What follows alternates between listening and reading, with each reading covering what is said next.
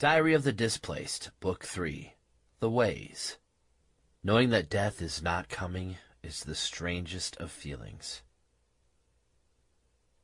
It may have been days that I've laid here on the rocky cliff, in pain, but somehow I don't think it's really been that long.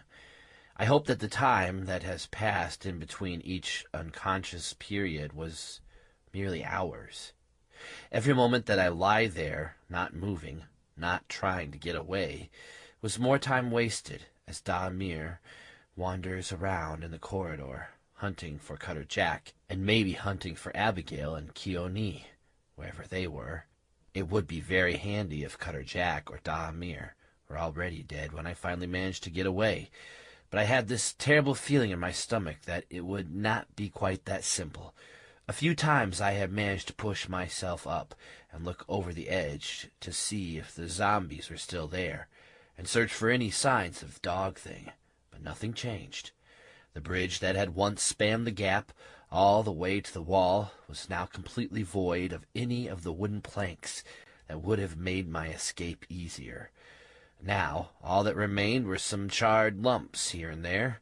The scaffolding was still there, though, tall struts pointing up into the darkness, held together by crossbeams that looked as though they could collapse at any moment with the slightest disturbance.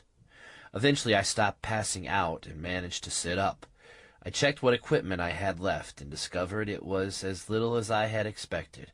A couple of those disposable cigarette lighters, my cigarettes, this pen, and the diary, and a knife was the sum of my resources. And they were only there because Dahmir hadn't ripped off my utility belt whilst he was casting every other useful thing into the darkness below, into the zombies. Oh, and of course, I still had the long blade. That was still there, and thankfully, now no longer stuck through me. I'm going to presume, for hope's sake, that it is still day 53, even though I know it isn't. I examined the wound in my chest and was relieved to see that it had sealed up. It wasn't a neat scar, and my skin was still pale and bruised. In fact, pretty much all of me is pale. My cheeks and hands tingle from the blood loss. My mind drifted back to the moment that I pulled the blade from my chest, and it nearly caused me to throw up. I couldn't even begin to describe the horror of how the jarring of a long blade scraping across my own ribs felt. The pain hadn't been as intense as I had imagined it might be, but the grating against bone had been... I shuddered just thinking about it. I decided that across the scaffolding was my only route of escape. There was no chance at all, not even the slightest of hopes, that I would survive a battle through the zombies below. Even if I did survive the fall to get down to them, there were just too many of them. They'd tear me apart in seconds, just as I presumed they had torn Dog Thing apart. Of course, he could phase out, and I hoped that he had. But I wouldn't be able to do that. I would just be consumed by them. It's ironic, really, when I think about it. Like all of the Resistance, I am almost immortal in the way that I can just heal over a very short period of time due to the serum in my blood, but that serum wouldn't matter in the slightest if I was munched on by zombies. And yet, here I was, fighting them yet again. We're always fighting the things that can actually kill us. The Maw had it easy that way. They could phase out and disappear to whatever it was that they went, and just stay there until they healed. And they healed from nearly anything. The Maw, Dog Thing. The hope that I have is that he somehow managed to phase out, like I had discovered he could in my flashbacks.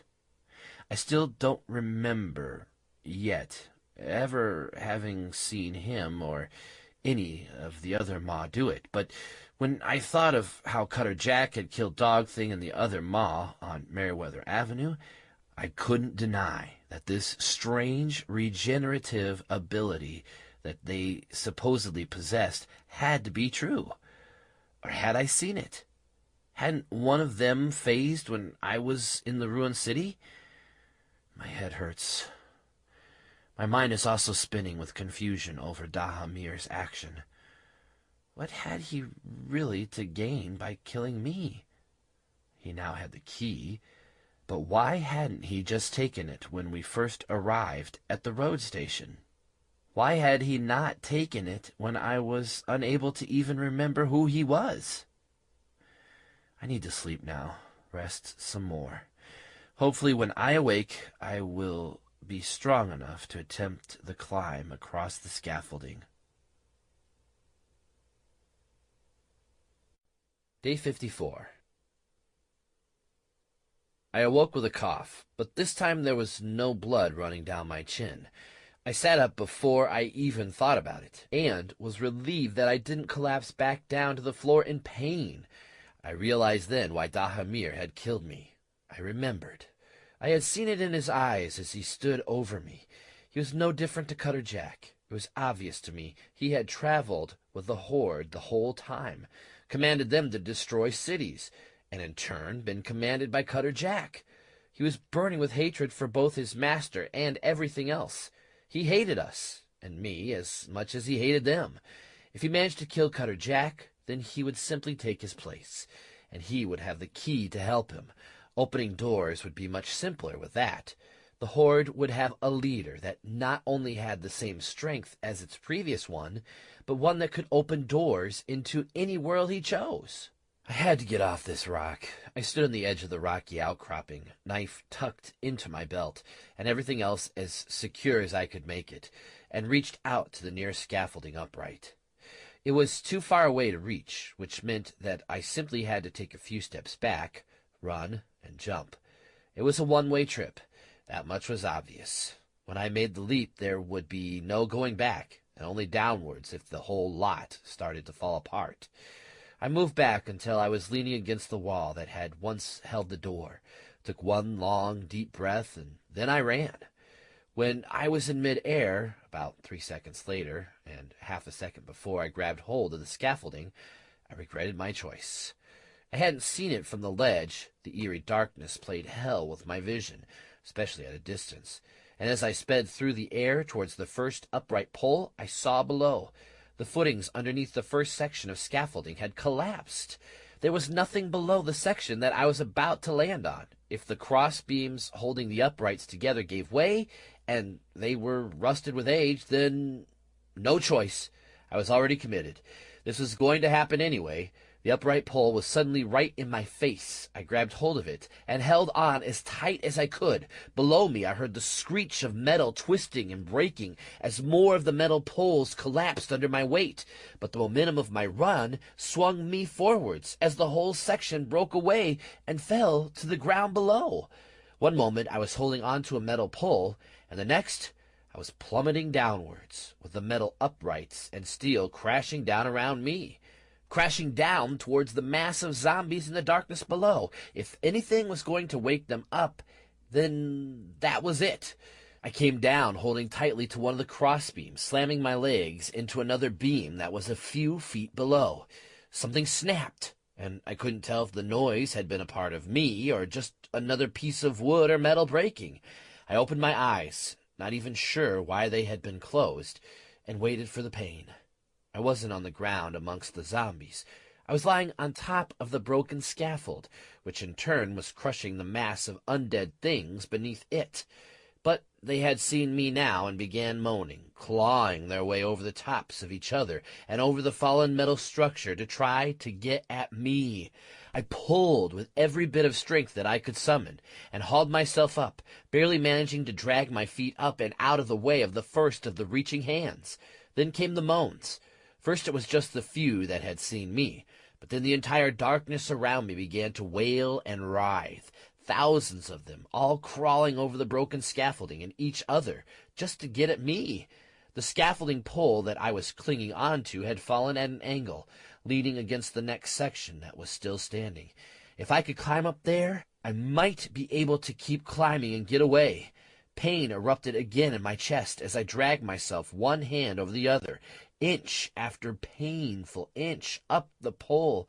I slipped a few times and had to swing back up, all of the time aware that below me the zombies were piling on top of each other to get to me.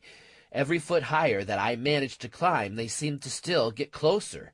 Finally, after what seemed to be forever, I grasped hold of a crossbeam and climbed up into a standing position, out of the way of grasping hands and gnashing teeth.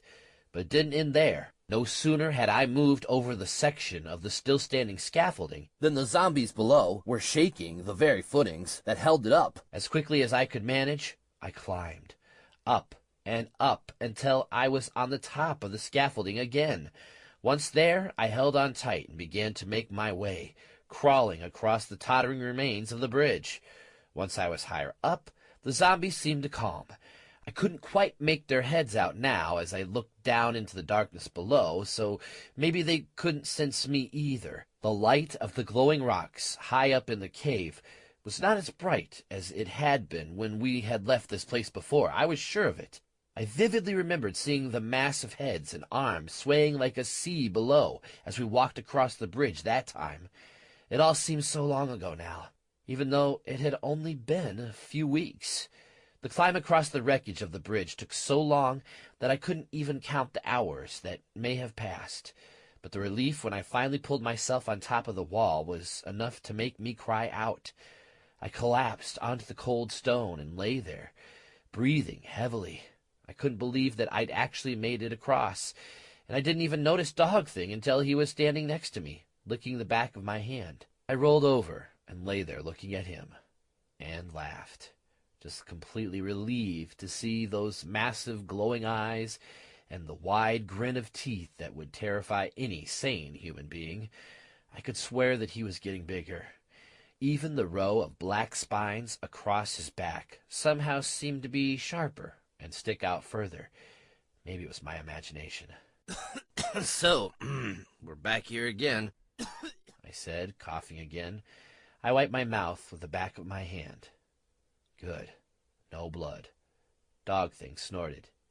Yes, back here. Again. I laughed again, louder this time. Then I realized that I could actually see almost clearly without any torchlight. My eyes had adjusted to the darkness already. Or something worse. Had I been in the dark for long enough for it to happen? I felt a surge of panic. I couldn't have been. My eyes hadn't seen very well in the darkness across the bridge or down into the zombies. Have we been here long? I don't know. I've phased twice already, so I don't know how long it has been. Twice? You mean you died twice already? I don't die. I phase and then heal, and then I phase back again. Twice, though? I saw you go into the zombies, but twice? Dog Thing looked towards where the zombies were, beyond the bridge and into the darkness. When we phase back, we are in the same place. I was still in amongst them. They hurt me again. I ran through them, but they still wounded me enough for me to need to phase again. Oh? I saw some of your stuff. It's right near them, but they moved when they chased me. What bits? A gun? Hope. No, I only saw your bag. Could we get it? They would sense you and come after you. There are thousands of them down there. I sat there still completely puzzled over why the zombies gathered there. From what I remembered of our last visit, the zombies traveled all the way across the corridor to get there. What the hell was there that drew them to it? I would only find out if I killed them all. And even though I was now remembering how to be a half-competent fighter, I didn't fancy my chances against thousands of creatures with just a blade, even if it was Cutter Jack's blade. Dog Thing, I think I know where there are guns, and even other equipment. Where? Below us. Right over there, in the junk, on the ground. That was where Cutter Jack threw me the first time I was here. I ended up hidden underneath all of the junk, but he threw my kit in there, unless someone else took it, which seems doubtful. It has to still be there. I pulled myself up onto my feet, every part of my body screaming with aches and pains. I stopped. If it hadn't been for the pain, I would have laughed. Well, wasn't this familiar? We made our way down the scaffold walkway until we drew level with where the door to the pocket dimension had been. I stood there, looking at the space where the door had been.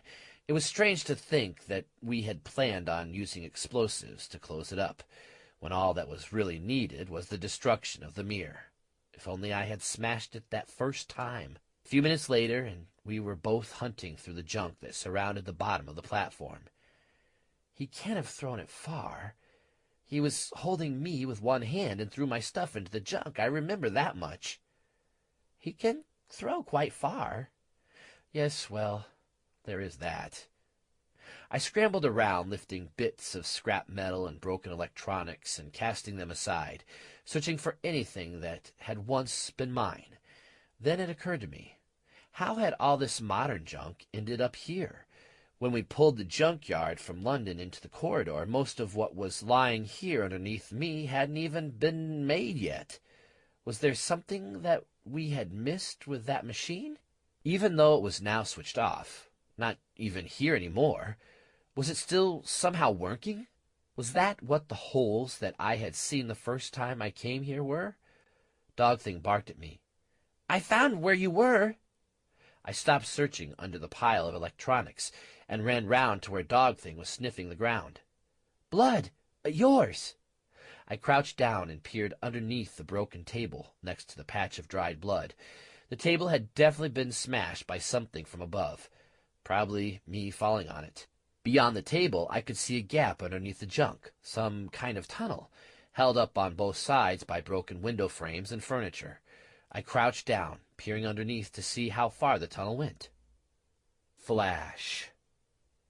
I'm lying on the ground, barely conscious. My right arm and leg won't move.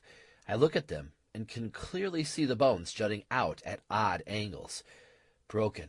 I try to breathe, but my ribs explode with pain. Also broken. Nearby, somewhere, I can hear loud crashing noises. I look up and see that there is a struggle going on up on the platform above me. I realize that I'm lying on the ground where Cutter Jack threw me. The noise is Dog Thing and Cutter Jack fighting, but it ends quickly, and I see a bundle of fur go flying off the platform into the darkness. A crash of glass and metal is followed by silence, heavy footfalls on the scaffold walkway. He's coming to finish me off. I roll off the table and look around frantically. There has to be some place to hide, some place where he cannot find me. Then I see it, just a few feet away, a hole in the massive pile of scrap furniture and window frames. I crawl towards it, my limbs bellowing in protest. Broken bones crack, and I can feel something inside of me shift uncomfortably. Internal injuries. This time it will take a while to heal. This is no overnight rest. As I crawl through the small tunnel underneath the junk, I glance back. A shadowy figure stalks the ground near the bottom of the scaffolding. There is a loud bang as Cutter Jack kicks the table that I fell on. I know you are here, rat. You can hide, but I will find you. Then I see it, just past his foot. One of my guns. It's underneath a pile of torn paper and cardboard. I can't go back and get it. It's right next to him. I crawl onwards, silently screaming in pain with every inch that I make my way further into the darkness and safety underneath the mountain of refuse. I pass out, but wake up a short time later. My arm is stuck, wedged between the legs of a chair and a pile of bricks. It must have straightened and healed whilst I was unconscious, my body fixing itself. I pull on it, but it's still stuck. I can't get my elbow out of the gap. It has healed in a way that makes it physically impossible to pull it out. Only one thing for it. I lean on the arm, throwing all of my weight on the newly reformed bone. The pain is almost more than I can take, but then it cracks, broken once more. I cry out. I can't stop myself, but the pain is soon gone, and I pull my shattered arm out of the gap. Again, the pain is excruciating. I feel myself drifting back into unconsciousness again, but before I do so, I manage to lay my arm straight against my body, just before the dizziness overwhelms me and I pass out. I wonder what made me think to break my arm. Why would I do that?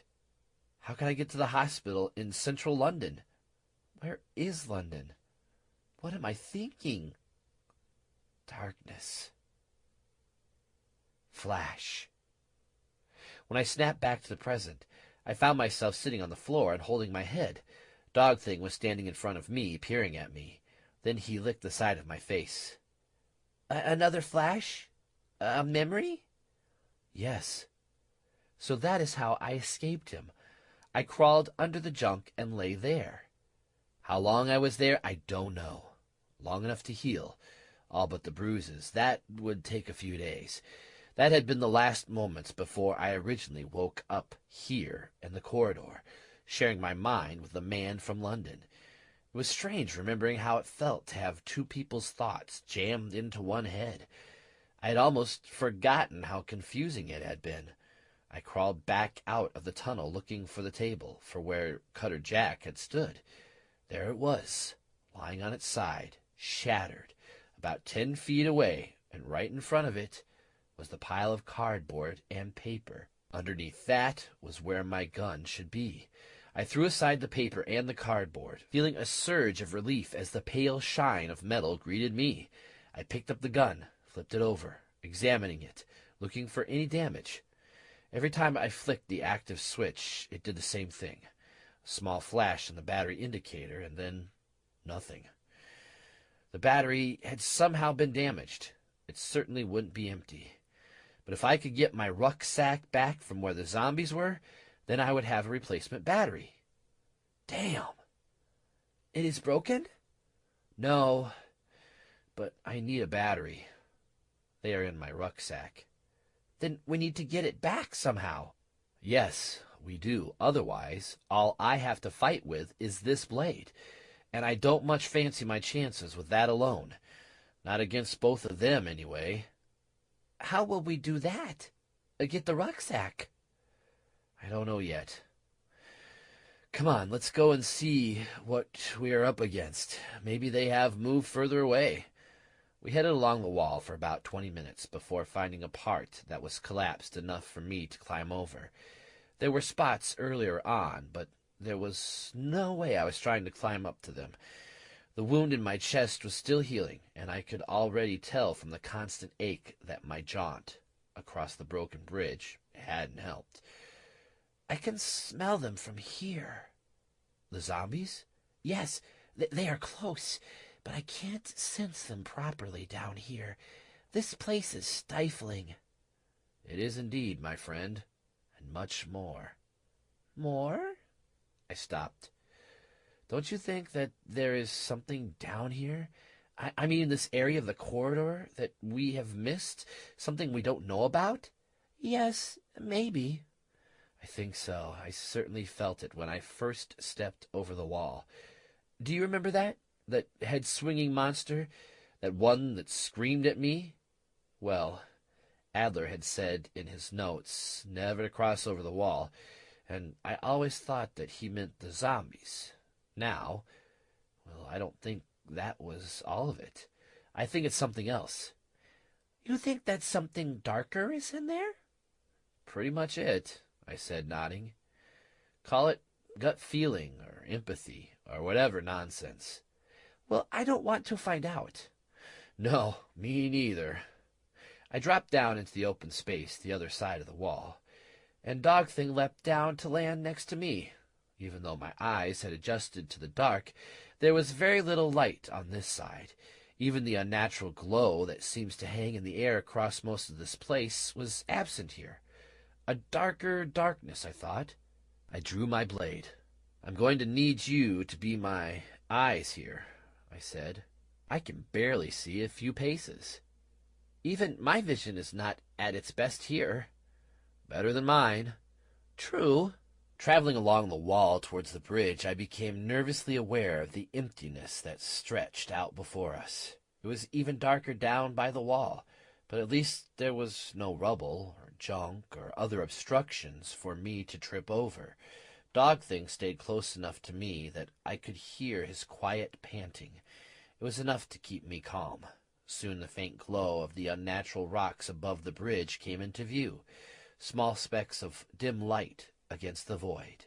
Then we reached the first of the upright poles and the scaffolding that held up the bridge, at least what was left of it. It was time to step away from the wall and out into the open cobbled space. I wondered if the people of London in the Gallows Hill area missed their cobbles. It was probably tarmac by now. Moved slowly forwards, the dark skeletal form of the ruined bridge, lit up slightly by the odd glowing rocks far away, high up in the rock wall, was the only means to judge where I was. After 50 yards or so, Dog Thing stopped. "Stay here. I can see them now." "Close? Close enough." He edged forward, slowly, very slowly, without a sound, until I could no longer see him. The moment that he disappeared completely from sight, I felt a terrible wave of fear creep into my stomach. I glanced around. I couldn't see the wall, but still had the bridge to go by. I had to keep the direction of that bridge visible. "I think I can get your bag if I'm quick enough." I couldn't answer out loud, so just thought to myself.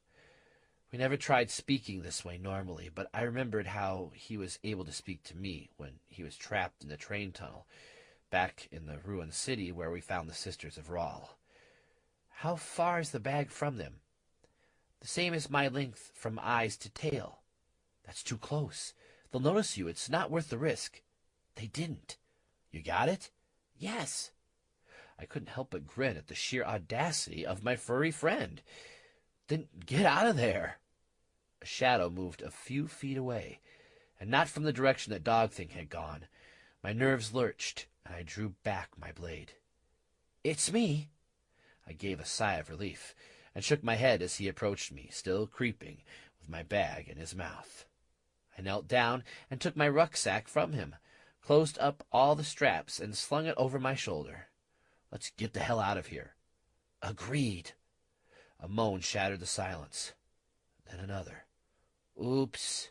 "Run!" Dog Thing shot off in the direction of the wall, and I followed close behind, the two of us sprinting through the darkness. I was nearly blind, but could just make out his shape a few feet ahead of me. Twice I nearly collided with the scaffolding, and by the time I reached the foot of the wall and began climbing, he was already sitting there, waiting. Two glowing bright eyes in the darkness. "Come on! You run like a snail!" "Thanks, buddy." I hit the wall hard and turned left, still running. The moans were nearer now, and I risked taking my hand away from the wall to sprint as fast as I could. I can't even begin to explain how unnerving it was, running along in complete darkness, only able to see a few feet ahead of me, and only able to judge where the wall was because it was even darker to my left. To make it worse, no matter how fast I ran and how many hundreds of yards we covered in those few minutes, the moaning seemed to be getting nearer and nearer each moment. Always, though, I could hear and vaguely see that furry black shape ahead of me, guiding me through the pitch black. Then, finally, I saw some light. It was faint, in the distance, an eerie light shining across the broken stretch of wall that I had dropped down from. I pushed harder, willing myself to run faster and faster as the gap came closer. It wasn't until I was 20 feet away from it and getting ready to jump for it that I noticed the zombies. They weren't just in the area near the bridge. They were all over the place in the dark, even just a few feet away from the wall near here. We just walked for 20 minutes in the dark, barely a few feet from thousands and thousands of them. As I ran forward, I sheathed my blade, ready to climb. Dog Thing reached the wall first and leapt up, scrambling on the edge of the wall for a moment before managing to climb over the top. It was a 10-foot drop, and as I approached it, I cursed myself for not putting something down for me to climb back up. I could have found a rope or something similar in all that junk. Too late. The mass of zombies lumbering out of the darkness behind me and closing the gap rapidly, I leapt forward and up, barely grasping onto the edge of the lowest section of the wall. I heaved hard, feeling something pop in my chest. Pain and wetness erupt from there. But I didn't let go. Something grabbed my foot. That was enough to frighten me into pulling myself up with every bit of strength that I could muster, and some more that I didn't know I had. I reached out, my leg heavy with the zombie that was holding on to it, and grabbed another rock, pulling myself and the zombie over the edge and onto the top of the wall. I glanced back, kicking out with my other foot, as the mouth of the zombie clamped around my ankle. It bit down hard, but that one swift kick to the face cracked its skull open and sent it tumbling back into the darkness, the other side of the wall. I sat up, quickly undoing my leg armor and checking underneath. I hadn't felt any pain, but with the state my body was in at the moment, I may not have felt my skin being pierced on top of all the other pain. To my relief, the bite hadn't broken the skin. It hadn't even gone through the leg guard. I sighed with relief, and then strapped the guard back on, pulled the pack off my back, and opened it up. There were 3 torches stuffed in there still, so I took one out and lit it. What I saw below me made my heart nearly leap out of my chest. I knew I wasn't looking at every zombie that I suspected were in the darkness beyond the wall, but there was enough of them. Hundreds of the nasty things had followed us and were now pushing forward, crushing each other against the wall. None of them were able to climb up.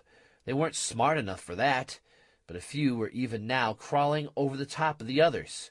Soon the mass of bodies would create a pile big enough for some of them to make their way over the top. We can't have them following us, and they will if we don't stop them. How do you stop so many? Flash. I am hunched down behind a wall, firing every few moments through the window of the burned-out building. Others are around me, resistance soldiers, also firing frantically through the windows. We're pinned down. There are too many. It's Joshua, my brother, crouched next to me. I pause for a moment. Where are they coming from? Can anyone get an eye on the entrance point? Down the street, shouts a voice above me. One of the vigilant troopers with us is perched on the ledge of a window above me. There's an alleyway. I take a deep breath and pull out one of my spare handgun batteries. The bottom comes off with a twist, and I see the 4 wires. I pull out the green and the yellow ones and twist them together. The battery begins to feel warm in my hands. Cover fire! I shout, and everyone opens up, blasting the nearest of the zombies away. A moment later, and I hop over the window ledge and onto the pavement outside. Above me, the vigilant trooper blasts away with his automatic rifle at the zombies that approach me. I swing back my arm and launch the ammo battery across the street and into the alleyway. Oh, crap, says a voice behind. Everybody, get down! The vigilant soldier kills 2 more zombies before dropping back down to ground level. Just as I leap back through the window, a high-pitched noise can be heard for a moment, and the ground shakes. Dust and rock fly through the open windows, along with other objects, bits of zombie. When the dust settles, the vigilant climbs back up onto the perch above and scans the area outside. All clear. Damn, you took out half of the street. Flash. I shook my head and waited for the dizziness to pass. Strange, I thought. The flashbacks seemed to be linked to my thoughts, somehow triggered by need or by a similar situation. I glanced down at the zombies, then at my gun. I knew that I had other batteries in my rucksack, and the one in the gun at the moment was useless. It might not even work, but it was worth a try. I unclipped the battery and put the gun into the holster at my waist. Yellow and green, I told myself as I unscrewed the bottom, pulled the 2 wires, and twisted them together. I held the battery in my hand for a few moments, waiting for the sound, waiting for the heat. It was there, very slight at the beginning, just a little warmth. But then the piercing sound began, and the battery heated up rapidly. By the time I threw it down into the crowd of zombies, the surface of the battery was nearly burning my skin. Run! I shouted, scrambling down the rocks as fast as I could, away from the zombies and into the junkyard. I ran, and I kept running, Dog Thing right behind me, until I saw a pile of rubble big enough to hide behind. I dived. Thud. The sound was muffled, somehow, But then I remembered how everything was dampened in this place. I looked up over the pile of rubble to see a dust cloud wafting through the piles of scrap. I walked back with Dog Thing, approaching the breach in the wall slowly. Even as I climbed the pile of collapsed blocks, I could see that the battery had done its job. Looking down into the darkness, all I could see were body parts. The blast area was about 30 feet away from the wall, and every zombie within visible distance had been torn apart by the explosion. The wall, on the other hand, seemed to have remained mostly intact. "They won't be following us now," I said. I knelt down, pulled my rucksack off my back, and searched for my spare batteries. 2 of them were stuffed into their protective boxes at the bottom of the pack. I took one out and put it into my gun, and then fired it into the ground. It hissed as it discharged the energy bolt and sent shards of stone scattering across the floor. The recharge counter on the top flickered from blue to white. Perfect. Armed once more. Now I have a means to protect myself from the things in here, even if it's still not a way to end Cutter Jack. Let's get moving. I want to make it to the bus before we rest. So I'm now sitting locked away in the bus, finding it quite funny that Dog Thing is actually on the inside with me this time. He hesitated, but then I pointed out that I was going to barricade myself in. I think that the idea of being out on his own this time soon changed his mind. The journey to the bus was quiet. No zombies, no Kriesh, and no sign of either Cutter Jack or Dahamir. I remembered on the way to gather up some of the plastic sheeting that was still lying in a massive pile not far from the pram and bicycle dump, just in case it rained. Another thing I found along the way, the professor's bicycle. It was propped up against a broken wardrobe, not far from the scaffolding site. I'd completely forgotten that I'd left it here, and it certainly made the journey to the bus much quicker. Day 55. I woke to the sound of movement outside. It was a shuffling noise, something going around the outside of the bus, again and again. Dog Thing was sitting near the door and sniffing. I climbed the stairs to the top floor, stepping as quietly as I could, and peered out of one of the windows. It was too dark there to make out clearly what was wandering around, but it certainly wasn't as clumsy as a zombie.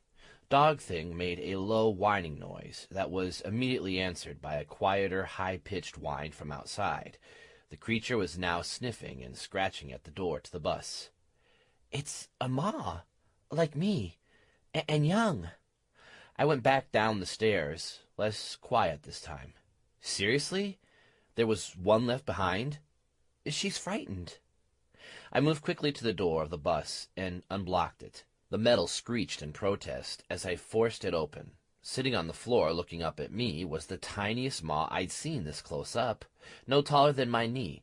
Its big eyes stared up at me so brightly that I could almost feel the terror hiding in there. "Come on in, then," I said, giving her room to get by.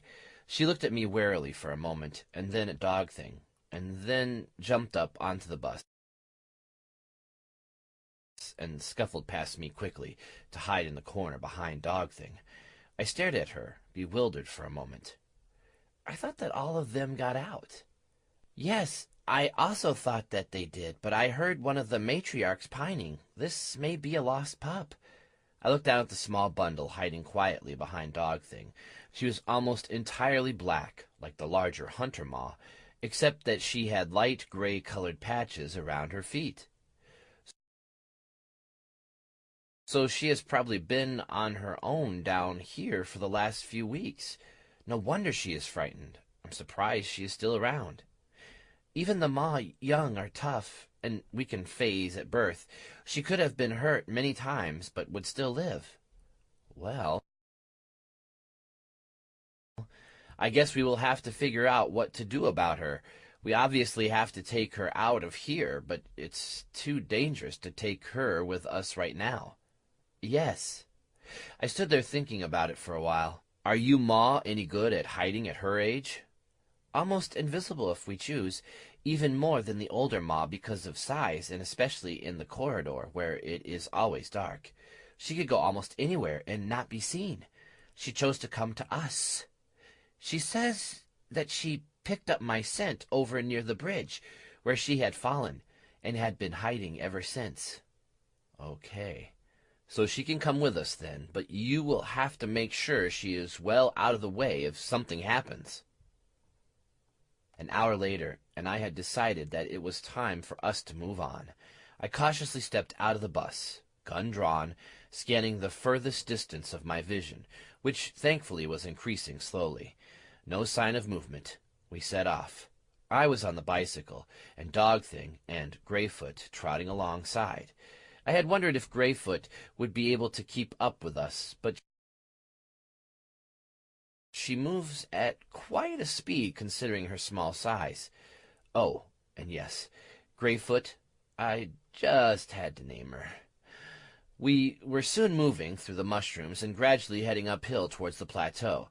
My plan was to push hard, so that we could try to reach the ravine that was halfway across before making camp again. I didn't want to be out in the open, and the bicycle certainly sped things up a bit. By the time the ravine came into view, I was just about exhausted, but we had traveled much faster across the expanse of marble than we had the first time. Day 56. Wake up! I awoke, and immediately heard the noise above us. Greyfoot was crouched down into the darkness not far from me, and Dog Thing was pulling on my jacket, trying to rouse me from sleep. I slowly edged underneath the overhang of rock, quietly dragging my rucksack with me, lying flat and staying as still as I could, gun drawn. There was something moving around above us, up on the plateau. I had the chill feeling in my stomach that it was looking for us, hunting us. I lay as quietly as I could, and hoped that it would move on. Movement above. A dark shadow leapt across the ravine. A feat that I could never have achieved. It landed right on the edge, 4 feet hard on the marble surface. Another followed, then another. Kriesh! We stayed there, hidden in the ravine, and watched as they jumped. I tried to count, but lost it at 30 in the blur of movement above us. 30 Kriesh! I would never be able to kill that many if they all ran at us at once. We left it a few minutes, and then hurried up onto the ravine. I threw the bicycle up and then climbed, hopping onto the bicycle as quickly as I could and pedaling away as fast as it would carry me. But we had not anticipated that some of the Kriesh might come back to the ravine so quickly. I had hoped that they would at least keep going for a while before they realized that they were tracking us in the wrong direction. A hiss behind me made me glance round. About 50 feet behind us were 3 Kriesh. "Keep running!" I shouted at Dog Thing. He grabbed Greyfoot by the neck and ran onwards, even faster than I would have been able to pedal. I held onto the handlebars tightly with my left hand, keeping the steering straight, and then drew my gun with my right, every moment telling myself that riding forward at 20 miles an hour whilst firing a gun behind you was not a clever thing to be doing. Crack! Crack! The first 2 shots went wide, but they were enough to slow them down. The first of the lizard-cat creatures ducked low and rolled away before getting back up and darting forward again. Crack! The third shot took down one of the Kriesh, hitting it straight in the face and obliterating most of its head. The body tumbled and continued to slide across the marble. The other 2 Kriesh dodged around their fallen ally and kept on coming, screaming as they ran. Those piercing, hollow screams were answered by many, and from all directions except for the one that I was pedaling in. Crack! Crack! Another shot hit the mark, severing the leading Kriesh's leg clean off. The creature fell to the ground, screeching and leaving a smear of dark blood across the pale marble ground. It tried to get up, but fell again. I pedaled hard. Firing and riding at the same time meant that I kept slowing down whilst I tried to aim. "Rocks!" came Dog Thing's voice in my head. It sounded urgent. I quickly looked back around, and only just in time to swerve and avoid a large chunk of the marble that was jutting out of the floor. I didn't remember seeing that before. After a few seconds of gaining my balance, I pushed forwards. The remaining Kriesh was now only 20 feet or so behind me, having jumped right over the rock. It was slowly gaining on me. Then I saw them. Ahead of me, Dog Thing and Greyfoot both were crouching low on the ground, teeth bared. I knew that look. I turned the bicycle and aimed almost directly at them, just to the side, giving them just enough space to attack. The Kriesh didn't even see them. It was so intent on catching me that when Dog Thing clamped his teeth on the creature's neck and Greyfoot bit into one of its legs, it just carried on going. I almost didn't want to stop or look back after the ripping sound that followed as the creature was torn apart by its own momentum, but I did. I rode a full arc and came back around to where they were both feeding on the Kriesh. I shuddered. The thing was still barely alive, jerking and shaking from shock. One of its legs lay 10 feet away, and most of its insides were splayed out in the gap between there and where it had finally come to a halt. My stomach churned. The stench was terrible.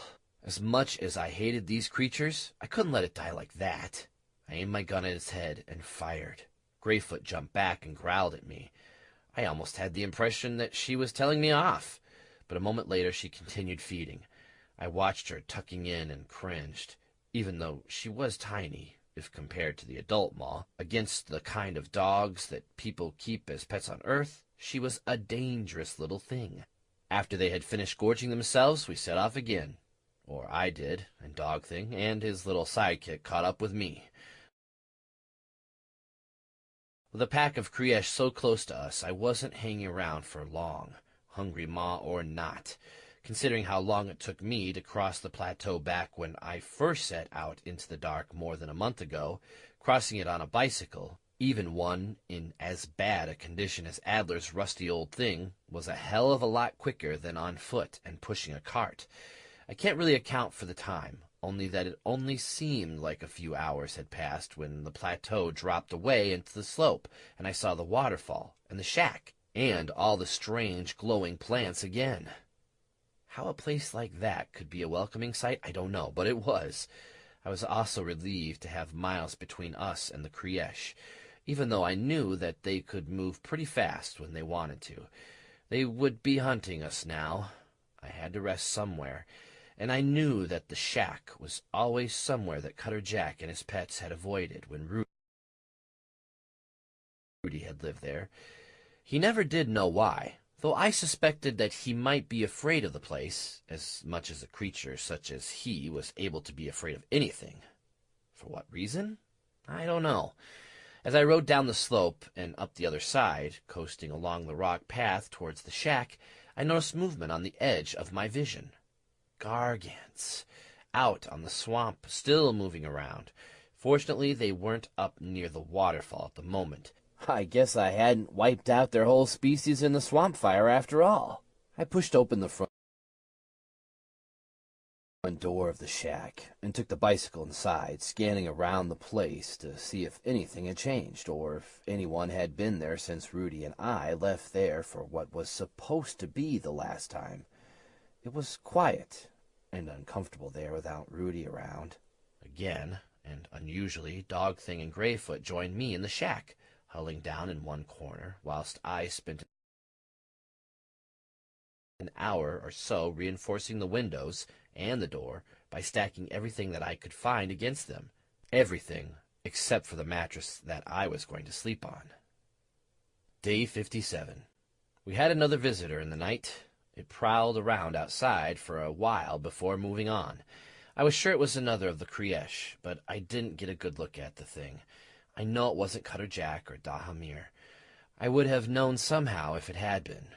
It also wasn't a zombie, otherwise it would have been battering on the walls all night.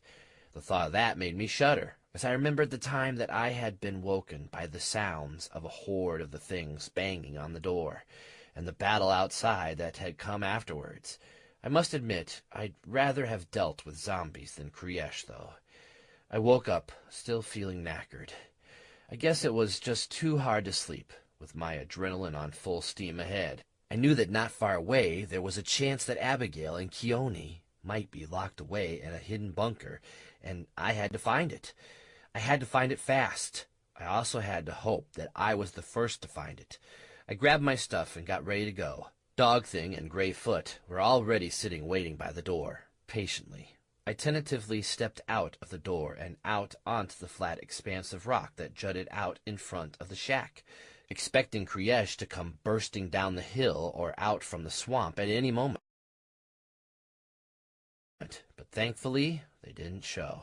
Then it occurred to me that I was near one of the locked doors, just over the back of the shack and up the rope that hung down from the ledge.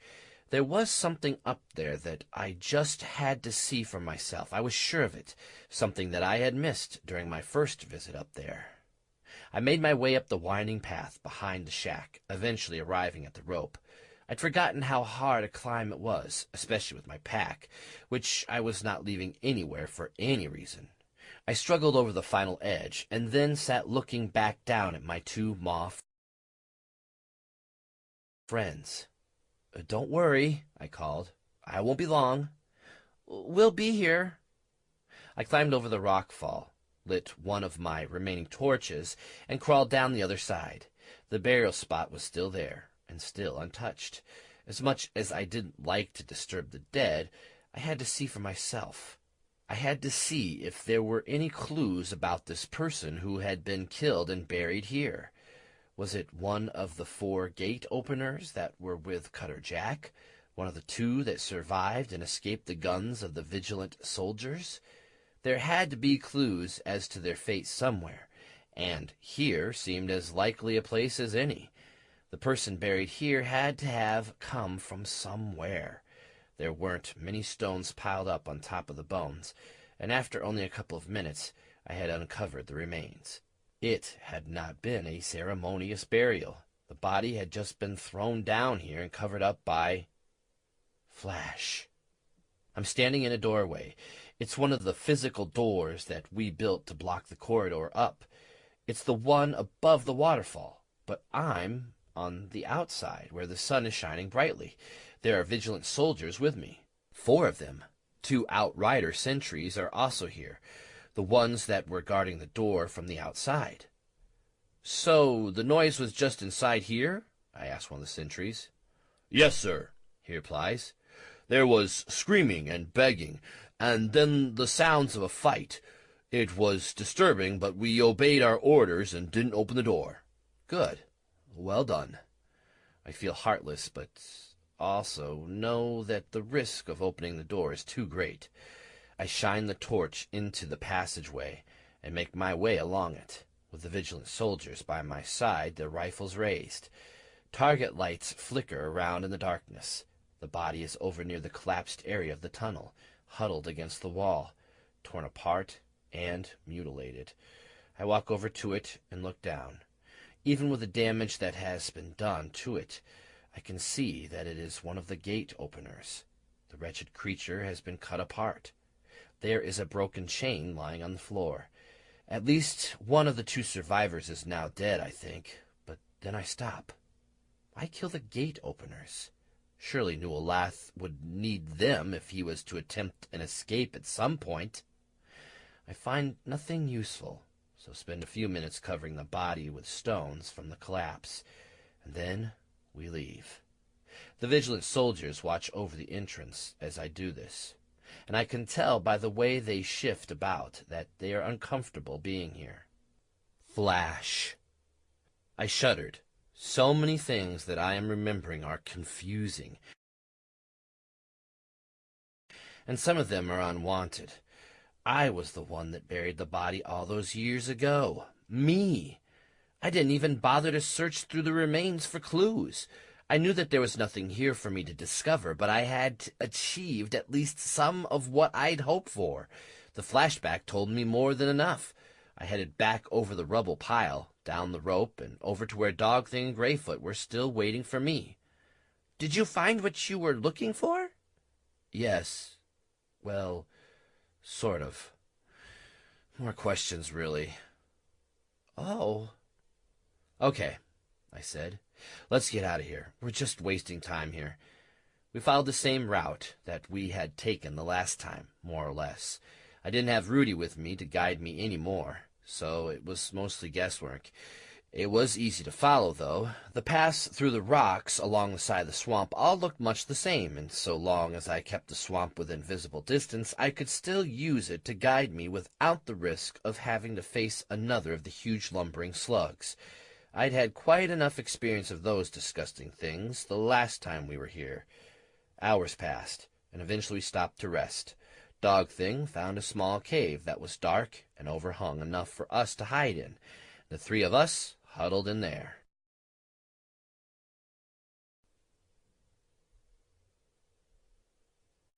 Day 58.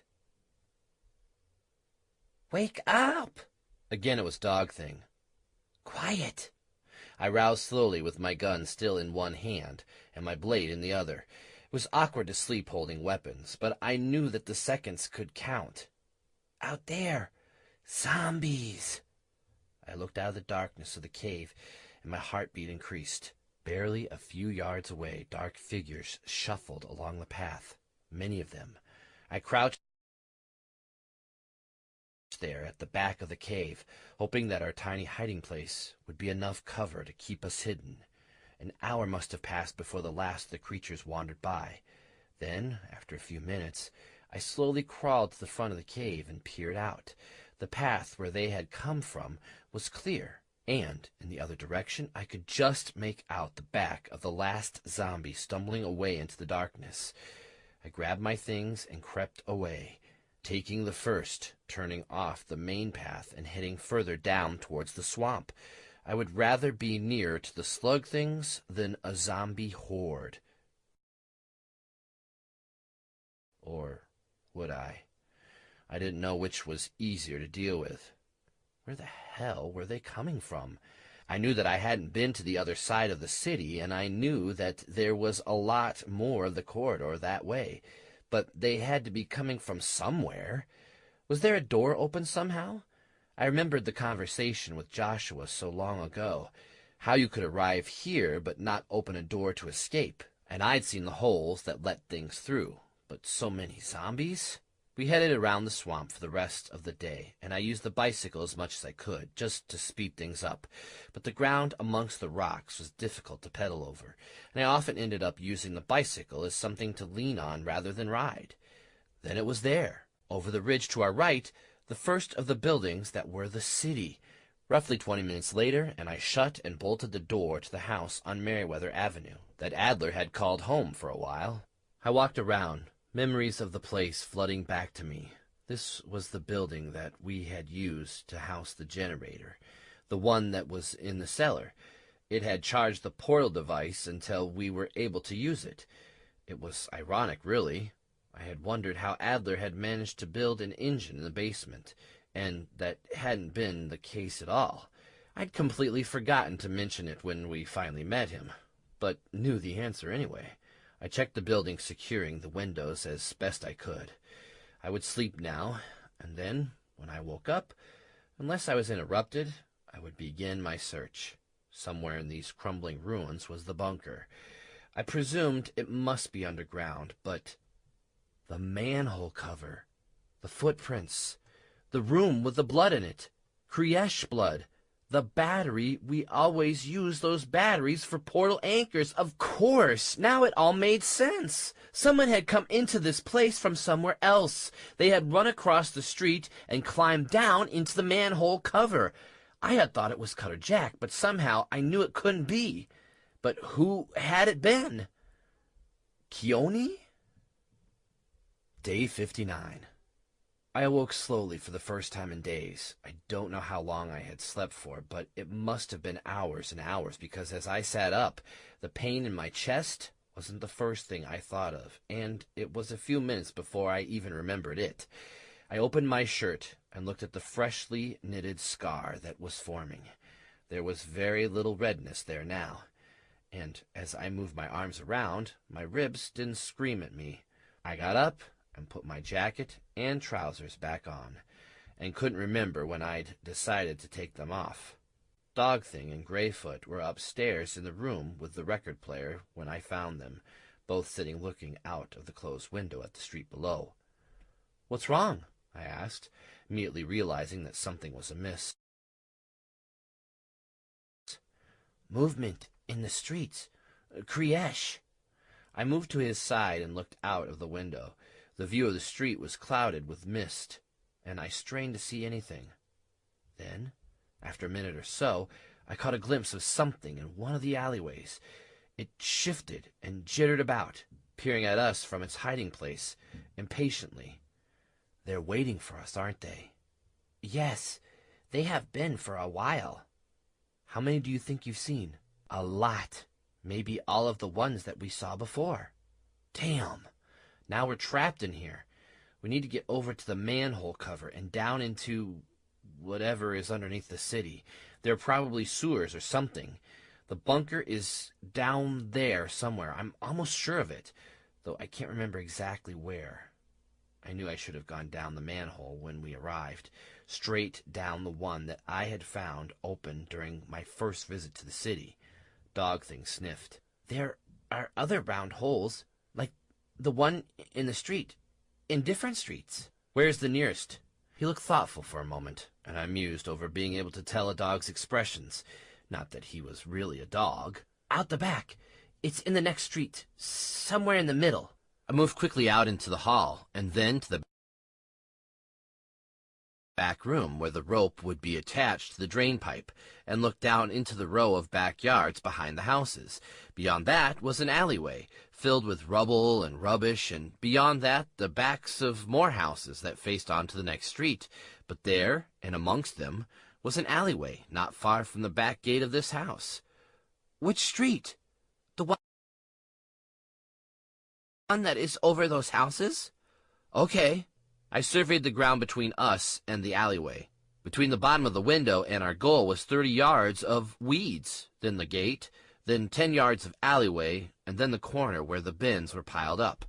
After that it looked like a straight run to the alleyway, and that went through the houses. There was no way to tell if the alleyway was blocked with anything, and all I could do was hope that it wasn't. We had to risk it. I packed my gear and then carefully opened the back window, trying not to make any noise. Can you jump from here? Yes. Right. When I start climbing, you go. I took a deep breath, grabbed the rope, pulled it out of its drainpipe hiding place, and climbed out of the window. The rope swung outwards into open space, and I hung there, lowering myself as fast as I could, feeling the rope burn my skin as I went hand over hand until I was 6 feet from the ground. Then I let go and dropped. The moment before I hit the dirt, I felt, more than saw, Dog Thing, with Greyfoot held by the scruff of her neck, land a few feet away. He dropped Greyfoot, and we ran. We were through the garden and at the fence when the first screech echoed from the street the other side of the house.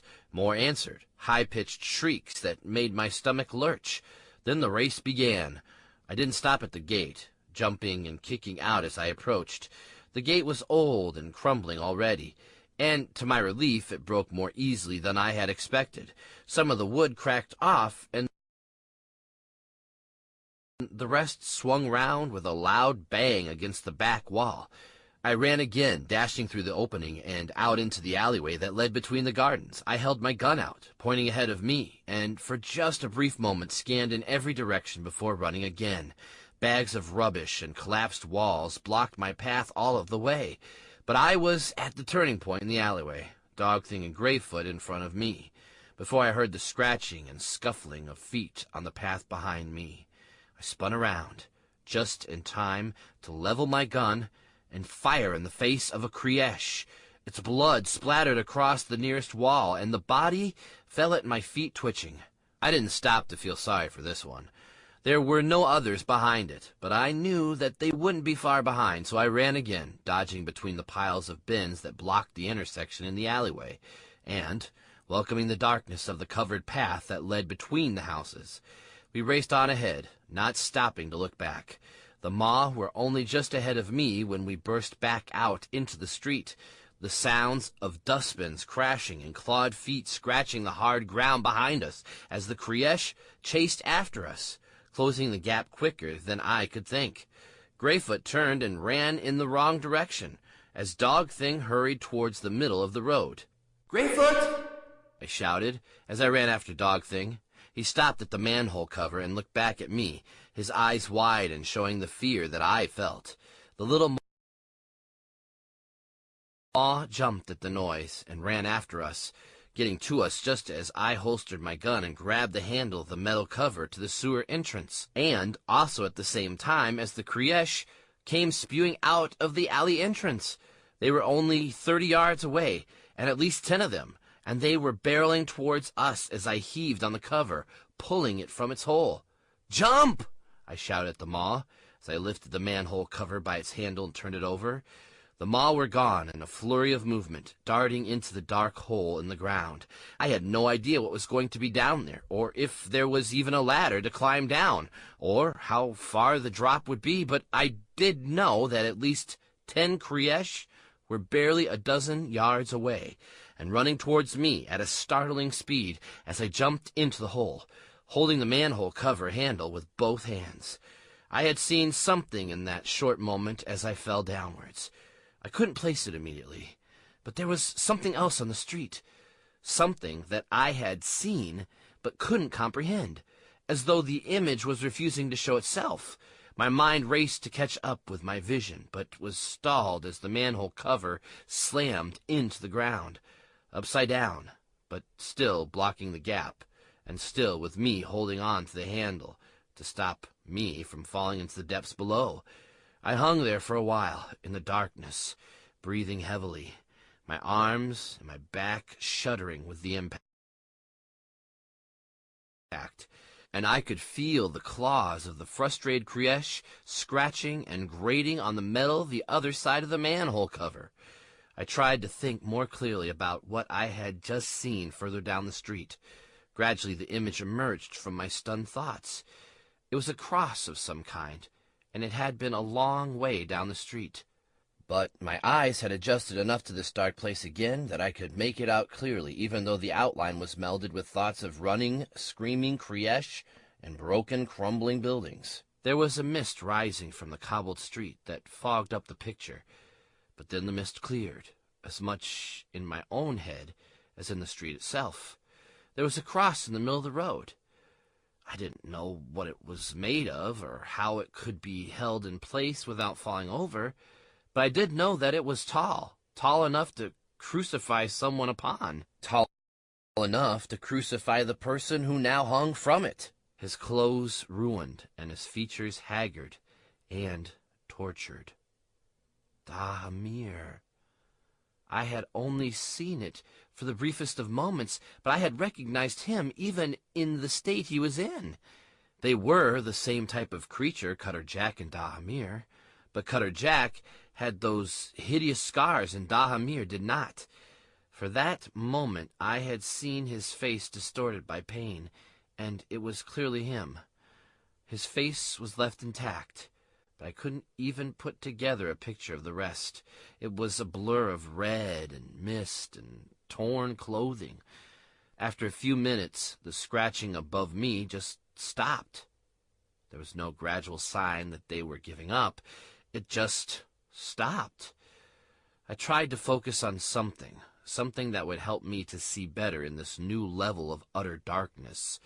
There was next to no light at all in this new place. I swung my feet around, finding the walls of the access tunnel, but could find nothing to put my feet on. There were a few small pieces of metal jutting out of the wall that may once have held a ladder, but there was no ladder now, and the pieces that remained weren't big enough for my feet. "Dog thing? Are you there?" I called out, my voice echoing. "Yes," he said in my head. I still forgot most of the time that I didn't need to open my mouth to speak to him. I tried to reach to my backpack to get a torch out, but couldn't hold my weight with one hand for long enough. I doubted that I would be able to light a torch anyway. Not enough hands. "How far down is it? Is it safe to drop down? I can't see from up here." "It's not far. The same as a man standing on another man." I pondered that for a moment. 12 feet from my feet, maybe roughly. Then I sighed, took a deep breath, and let go of the cover, dropping into the nothingness below me. For those few moments, as I plummeted downwards into the dark, I seriously questioned Dog Thing's judgment. Panic was just about to seize me when I hit the ground. My legs collapsed underneath me, and the pain rushed up my thighs and my back. I could heal most injuries given time. I knew that. But they still hurt.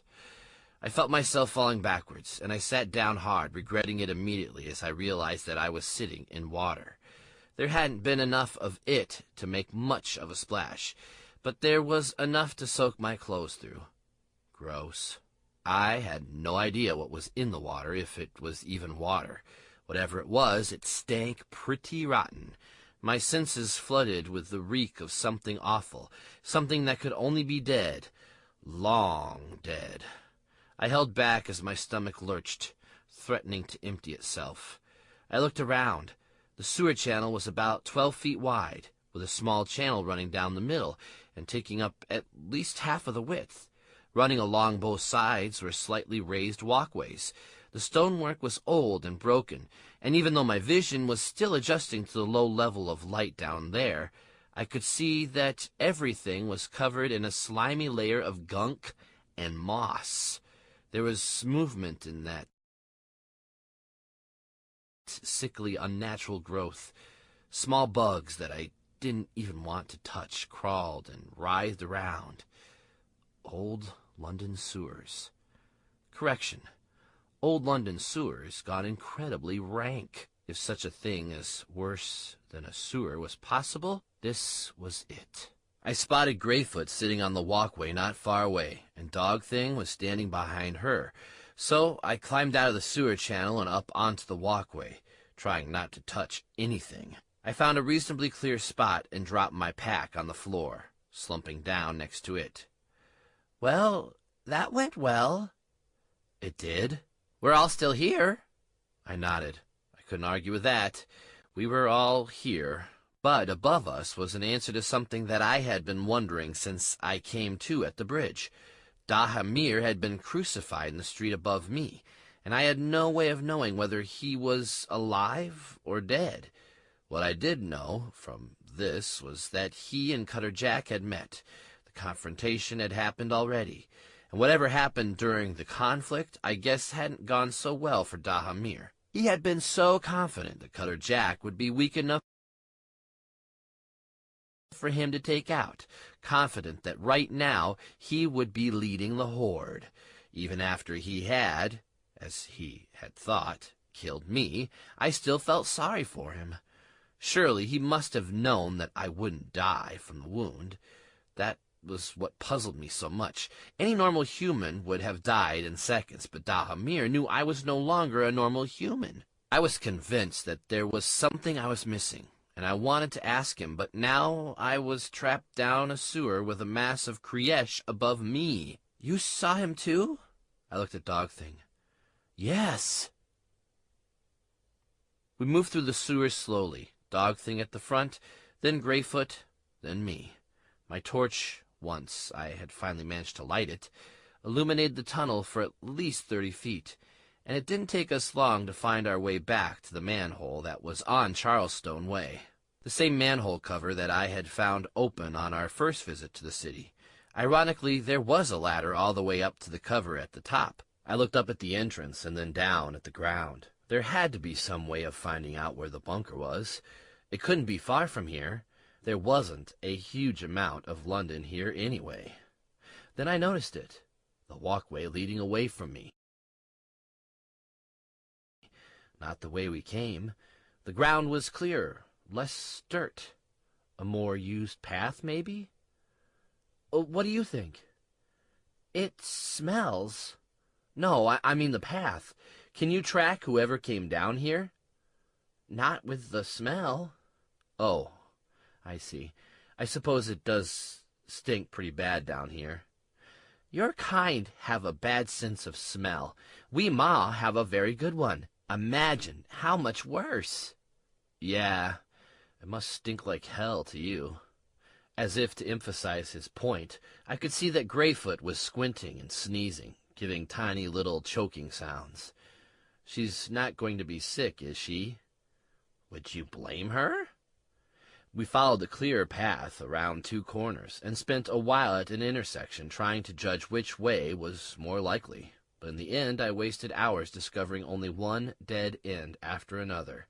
There were no doors, no hatches, nothing. There were plenty of other entrances from above, but nowhere that looked like it might be a bunker entrance. It wasn't until I climbed the ladder up to Charleston Street that I found it. I was trying to retrace where I thought someone might go if they came down into the sewers from the street above us, and there it was. Halfway up the access shaft was a small ledge, and an indent in the wall hid a small, round hatch that was slightly ajar. "I found it," I said, looking down at Dog Thing and Greyfoot. They were peering up at me from the ground below. "Good. Can we go now?" "I'm going in." "Be careful." The hatch opened into another shaft, and this one had a ladder that also went down. I shone my torch down there and started to descend. The shaft went much deeper than the sewers, probably another 30 feet past the level of the walkways before ending in another tunnel. The door at the end was also open, even though I had a terrible feeling in my stomach that it should be closed. The keypad on the wall suggested that it was the security door to the bunker. I was right. 3 small rooms greeted me as I went into the bunker, with signs of recent habitation everywhere. In one room there was a pile of empty food tins and discarded wrappers. In the other a set of empty bunks. The third room was empty except for a large mosaic on the floor. I recognized that for what it was, but knew that I had no way of using it. If only I still had the portal key. Had they used the portal? Had someone managed to get them out? Had Keone opened a portal into there? I sat down heavily on the bunk and stood straight back up again. There was something hard under the sheet. I pulled it back, throwing the bedding onto the ground. Underneath was a small box, no bigger than my hand. I picked it up and examined it. Metal, worn but still shiny, with a small latch keeping it shut. I popped the latch and opened it, not sure what to expect. Inside was a long, thick needle, maybe 3 inches long. There was also a metal rod with a button at one end, and a dozen small, clear plastic capsules of blue liquid. For a moment I was completely puzzled, but then I remembered the pain in the back of my neck all those years ago. How long had it been? Centuries? I knew what this was. The needle would clip into the rod. The capsule would push into a slot on the side of the rod. The needle was pushed hard, almost like stabbing with a knife, into the back of the neck, downwards, and into the spinal cord. The button would fire the injector that shoots the liquid in the capsule directly into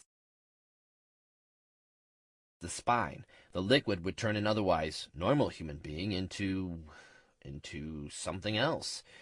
Into me, I thought. Could also be used to infuse more of the A-17 serum into someone already turned and used like a booster. I didn't know how I knew that.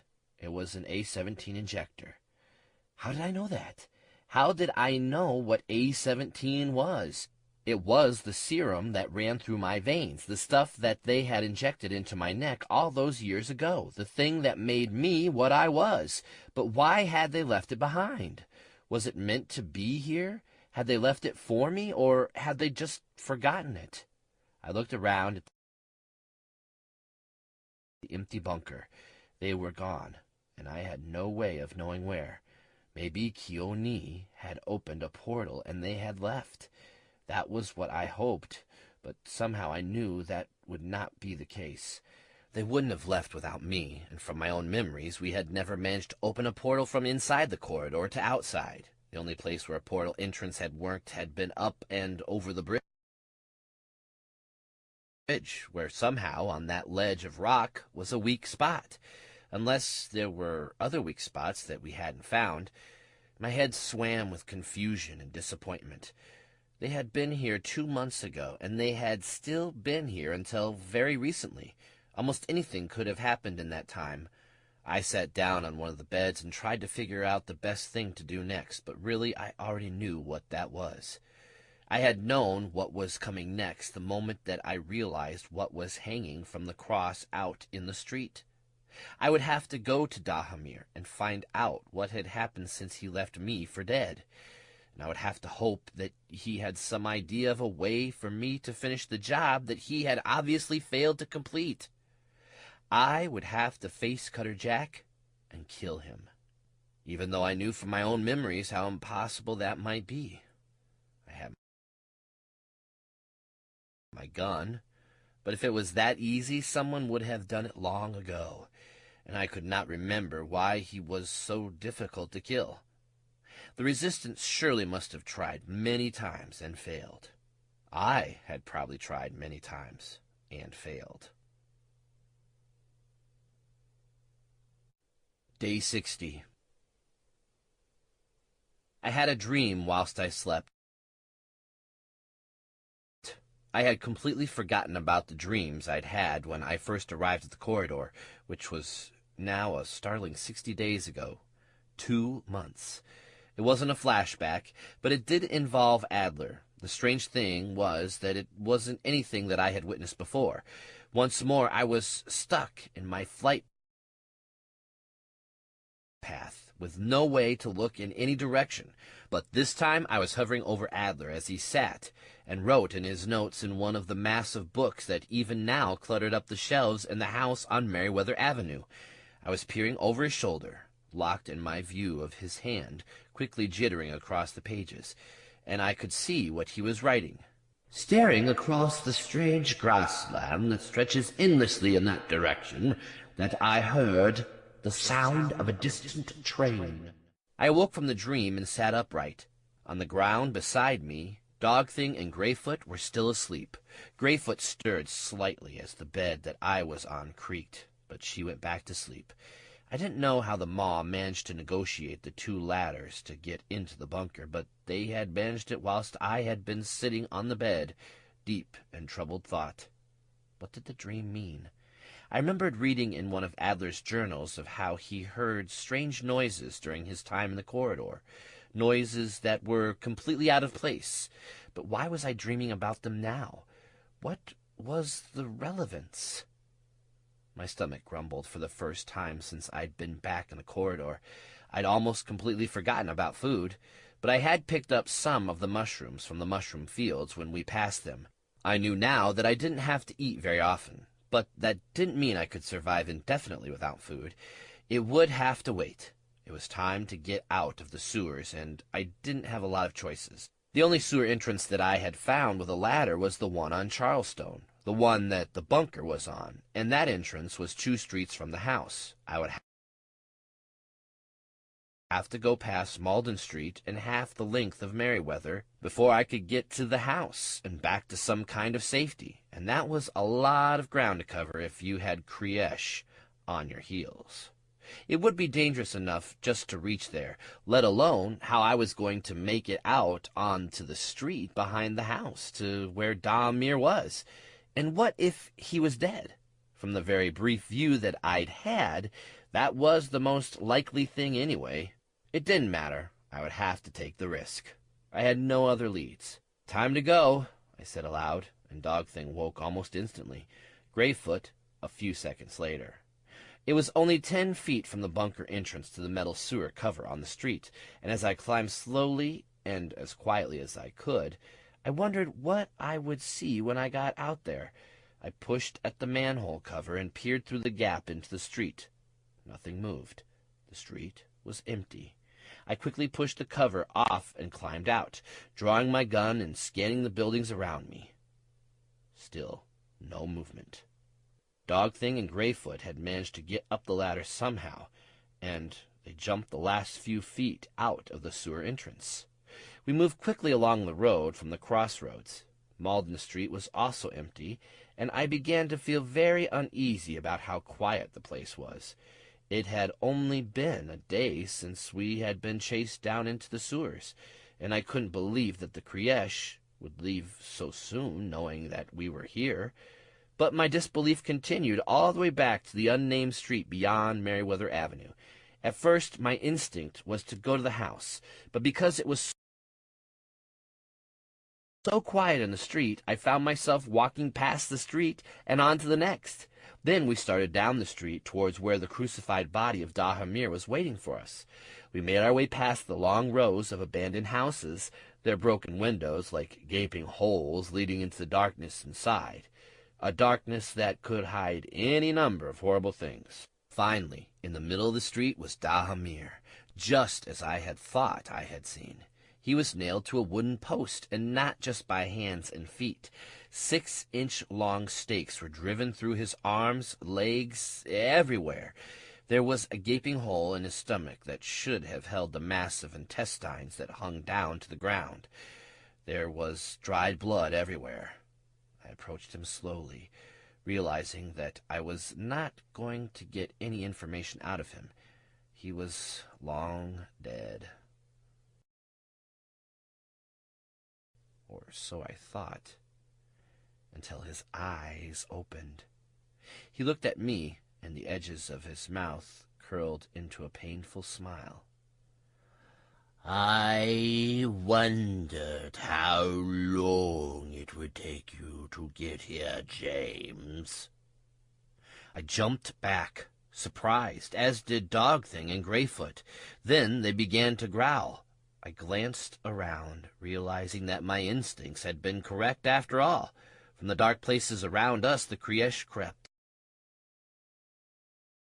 Out from windows and broken doorways they came, dozens of them. I looked around quickly for a direction of escape, but knew that we were surrounded. We were trapped, and there was no way that we would be able to battle this many of them. I expected Nualath to step out from the darkness at any moment to survey the success of his subterfuge. "Do not worry about them," said Dahamir. "They are under my control and will not harm you." His voice was strained, and considering how much of his insides were no longer inside his body, I wondered how he was able to speak at all. I turned back to face him. His face was pale, and his eyes burned red with some kind of infection. "Like I can trust anything you say?" I said, almost spitting the words out at him. He laughed, and I could feel the mockery in his voice. Then his face contorted with pain, and blood trickled from his mouth.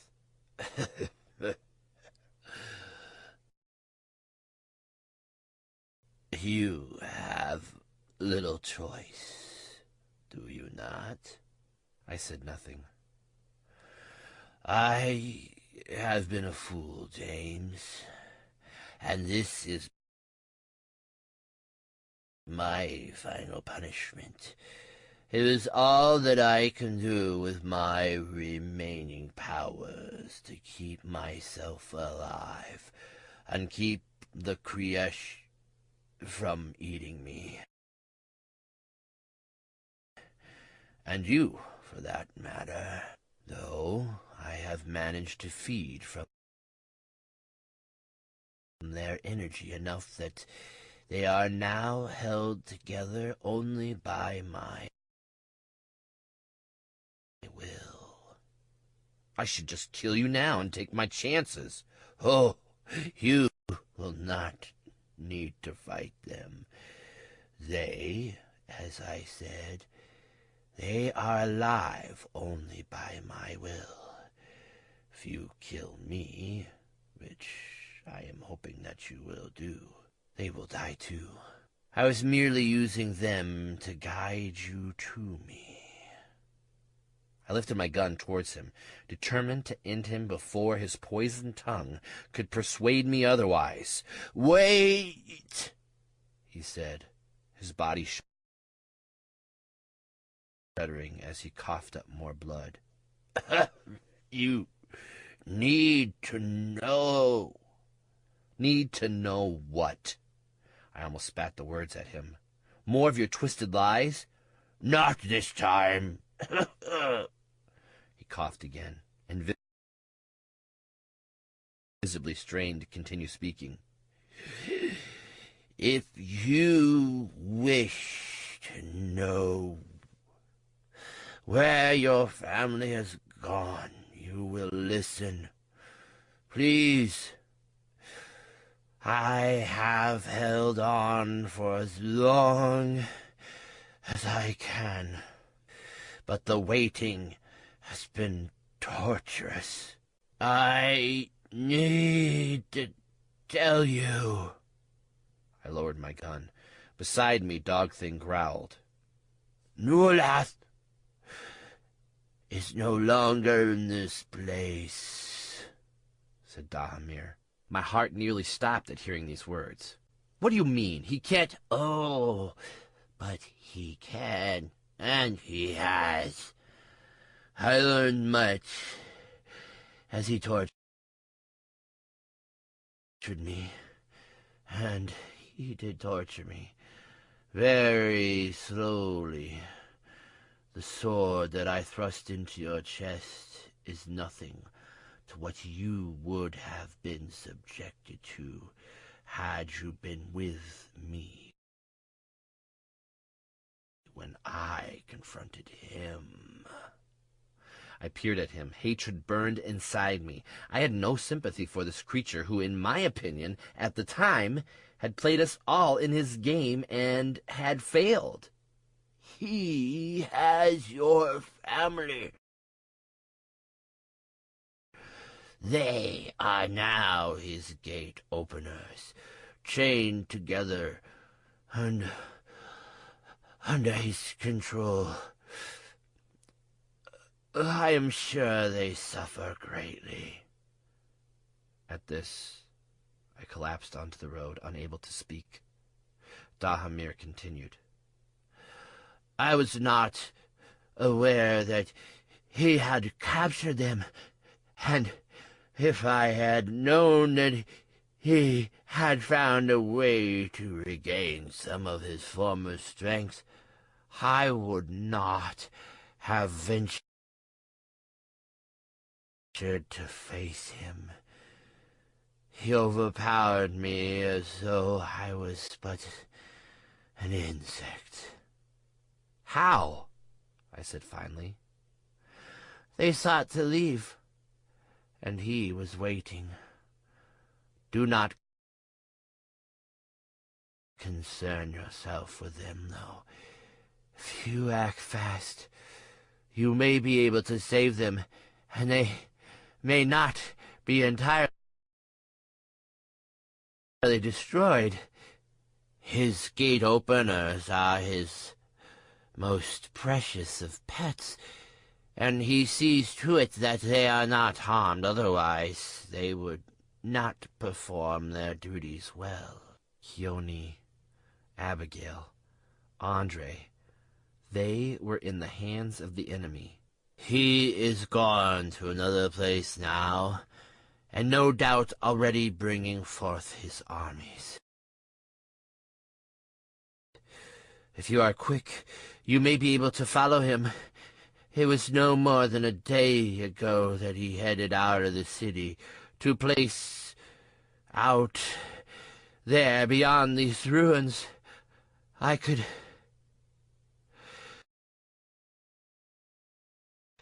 see the place in my mind before, but now I don't have the strength. The portal's activation and my own efforts to live have drained me beyond repair. How? How did he manage to open a gate out of here? We thought it wasn't possible. You were right. It is impossible, but it is possible to get into here from the outside. It is possible if you have enough power. Your pathetic portals are nothing when compared to the great storm portals that move the Horde to new worlds. Nualath merely had to find a way to contact one of his lieutenants to aid him in opening a way through. And oh, how you helped him to achieve that, did you not? How proud he was of his success when you handed him his escape. At this I stood up, the anger surging forward again and replacing the grief and horror of the knowledge of what had become of my family. Me? How did I help him? The one with whom your mind joined. The one from another world. The memories of this place would linger in his mind, just as his memory stayed with you. There were already minions of Nualat's on your home world, were there not? It was only a matter of time before one of them sensed the poor creature's troubled nightmares. Then they would look closer. They would delve into his mind. They may even have hurt him, tortured him until they found how deep the nightmares went. And then they would discover the secret buried inside. They would know where to find their master. The man from London? The man in the mirror? He would not forget everything, just as I had not forgotten. They found the man you shared your mind with, and took him away to somewhere that they could use him, pry into his mind and pull out what they needed to find their master and open a way out for him. The portal will still be open. They can be open for days, weeks, even years. Some remain open forever. I looked him in the eyes. Which way? Where will the portal lead? He looked along the street towards the edge of the city, to the area of the corridor that I had not explored, the area of which my own memories of the past had yet to give me any recollection. That way. Find the hill. It is not far into the darkness.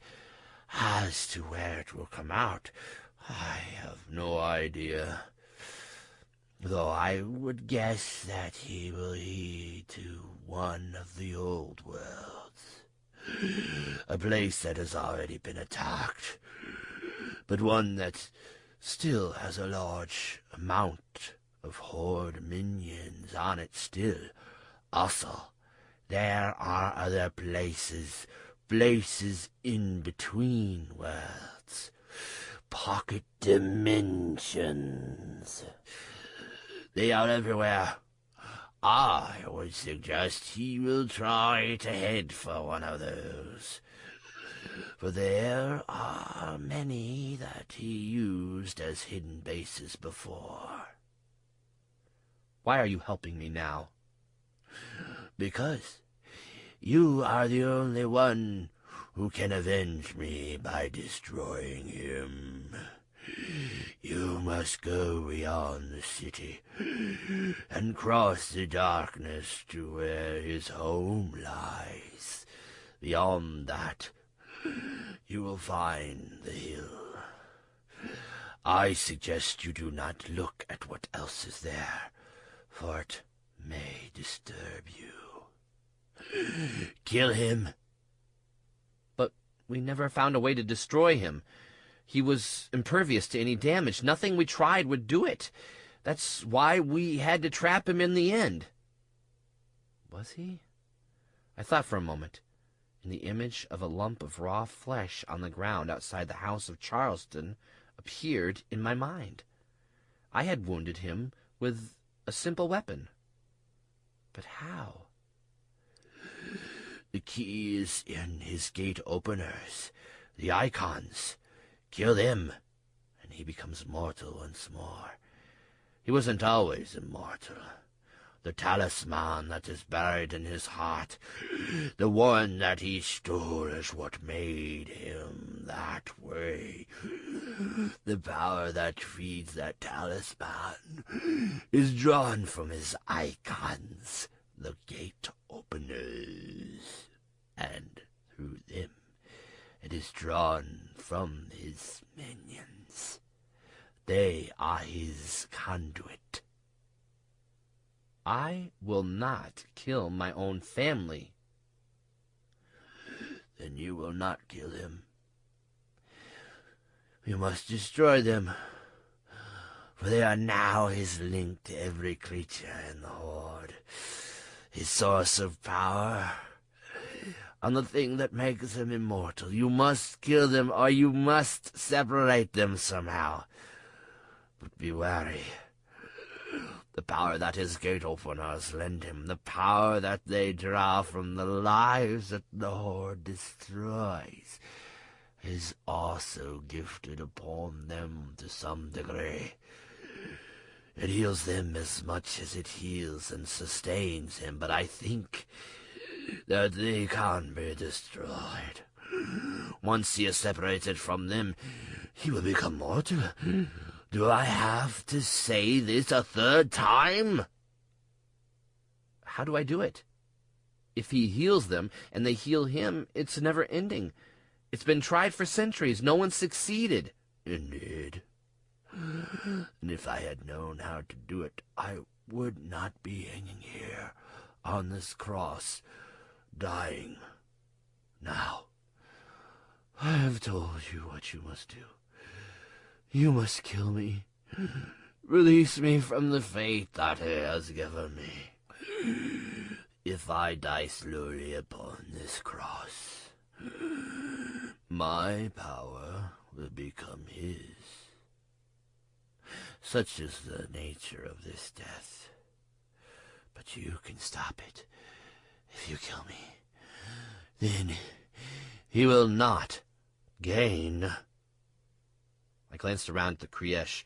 They encircled us, keeping their distance, hissing and spitting. Then I turned back to Dahamir. I should leave you here to rot. He laughed once more, this time through a barrier of agony as his body racked with pain, and he coughed up yet more blood. Kill me, and the Kriesh will also die. I raised my gun, stepped forward, and aimed at his head. I hope that you burn forever in hell. He opened his mouth to speak, but I didn't give him the chance. I pulled the trigger. The loud crack of the gun echoed through the streets, and all around us the Kriesh dropped dead.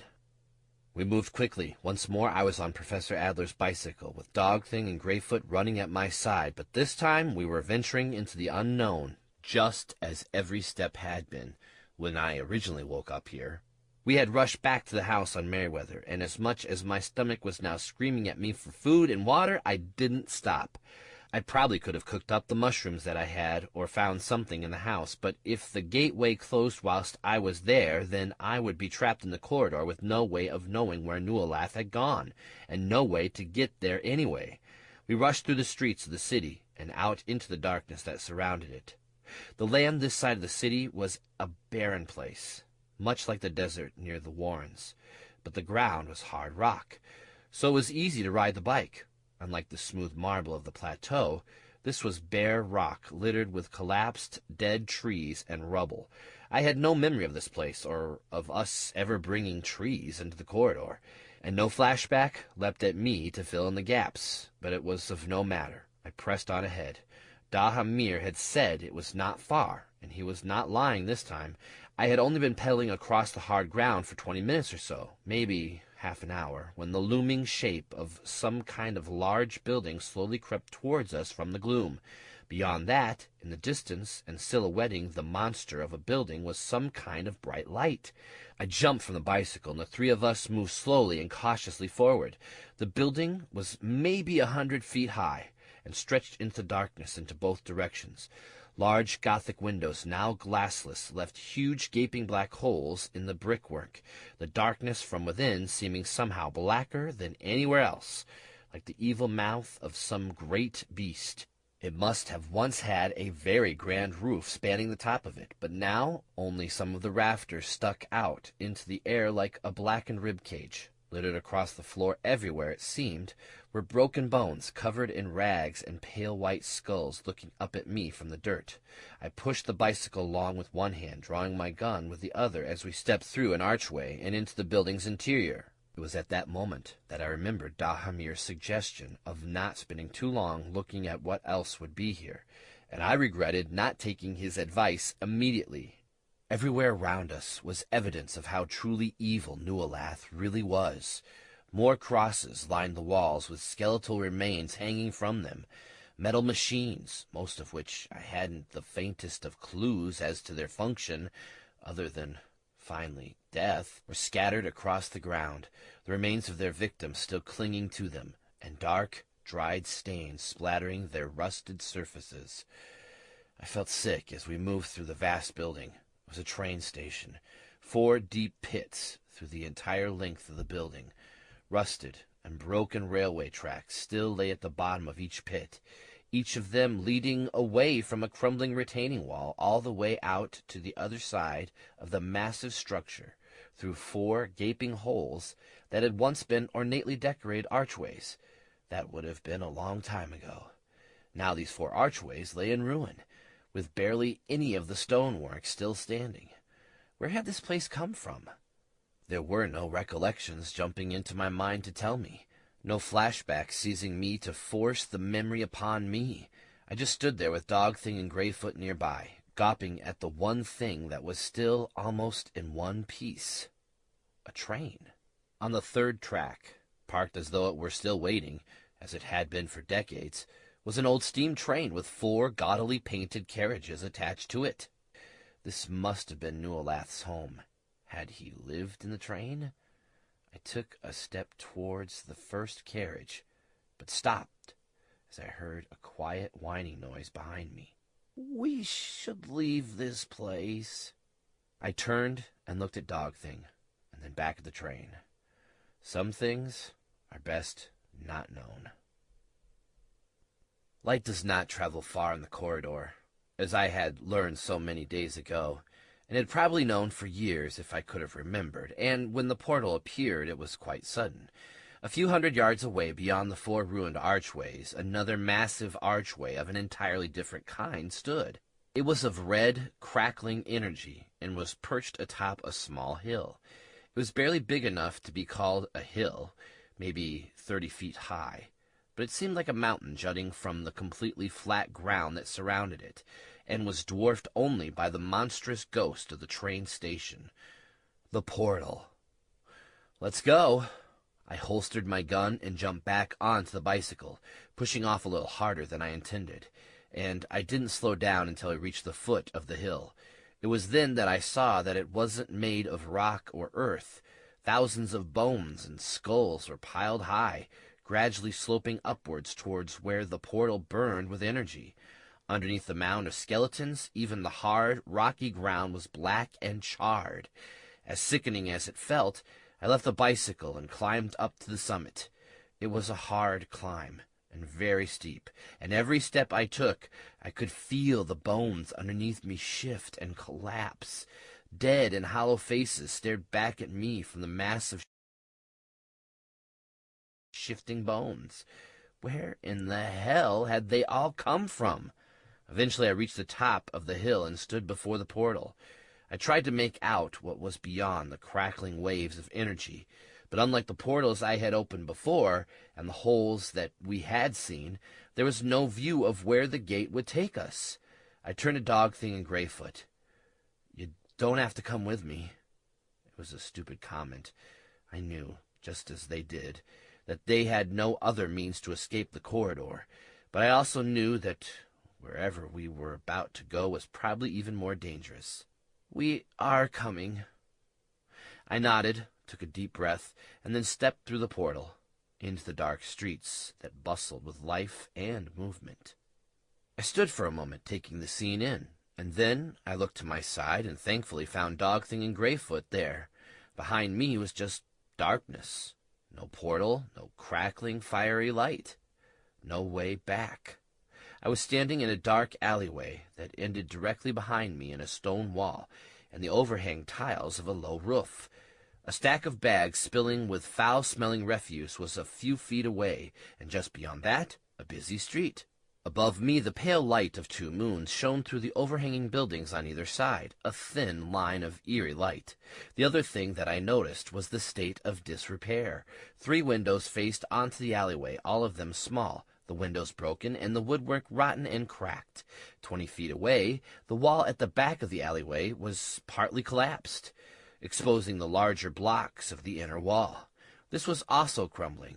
Weeds and grass pushed up from between the gaps in pavement that looked like it was at least 100 years old, maybe older, and the guttering that ran down the alleyway to my left was broken in many places. It would have been nice to have seen somewhere that wasn't falling apart for a change, but that was not to be. I was so busy taking in my surroundings that I hadn't even noticed that I was being watched. "They went that way," said a voice from the darkness behind me. "Turned right." I spun around, nearly jumping out of my own skin, but still managed to aim my gun into the shadows at the back of the alleyway. And even though I squinted, I couldn't see the person who had spoken. Dog Thing and Greyfoot crouched and glared directly at one dark corner. "Easy. I was just trying to be helpful. I don't mean no harm." "Come out," I said. "No chance," replied the darkness. "Your pet's there. Might eat me." I couldn't argue with that logic. "Who went that way?" "The one that came before, with those people in chains," replied the voice. "You chasing him?" "Got to be, with the hurry he was in.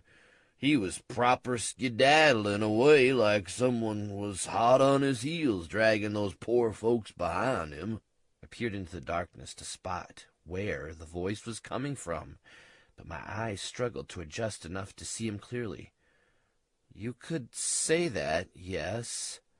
My mind swam with questions, but I was sure this man, drunk as he was, may not be able to answer most of them. "Where is this place?" I asked. Silence for a moment. "What do you mean?" asked the stranger. Now I could vaguely make out his outline in the corner. He was huddled behind some broken boxes, a knife in his hand. His face was hidden under a hood and the massive gray beard that must have reached his chest. I could see the fear in his eyes. "I mean, where am I?" "Huh?" He sounded puzzled, but then laughed. "You really don't know, do you?" "No, obviously not," I said, my voice low. "This is Riverfall, the city?"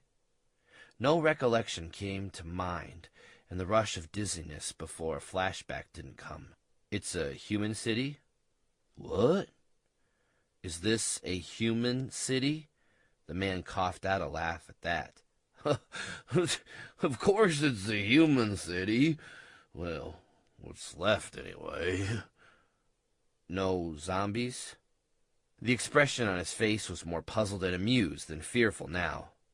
"Zombies? What's one of them?" "Dead people that walk?" "Oh, you mean dwellers. Well, there's some here if you wander off the roads too far, or go into the abandoned parts of the city. Of course, then there's over the wall." "The wall? What's over the wall?" "Don't know. People say nothing. People say the old world. People say everything is over the wall. I think that there's just millions of dwellers out there, but no one ever gets to see. The war don't let no one go out, and the wall is too high. Hey, you really don't know anything, do you?" "I just appeared in front of you through a gate, didn't I?" "Well, I don't see no gate. But yeah, that tall fellow with his slaves, and then a few hours later, you and your dogs. I figure I'm wasted.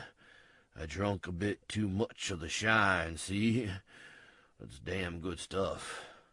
Man, I'm actually talking to you, and you're not there." "I see. You say he went right?"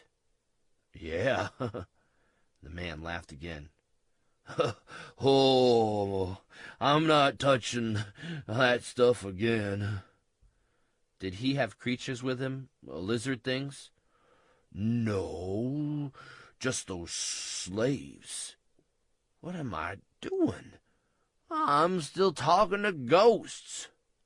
I left the drunk to his rambling, stepping out into the street, followed by Dog Thing and his little sidekick, both looking warily at the throng of people moving around us, and both sniffing at the ground frantically. The street was a mass of movement in both directions. I could see wooden stalls selling everything from clothing to food and tools. "We will hide and follow you." "Yes, good idea," I replied, this time remembering to only think the words and not say them aloud. "We don't know how these people will react to you." A smell wafted towards me from the market. Food. Food? That wasn't mushrooms. I still had the mushrooms in my rucksack, but the thought of eating them, even though I was hungry, soon dampened my appetite. There's only so much mushroom you can eat before you get sick of it. I walked down through the lines of stalls, looking at all the food. Around me, people moved away, giving me some distance and puzzled looks. How had Cutter Jack come through here? People must have noticed. I was surprised that the place hadn't been in an uproar, or that there weren't dozens of dead bodies lying in the streets. "Can you pick up his scent?" I asked Dog Thing, hoping our thought-speech still worked here. "Yes, slight, but not clear enough yet. Keep tracking." I stopped at a stall that was selling cooked meat of some kind. It looked like some kind of rodent, but I didn't bother to ask. "What do you want for these?" 10 each." "10 what?" The seller looked puzzled. I took out the only thing I had that I thought I might be able to trade with, a small half-empty bottle of oil that was in the bottom of my rucksack. It was all that I had left, but I needed to eat, and so did the maw. Anything but mushrooms. "How many will you give me for this?" The woman peered at the bottle for a moment, puzzled. "Is that—" "It's oil. Petrol." "Oh, but how did you get that?" "I travel a lot. Will you trade? I'm in a hurry." "You travel? How?" Yes," she said, reaching out and taking the bottle. She sniffed the top and then quickly slipped the bottle into her coat, glancing around as though she was doing something she shouldn't. "Take whatever you need," she said. I frowned. "What I need?" "Whatever you can carry. Look, I have a dozen cooked, and I've got 30 or more stripped and cleaned." "All of these?" I asked, puzzled. Then it clicked. Petrol must be very valuable here. I had no time to consider what else I could get for a half bottle of petrol, and no desire to carry raw rats with me, if that was what they were. The woman wrapped all of the ones that were cooked and handed me the filled cloth. I stuffed it into my rucksack, nodded, and moved away quickly, pushing through the crowd. If word got around this market that I had petrol to trade, and it held the high value that I suspected, I would draw attention to myself, and all I wanted was to be away from there.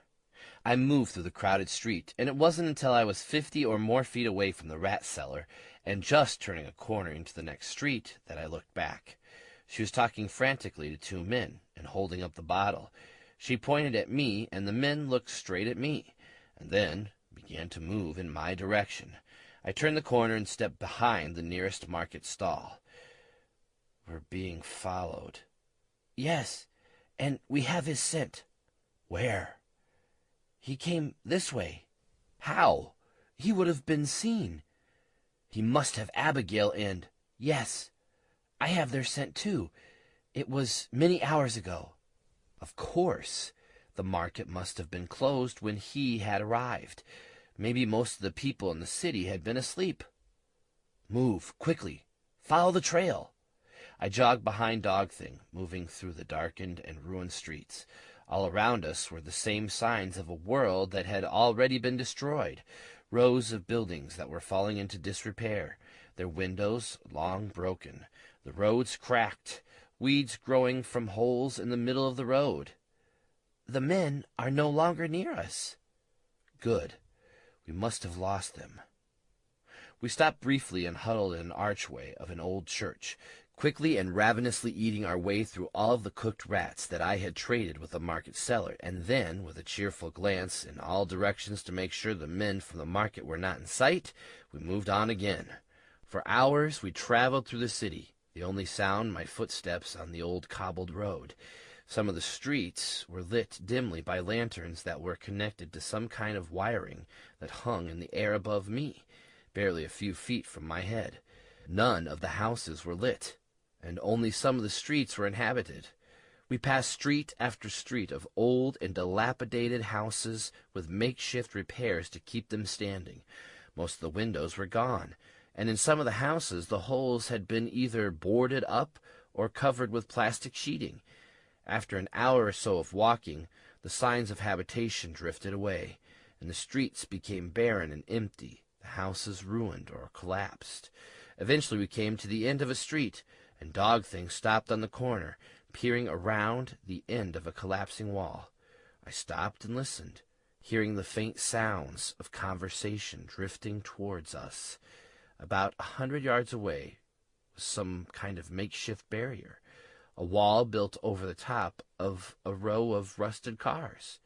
Tall stilts of wood, probably old telephone poles, jutted up into the air and were used to hold up the ragged and patched-together wall that was atop the walkway. In the middle of the road there was a gap, maybe 10 yards wide, blocked up with metal railings. There was debris strewn across the street and piled up nearby. "Some kind of checkpoint?" I whispered. "I don't know, but Newell's scent leads this way, and through there." Damn! How were we to get through there without being seen? I crossed the opposite side of the road that we were on and walked along the path, keeping close to the buildings and hoping that the men, and I could now see that there were 3 of them, wouldn't notice me. As I suspected, the next road along was the same, except there was no gate in the middle. Then it occurred to me, was that even a gate back there in the other street? All the debris piled around it suggested that maybe it wasn't. Had Newell forced his way through? Did he really have that kind of power? If so, how was I to fight that? "Let's see if we can get over this one," I whispered.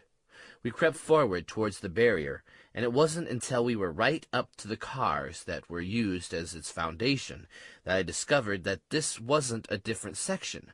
Whoever built the barrier had made it into one long, endless wall, even to the extreme of knocking the houses down where they were in the way.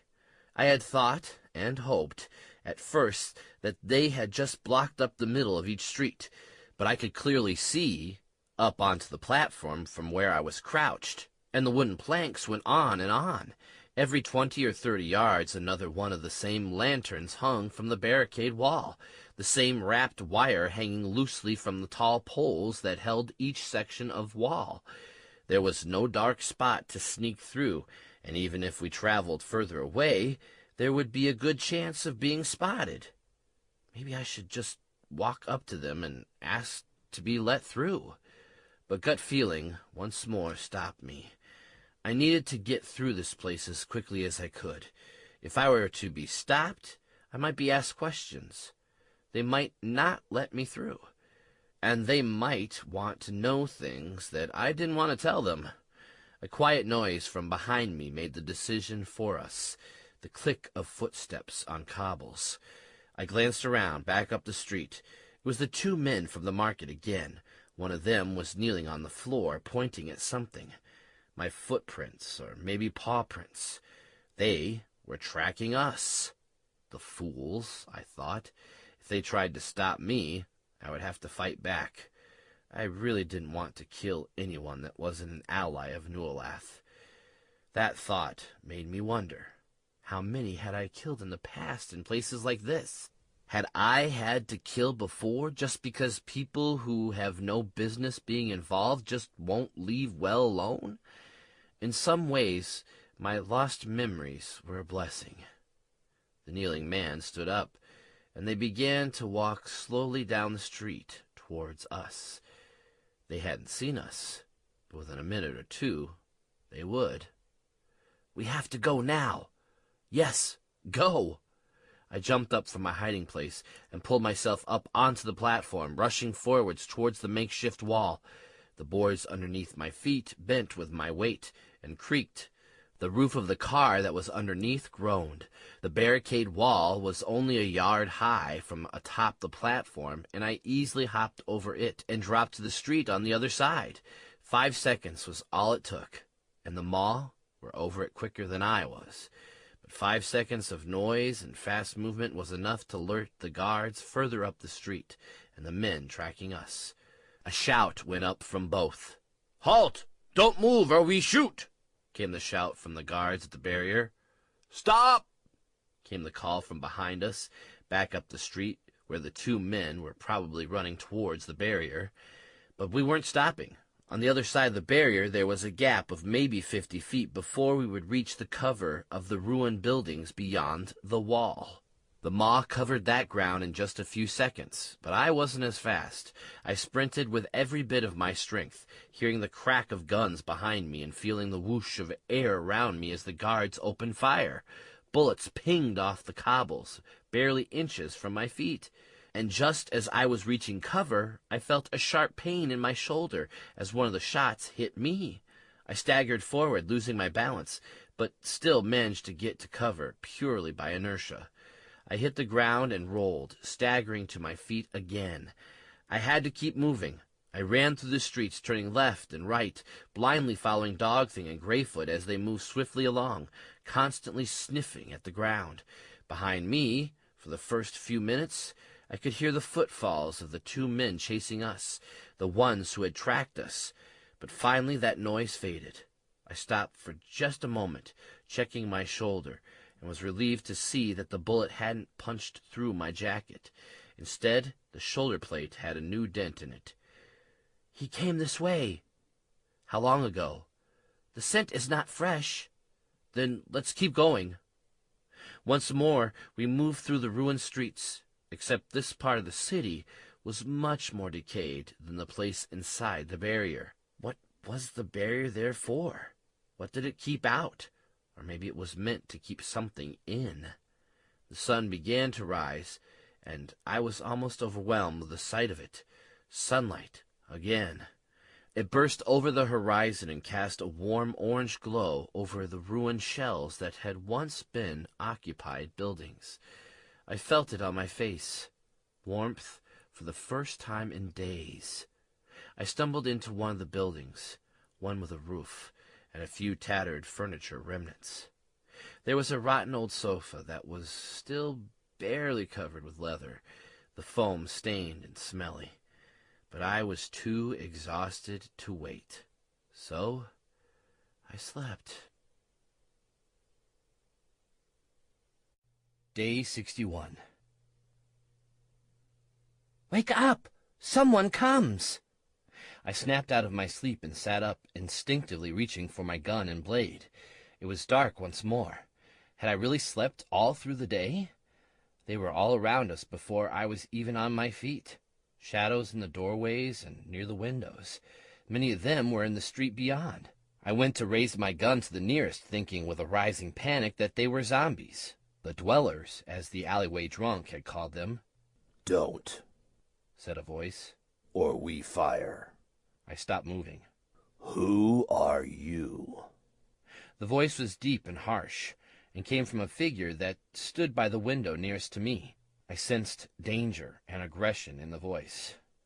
I'm just passing through," I said. "I don't want trouble." "Oh, really?" There were murmurs from the other shadows.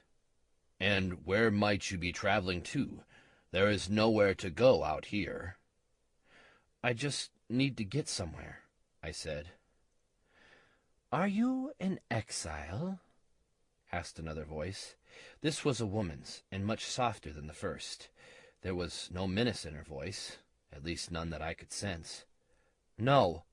Well, not exactly. I'm a traveler." "There are no travelers in this place, only the city," said the harsh male voice. Some of the shadows were moving closer now, and I felt a tingle run up my spine. dog thing and Greyfoot were both growling now, very low, but still. "And these dogs, they are yours?" asked the woman. Yes? "They are unusual," she stated. She moved into view, and I could see that she was older than her voice suggested, with long gray hair and sharp features. When she was younger, this woman would have been beautiful. She stared at me, her eyes squinted and calculating. "Another traveler passed this way but a day ago, also in a hurry.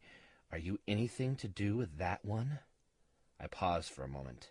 What if these people were waiting to stop me? What if Nualath had persuaded them to kill me? But I decided that it would happen regardless if that was the case. I am following him. She smiled slightly at that. "Ah, you are the hunter, and he is the hunted?" I nodded. Sort of. "The one that you follow murdered 200 of my people this last day, and then raised them from the ground as dwellers, that they may follow him. He is a cursed one." I felt a rush of panic and a pressure in my forehead as my heart sped up. I could hear myself breathing heavier. It had begun. He was raising his horde once more. "How did he kill them?" I asked. "By no weapon that I have ever seen," she answered. She sat down on the arm of the sofa that I had slept on. "It was as though he merely willed their deaths, and they fell at his feet. We tried guns and blades, but we could not get near him. He has these people on chains, and their eyes were glowing." Her voice trailed off for a moment. "My own brother was one of those taken, and we barely escaped," she said. "In 1 hour of slaughter that creature has halved the number of my people. If you are indeed his hunter, then you shall leave now, and we shall let you pass." Many of the shadows outside began to drift away, disappearing as quickly as they had appeared, until only the man and the woman were left. We moved out into the street, and I only just caught glimpses of some of the shadows heading into the surrounding buildings, disappearing into dark corners as quickly as they had appeared. The woman looked at me. "They came this way about a day ago, and headed towards the wall," she said, pointing along the street into the building beyond. "Where could he be going? There is nowhere left here except what is inside the wall." "That's what I intend to find out," I said. I had no words of condolence for her or her people, at least none that I could find at that moment. "You are being followed," said the man. I could see him now, the long dark hair tied tightly back from his face, the gray beard, and a line of triple scars running from his forehead to his chin. "We cannot stay here. If they discover us, then we will have to kill them. Otherwise, they will alert the ward, and then we will be hunted down." I frowned. "Who are the ward?" The woman laughed. It was a warm laughter, though not loud, and it was a sound that I hadn't heard in a while. "You truly are not from this place, are you? Well, whoever you are, wherever you came from, and wherever you are going, know that the ward are the people that rule this place, and they have eyes everywhere. They do not like those that go against their will. People like us, those who hide in exile outside of their barriers, are considered vermin to be removed. People like you, well, I would imagine that they would be very interested in what you have to say. The means they use are not pleasant." She pointed up the road. "You should go." I nodded, thanked her, and then headed back into the ruined building to collect my things. When I emerged a few minutes later, the man and woman were gone. Well, that was brief. "We should go quickly so that these ward people don't catch up with us." "Yes." For maybe another half an hour we moved quickly through more streets of ruined buildings that seemed to become more and more devastated and run down the further we traveled away from the barrier. Occasionally in the distance I saw figures in the darkness moving slowly, but these didn't move with the stealth of the exiles that I had met. No, These stumbled along. Dwellers. Zombies. We changed direction a few times, avoiding any paths that would lead us to one of them, whilst still trying to follow the scent. Eventually Dog Thing led me behind a row of houses and into a large open area surrounded by the backs of a dozen houses. It was a square clearing with broken pavement slabs encircling it, and an overgrown area of weeds and grass in the middle. One very large tree overshadowed what once had been a children's playground. In the middle, amongst the weeds, were the rusty remains of a swing and a broken climbing frame. It had been from places like this that we had salvaged enough to build the playground in Evac City. Even though I had only been given one brief flashback, and it had been one from decades before, that memory was clear now. Even clearer was the crackling, glowing archway underneath the overhang of one of the houses. The brickwork behind it was already blackening. The bright light shone over the area and sent a chill up my back. Another gateway? But to where? There is only one way to find out. Yes, but first, did he go there? And did he take Abigail and Keone with him? Dog Thing sniffed at the ground around the portal, which even now was beginning to stutter and fade. Yes, they went through. Then let's follow. I stepped forward, moving towards the gateway. "Stop!" shouted a voice. I spun around. 20 feet away, just across the park, were the two men who had spoken to the rat seller. They were holding hand axes and moving towards us through the overgrown weeds and grass. There was a sharp metallic clank, and the nearest man fell forward, calling out in pain. He hadn't seen the climbing frame and had collided with it. But the second man ran forward. I stepped quickly through the portal, and the darkness of the night in Riverfall vanished. I found myself standing in yet another street, but this time in the bright sunlight. It took a few moments for my mind to catch up and for my eyes to focus, but the movement around me was all too familiar. I lifted my gun and fired into the face of the nearest zombie that was standing close enough to reach out and make a grab for me. Its head exploded in a cloud of blackened spray, and the body fell to the floor. I spun around as something brushed my shoulder and fired the gun into the chest of another zombie. This one fell sideways, still holding on to my jacket, almost pulling me to the ground. It flailed its arms at me, grabbing, pulling, but I managed to level my gun at its face and fire. Growling and gnashing sounds erupted behind me, and I kicked the arm of the expired zombie and stood up. We were surrounded. Dozens of zombies were closing in from all directions. Dog Thing and Greyfoot were in a frenzy, biting and clawing at the creatures closest to them. We had walked into a trap. These things were barely a day dead, the stolen exiles left here to stop us from following. I looked around, knowing that I only had a few seconds at most to make a decision, and saw it. 10 yards away, with only 4 zombies between it and us, was the row of open windows of a nearby house. I was about to speak when the 2 men from Riverfall appeared in front of me, just a few yards away, and right amongst the mass of zombies that was lurching its way across the street towards us. They both squinted against the bright sunlight, looking confused. Confused long enough for the zombies to set upon them. Both men went down in a fury of clawing hands, screaming. I think more in shock than pain. Honestly, thinking back to that moment, I suspect that neither of them had enough time to even figure out what was happening to them before it was over.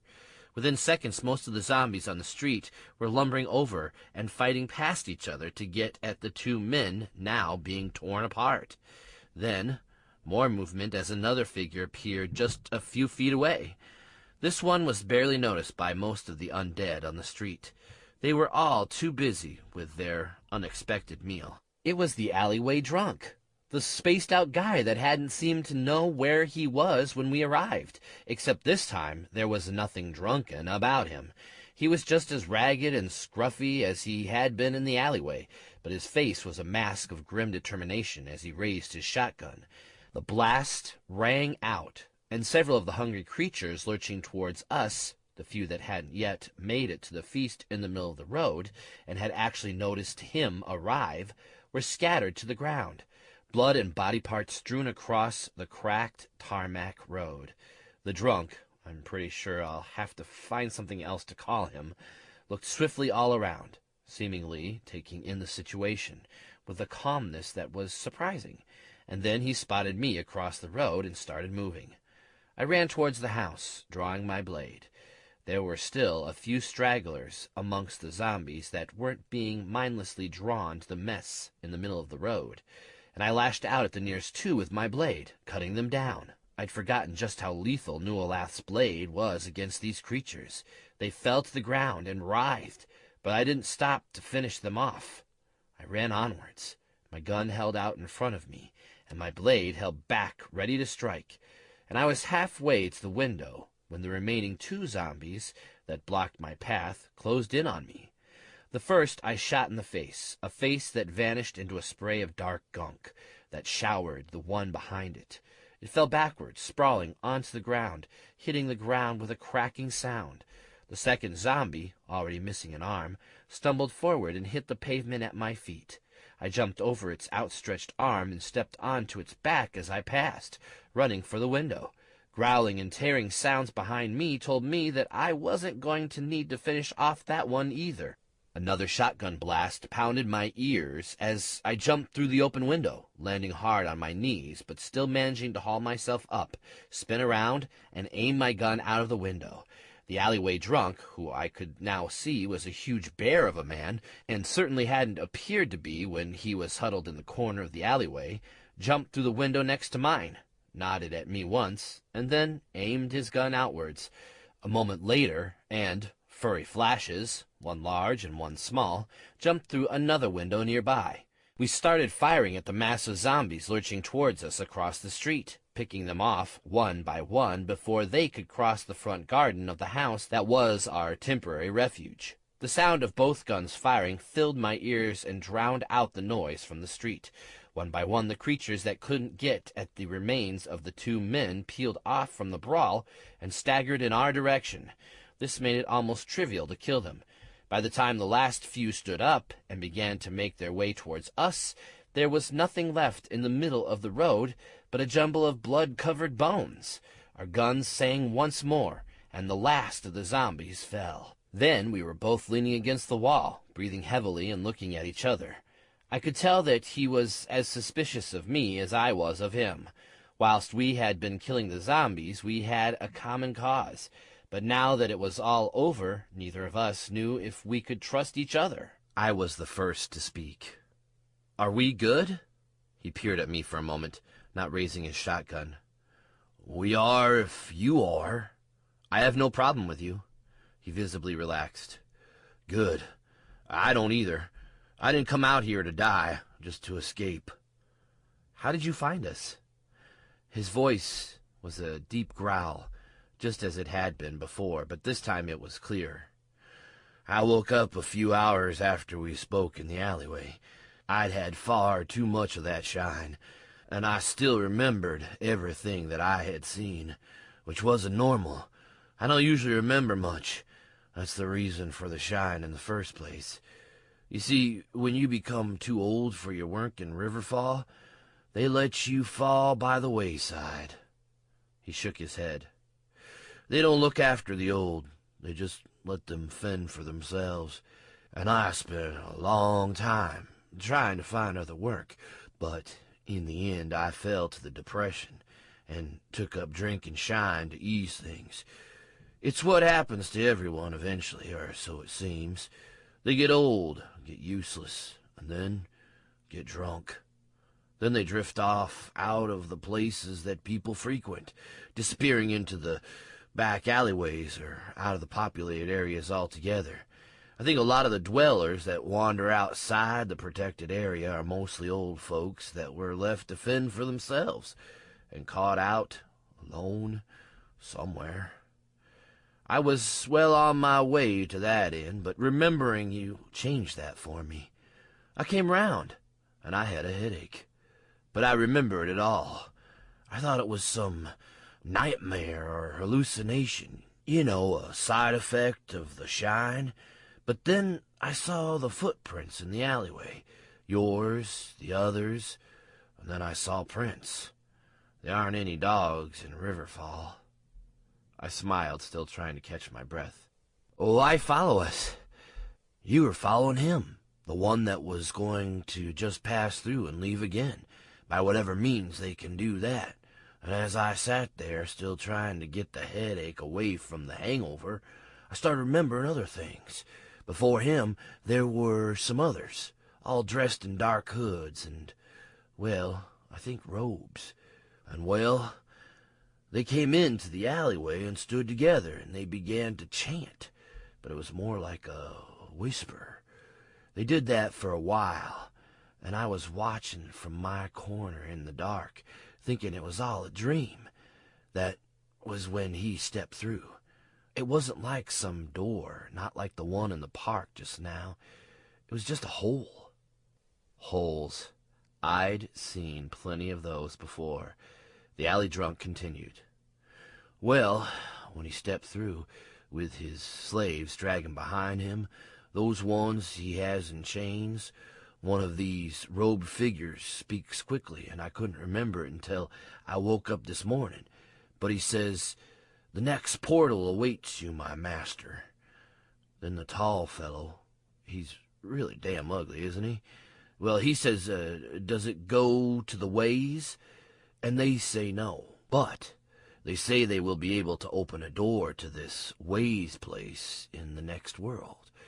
They say something about a lack of anchors. I didn't get all of it clearly." The ways? What was that place? I let him carry on. "Then I realized that it was all real, that you were all real, and you were all just passing through, by whatever damn magical means, I don't know, but I did know that it was a door of some kind to somewhere else.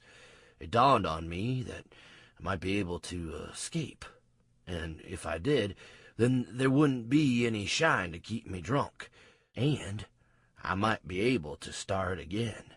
It meant a way out of this place." He looked around. "I mean a way out of Riverfall." "So you followed me," I said. "Yes," he said, smiling. "I went back to my place, grabbed my stuff, and picked up your trail as quickly as I could. Of course, it was easy after a while. I wasn't the only one following you.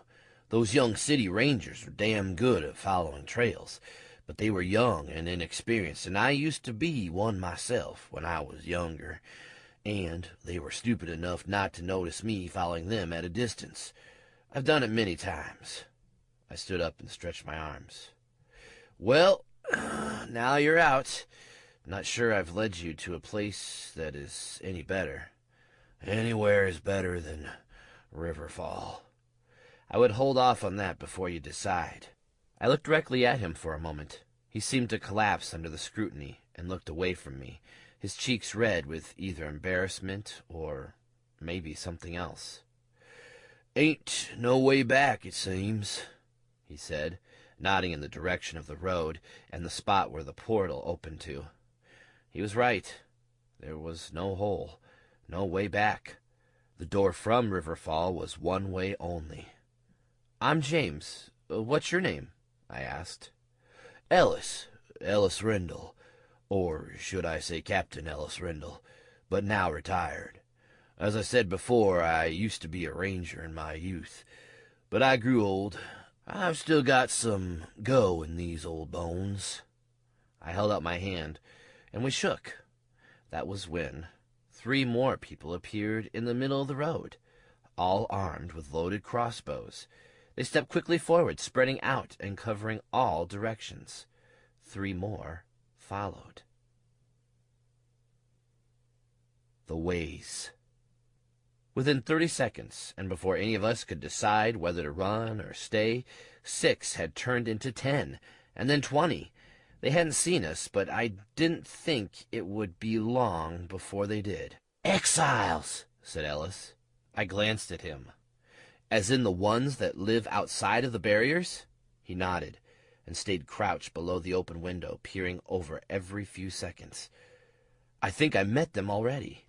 They let me go. I wasn't expecting them to follow." Ellis was squinting. They let you go. That isn't normal. They kill anyone or anything that comes near them. They don't trust anyone. We should leave. Then something popped into my mind. Do you think they let me go for the same reason that you followed? Maybe they wanted me to lead them out. He stared at me with a blank expression. Did you tell them? About the portal, I mean? Did you tell them that you were leaving? No, but I did tell them that I was hunting the man who killed a lot of them. Then how would they know? Had they lied to me? I looked over to where Dogthing and Greyfoot sat, crouched a few yards away from me. I wondered for a moment if this was a different group of exiles, and almost as though I had predicted it, the woman who led the group I'd met the night before stepped through into the road. By now the first group, the ones armed with crossbows, were spreading out, making room for more to follow. And they followed quickly. Women, children, the old and the injured came through until there must have been 100 people gathered on the road. Kill anything that moves, called a voice from amongst the crowd. It was the man's voice again. I glanced over at the maw again. That's our cue to leave, I said. I stood up and moved quickly through the run-down living room, heading for the back door. Dogthing and Greyfoot followed close behind. Then I heard Ellis moving behind us. 10 minutes later, and we had left the back of the house and moved through the alleyway at the back. It led along the back of a dozen other houses and out onto the street that looked the same as the one we had left. It all looked the same here. We're moving away. The scent is weaker here. I stopped.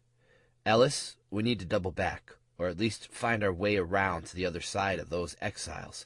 The trail your dogs are following goes that way? Yes. He nodded, looked around, scoping out the directions of the few roads that joined the one we were on. This way, he said, and strode off. I frowned, but followed. How do you know? The buildings around. The larger buildings, they tell you what shape the streets are. Trust me, I'm used to navigating streets. This way should lead us around. You see that tower over there, the one with the broken clock? That was not far from where we came out. If we circle around, keep the same distance, we should be able to reach the opposite side. If we're quick, we'll be able to skirt around in maybe an hour and still avoid those back there. We have to avoid them. I followed him. Why are you helping me? There was no point in just wondering. He looked back at me and smiled. You found me the way out of that stinking city. The least I can do is get you back on your trail. As we moved through the streets, I began to wonder once more if I would ever see a place that wasn't damaged, if I would ever set foot in a city somewhere that hadn't been ravaged by Nualath's creatures. Were there even any worlds left that weren't?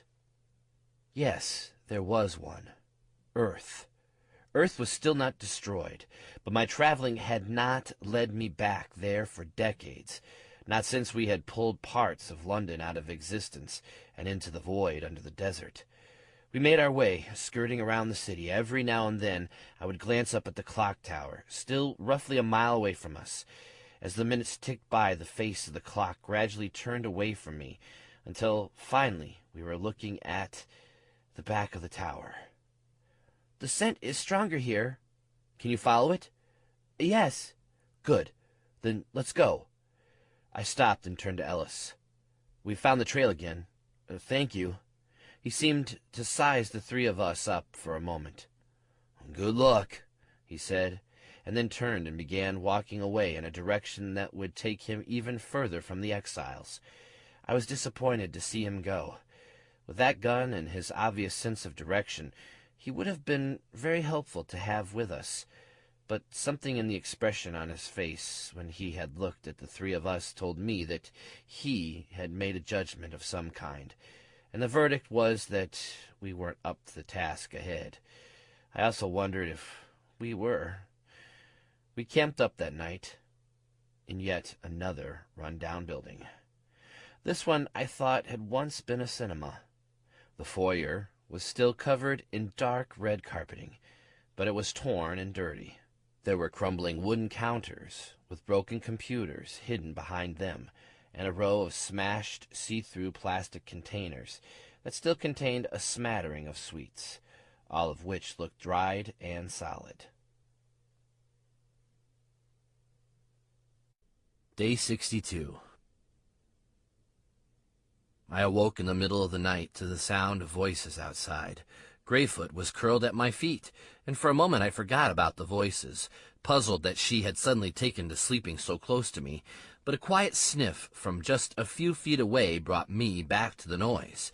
Dog Thing was crouching next to a film display a few feet away and glaring at the darkness beyond the entrance to the cinema. There was no light outside except for the dim moonlight, but my eyes had already adjusted to it. Dark figures moved past the shattered glass doorways. They were moving swiftly along the street and passing the cinema without a pause. I watched them, trying to focus on the figures, but couldn't make out any details other than that they weren't stumbling and dragging their feet. Not zombies.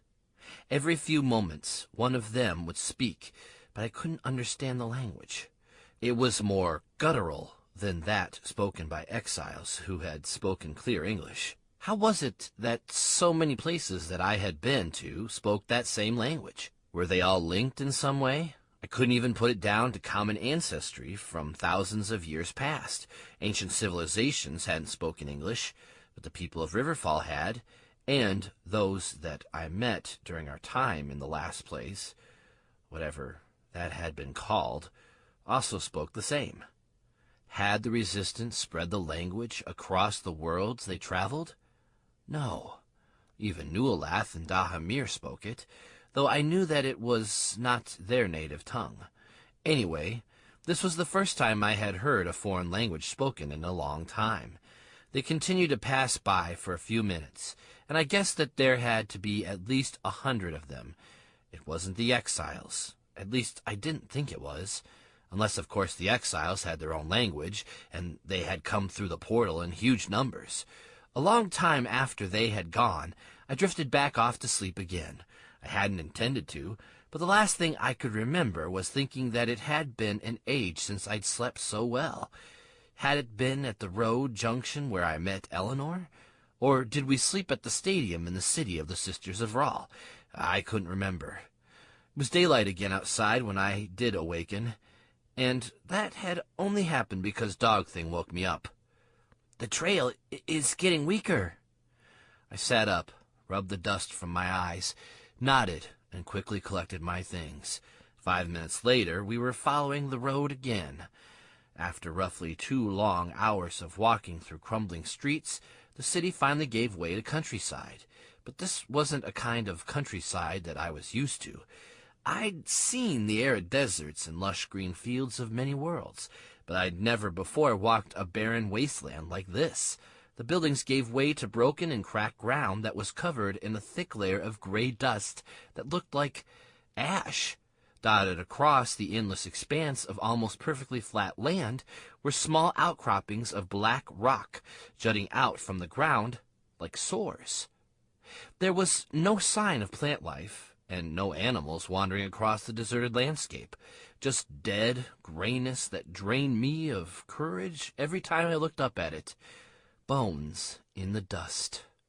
The journey along the road felt like it took days, though in reality only hours passed. The road itself went from reasonable condition to broken to nearly absent as the dry desert and dead nature took over. I saw many more skeletal remains as we traveled.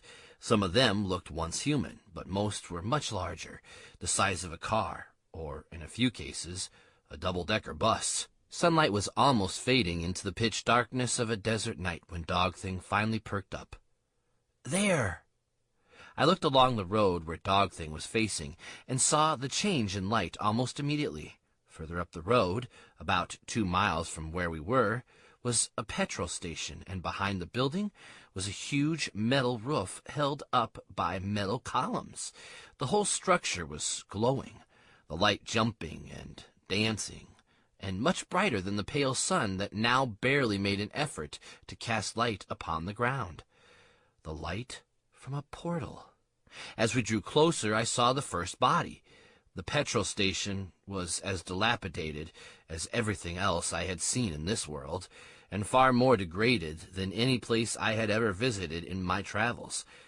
I know, I can't remember everywhere that I have been right now, but something inside me said that nothing I'd seen before had felt this lifeless. I felt a pang of regret from the exiles, and for Ellis. I had inadvertently led them to this place, and I didn't think that they would remember me kindly for it. The windows of the petrol station were broken, and glass littered the ground in pools at the bottom of each gaping window hole. The paint on the walls had peeled away so that there was barely any of it left clinging to the gray and mottled concrete underneath. A dozen rusted vehicles sat by the piles of scrap metal and plastic that had once been petrol pumps, their color now rusted metal, the bodywork long ago having lost its colorful coat. Inside a few of the vehicles were the skeletal remains of the long dead, blackened and wasted. They were a stark contrast to the freshly killed and bloody bodies that now lay scattered across the ground around them. I couldn't say why, but I knew that these new people were the ones that had passed us in the night, and as I approached the first body and turned it over with my boot, I saw why they had been coming this way, and why they had been killed. Staring at me out of the thick hood was Dahamir, or Nulath. It didn't matter which of those you choose. The face that stared back at me, with eyes as dead as the ashen ground around us, was the face of one of their kind. The man, at least I thought it was a man, lay there with his mouth open wide in a final painful grimace, and sharpened teeth snarled motionlessly back at me. The face was half pale skin, almost translucent like his kinsman that I had met, and half blackened like burnt leather. There was a blue-tinted marking tattoo upon his forehead, and as I walked around examining more of the dead, I found that they all had these same markings. I couldn't tell you what they meant, but they were almost identical. A blazing blue star surrounded with what I could only describe as tentacles, with a dark blue compass face in the middle.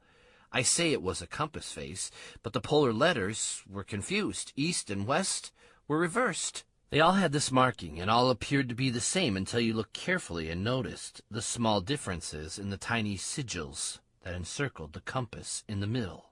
What each of the sigils meant was beyond me, but I couldn't help but think of the markings around the engraved circle in the dark cellar room that Dog Thing took me to when we found the ruined outpost in the desert near the field of white flowers. I'd looked at half a dozen of the bodies whilst Dog Thing and Greyfoot sniffed around the rest of the petrol station before I leaned over one of them, and it moved. The creature rolled over and spat at me from 6 feet away, and a tirade of what must have been curses in its own language spewed from its mouth in the same harsh and guttural voice as Nulath. I took a step back, drew my blade, and then advanced, shoving the tip of the blade into the creature's chest. It didn't stab it, only pushed hard enough so that the creature stopped cursing me and made a quiet choking sound. "Shut up," I said. The creature tried to take a deep breath, but grimaced with pain. Blood was oozing out of anywhere that it could. Ears, nose, eyes, and mouth, and also from blackened burns that covered much of its exposed skin. "Did you fight Nulath here?" I asked. The creature laughed at me, coughing with every heave of its breath. "Answer me!" Why should I tell you anything, human? "Because I hunt him, like you do." Yes, maybe you do, but it is to take the power that belongs to our people. You humans interfere so much in what is none of your business, and you steal. I shook my head. I could hear Dog Thing and Greyfoot approaching now, and noticed the change in expression upon the creature's face. He was frightened. No, he was terrified of them all.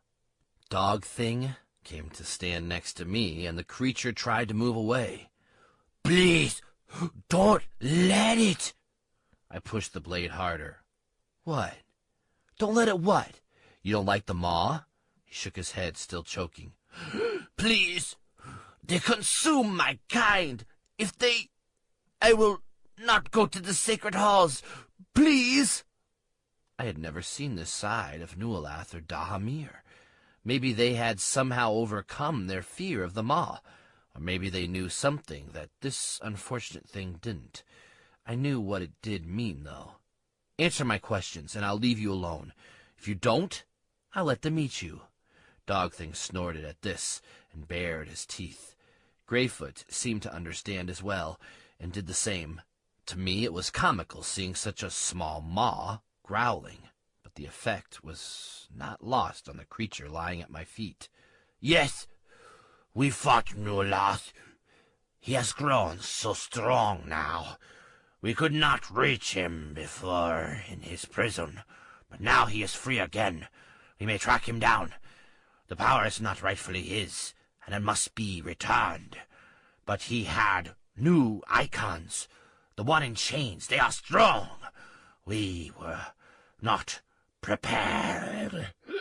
He started coughing again, and I drew the tip of the blade away to give him space for a moment.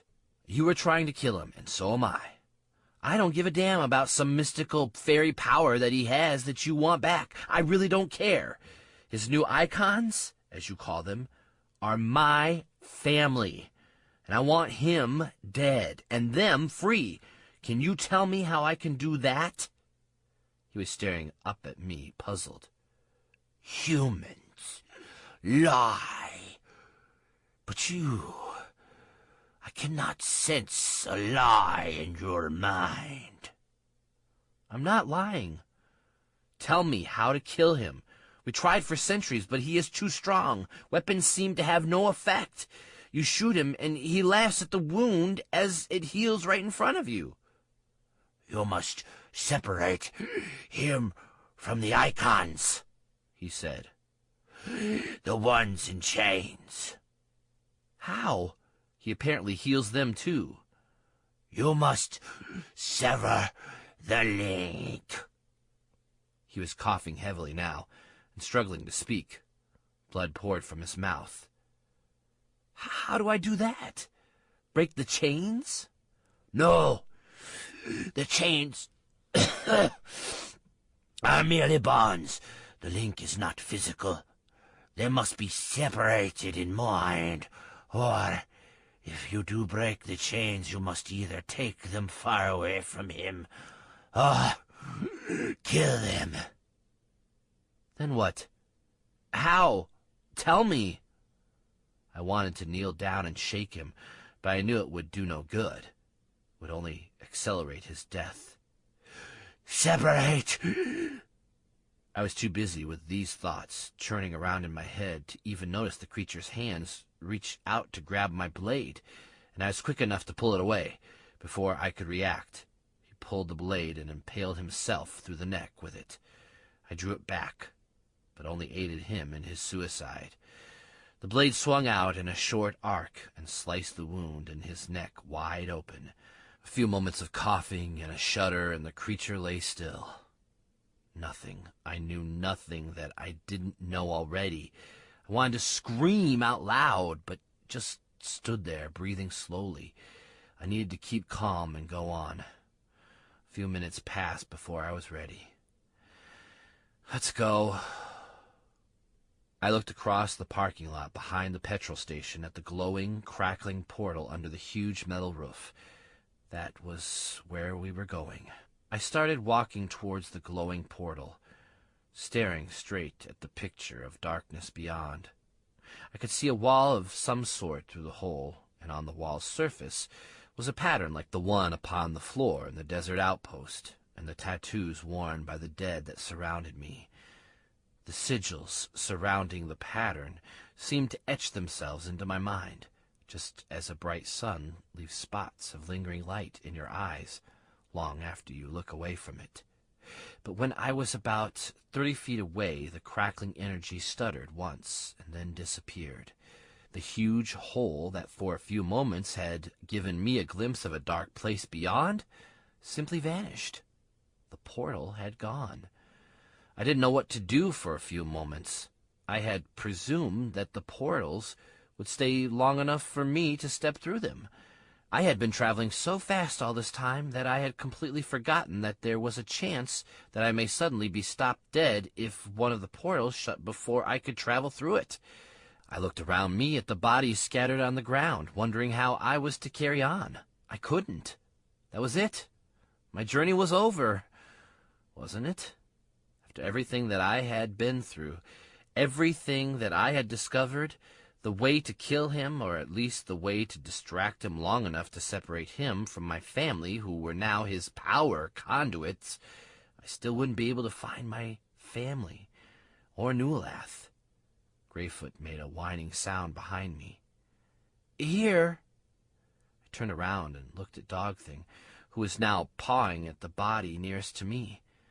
Despair was clouding any rational thought that may have helped me understand what he was trying to show me, but he was persistent.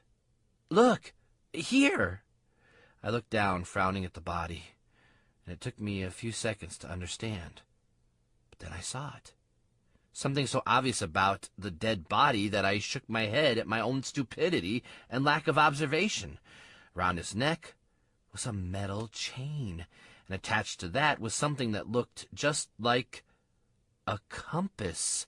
I reached down, pulled the chain from his neck, and examined it. It was obvious then.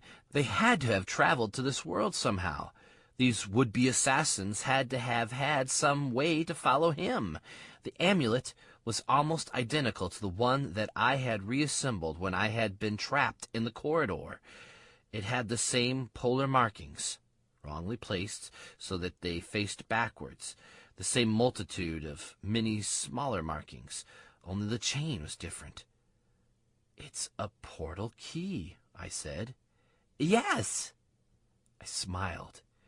"You, my furry friend, are a damn genius." "Yes, I found it, not you," said another voice.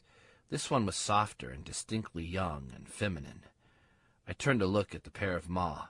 Dogthing was now lowering his head a little, and Greyfoot was scowling at him.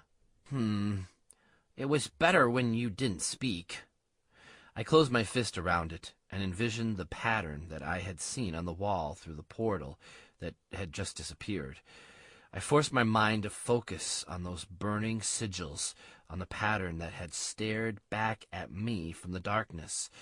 The thought grew until I could vividly see swirling, twisting lines glowing with fire.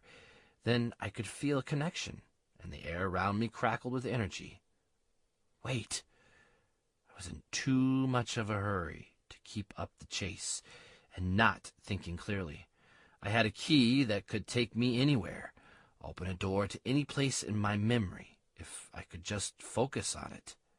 And so, my thoughts shifted to the desert, and to the way station where I had last seen Rudy, Adler, Reg, and Marie. I tried to find something in my memory that stood out, something that would be detailed enough that I could call it up. I thought of the front door, the road, the pile of debris out the front, and the yard. The yard where Eleanor, my granddaughter, played. The air around me shifted, and a blast of hot desert air brushed my face as a portal opened in front of me. Rudy looked back at me through the void, his expression shocked. "James!" he shouted. I stepped through, followed by Dogthing and Greyfoot. Rudy was still speechless when I noticed Adler rushing from the house. "Why, James!" he called out. "You're alive!" He smiled. "And Dogthing! And, oh, you seem to have found a young friend, I see." "We thought you were dead," said Rudy. The relief on his face made me smile. I looked around. "Yes. Look, it's such a long story that I will have to tell you as we travel. I'm on Cutter Jack's trail. He has gone to somewhere called the Ways. He has my family bound to him as his gate openers, the ones in chains." Smiles vanished instantly. "He has them?" said Rudy, his voice weak. Yes, I don't have time. I'll have to tell you as we move. Where is Reg, Marie? They left," said Adler. "They've gone south again, heading for the resistance base that Reg says is there. We said we would stay in case you came back. They are going to try to contact your brothers and the other resistance leaders. We couldn't think of a way to get to you to help, so they were going to try and get the resistance to help." Well, it will have to be just us then. Are you willing to come with me? Rudy nodded. "Of course." Movement from the trees around us. Shadows amongst the low branches and undergrowth. "Others come." I glanced at Dog Thing. "Who?" "Some of my kin that stayed here." They appeared one by one from amongst the great desert trees that surrounded the way station. Large, black-furred maw that were much bigger than Dog Thing. The warrior caste. I remembered them from our exodus from the corridor, and from the battle against the mass of creatures in the ruined city, where we found the Sisters of Ra. A few minutes later, and there were 24 of them surrounding us, all standing and looking directly at me, waiting for me to do something. "What do they want?" I asked, looking at Dog Thing. "They come to help." "They're coming with us?" There was a moment of silence before he answered again. "They are coming."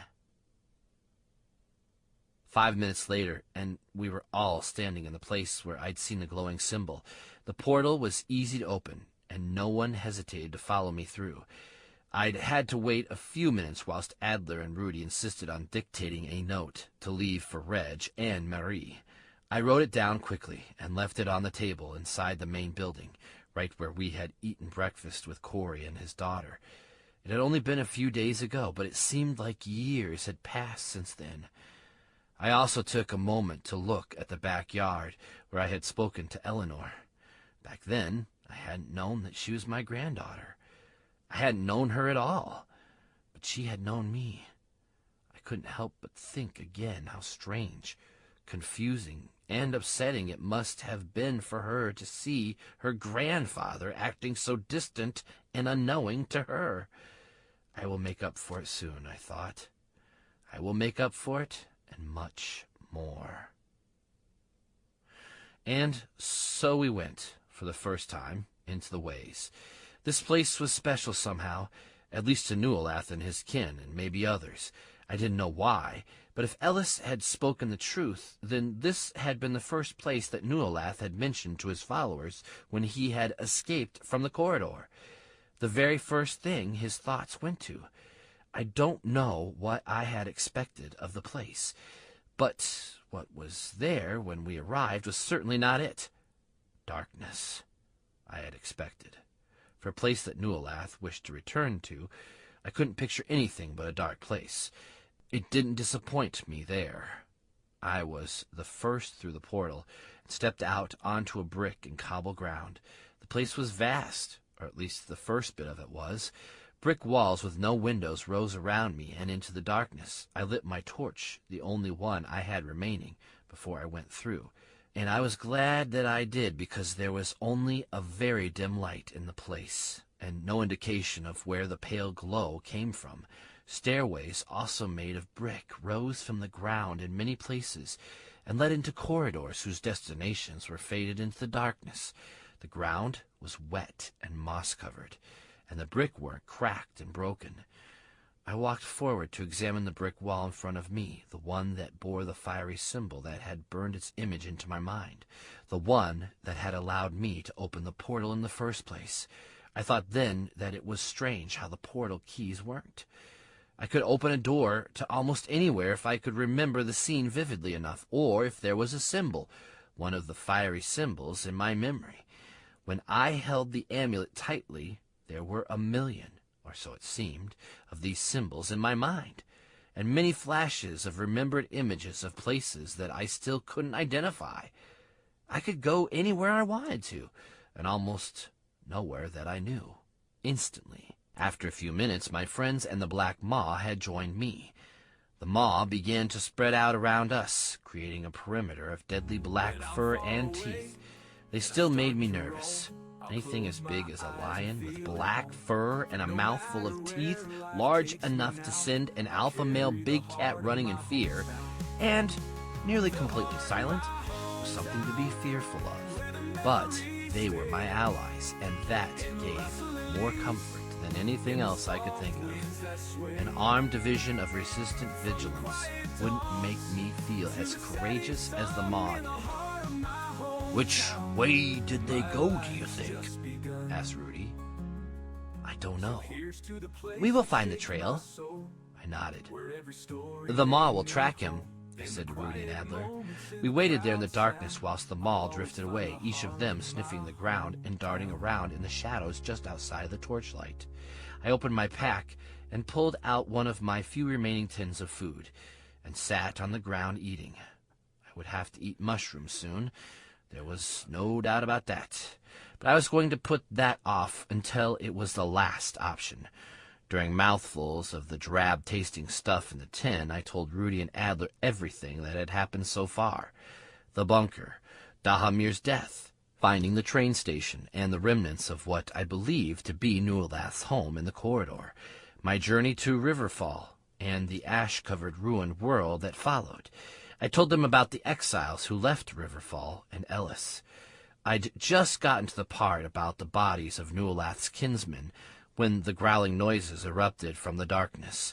I dropped the food tin and stood up, drawing my blade and my gun in a swifter movement than I thought I was capable of. Half a dozen of the maw were backing away from something, heading towards us. Other maw were rushing across the cobbled ground in the direction of the growling. What's happening? I thought.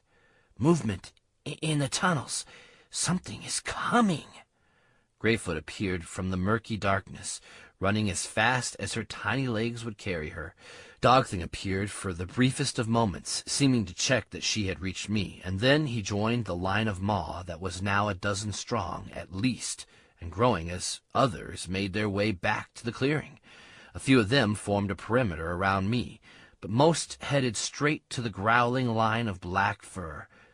Then I saw what they were growling at as the first creature came into sight.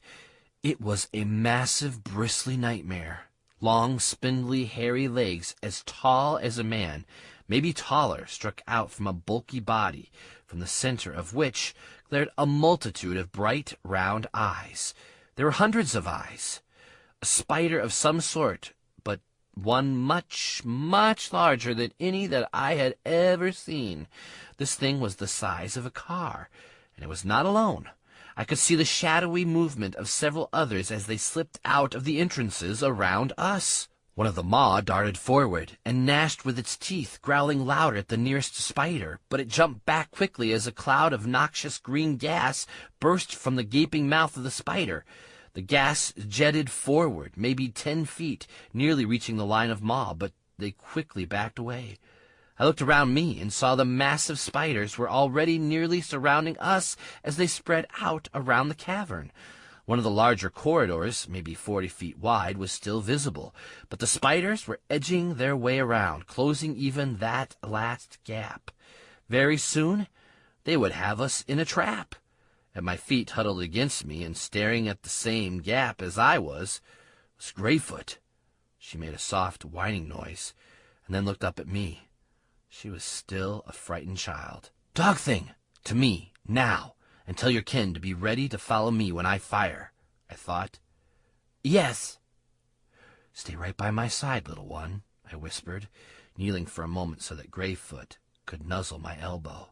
A moment later, and Dogthing was by my side. "We're going to break out that way," I said out loud. Rudy and Adler nodded. I began walking forward towards the gap, just as two of the large spiders started to close it. I raised my gun and fired. The sharp crack of the gun echoed with such a loud force that nearly everything and everyone in the huge hall jumped back. Even the maw were startled. But more importantly, the spider that I had aimed at shrank back into the shadows, screeching from the burning wounds on at least two of its legs. "Go, now!" I shouted, running forward. I kept the gun in front of me, frantically aiming shot after shot at the creatures as they swarmed in the darkness. We were approaching the open corridor fast, and I could feel, more than see, the dark presence of the maw rushing around me. None of them blocked the way in front, or got in the way of the gun that was sending bright flashes of deadly energy out into the shadows and the swarm of massive spiders every couple of seconds. One of the spiders leapt just as I was about to run into the passageway and landed in front of me. I staggered back for just a moment before firing the gun almost blindly into the massive black body that was looming over me a few feet away. There was a loud scream, and then I felt the gas erupt around me. I ducked down and tried not to breathe in, firing again, sending the creature rolling away and scuttling back to the shadows, and ran through the green mist that was spreading out around me. Another spider landed nearby, but before I could spin around and fire, a group of maw jumped it, gnashing with their teeth and tearing at the creature's legs. It jumped again and vanished from sight above us. They weren't just coming from the tunnels. I had no idea how tall the cavern was and what was up there. Then I was in the tunnel and expected it to be dark, but the light was still with me. I had left the torch on the ground in the middle of the great cavern, but it was no longer there. Standing just a few feet away, gripping the torch in her teeth but keeping the flame away from her fur, was Greyfoot. Adler and Rudy rushed into the tunnel, closely followed by Dogthing and a massive black maw. A dozen of them rushed past us and into the darkness ahead as I turned and began firing back into the hall. "We don't know which way he went," shouted Rudy. "I know. We'll have to find the trail somehow." But the spiders hadn't given up. Half a dozen of the maw held the passageway, and I stood behind them as we backed away slowly. The passage was only wide enough for one of the spiders to move into, so we were spared being attacked from many directions. But it seemed that every time I shot one of the creatures, another would push its way over the wriggling body of its injured ally. And they weren't being as timid as they had been in the cavern. In this long corridor that seemed to just keep going and going, they threw themselves at us with fury. As we moved further and further along the passageway, the attacks from the spiders became less frequent, and after about 15 minutes they stopped altogether. It gave me time to look at my surroundings and become even more puzzled. The massive cavern that we had arrived in had been strange enough, with its winding walkways, bridges, and the arched entrances dotted randomly along the walls, all leading into darkness. Everything was built from bricks, and it all looked very old. They weren't even a type of brick that suggested that they had been made in ancient times. Instead, they were the same as any of the small dark bricks that you could find all over the city of London, way back when I last visited it.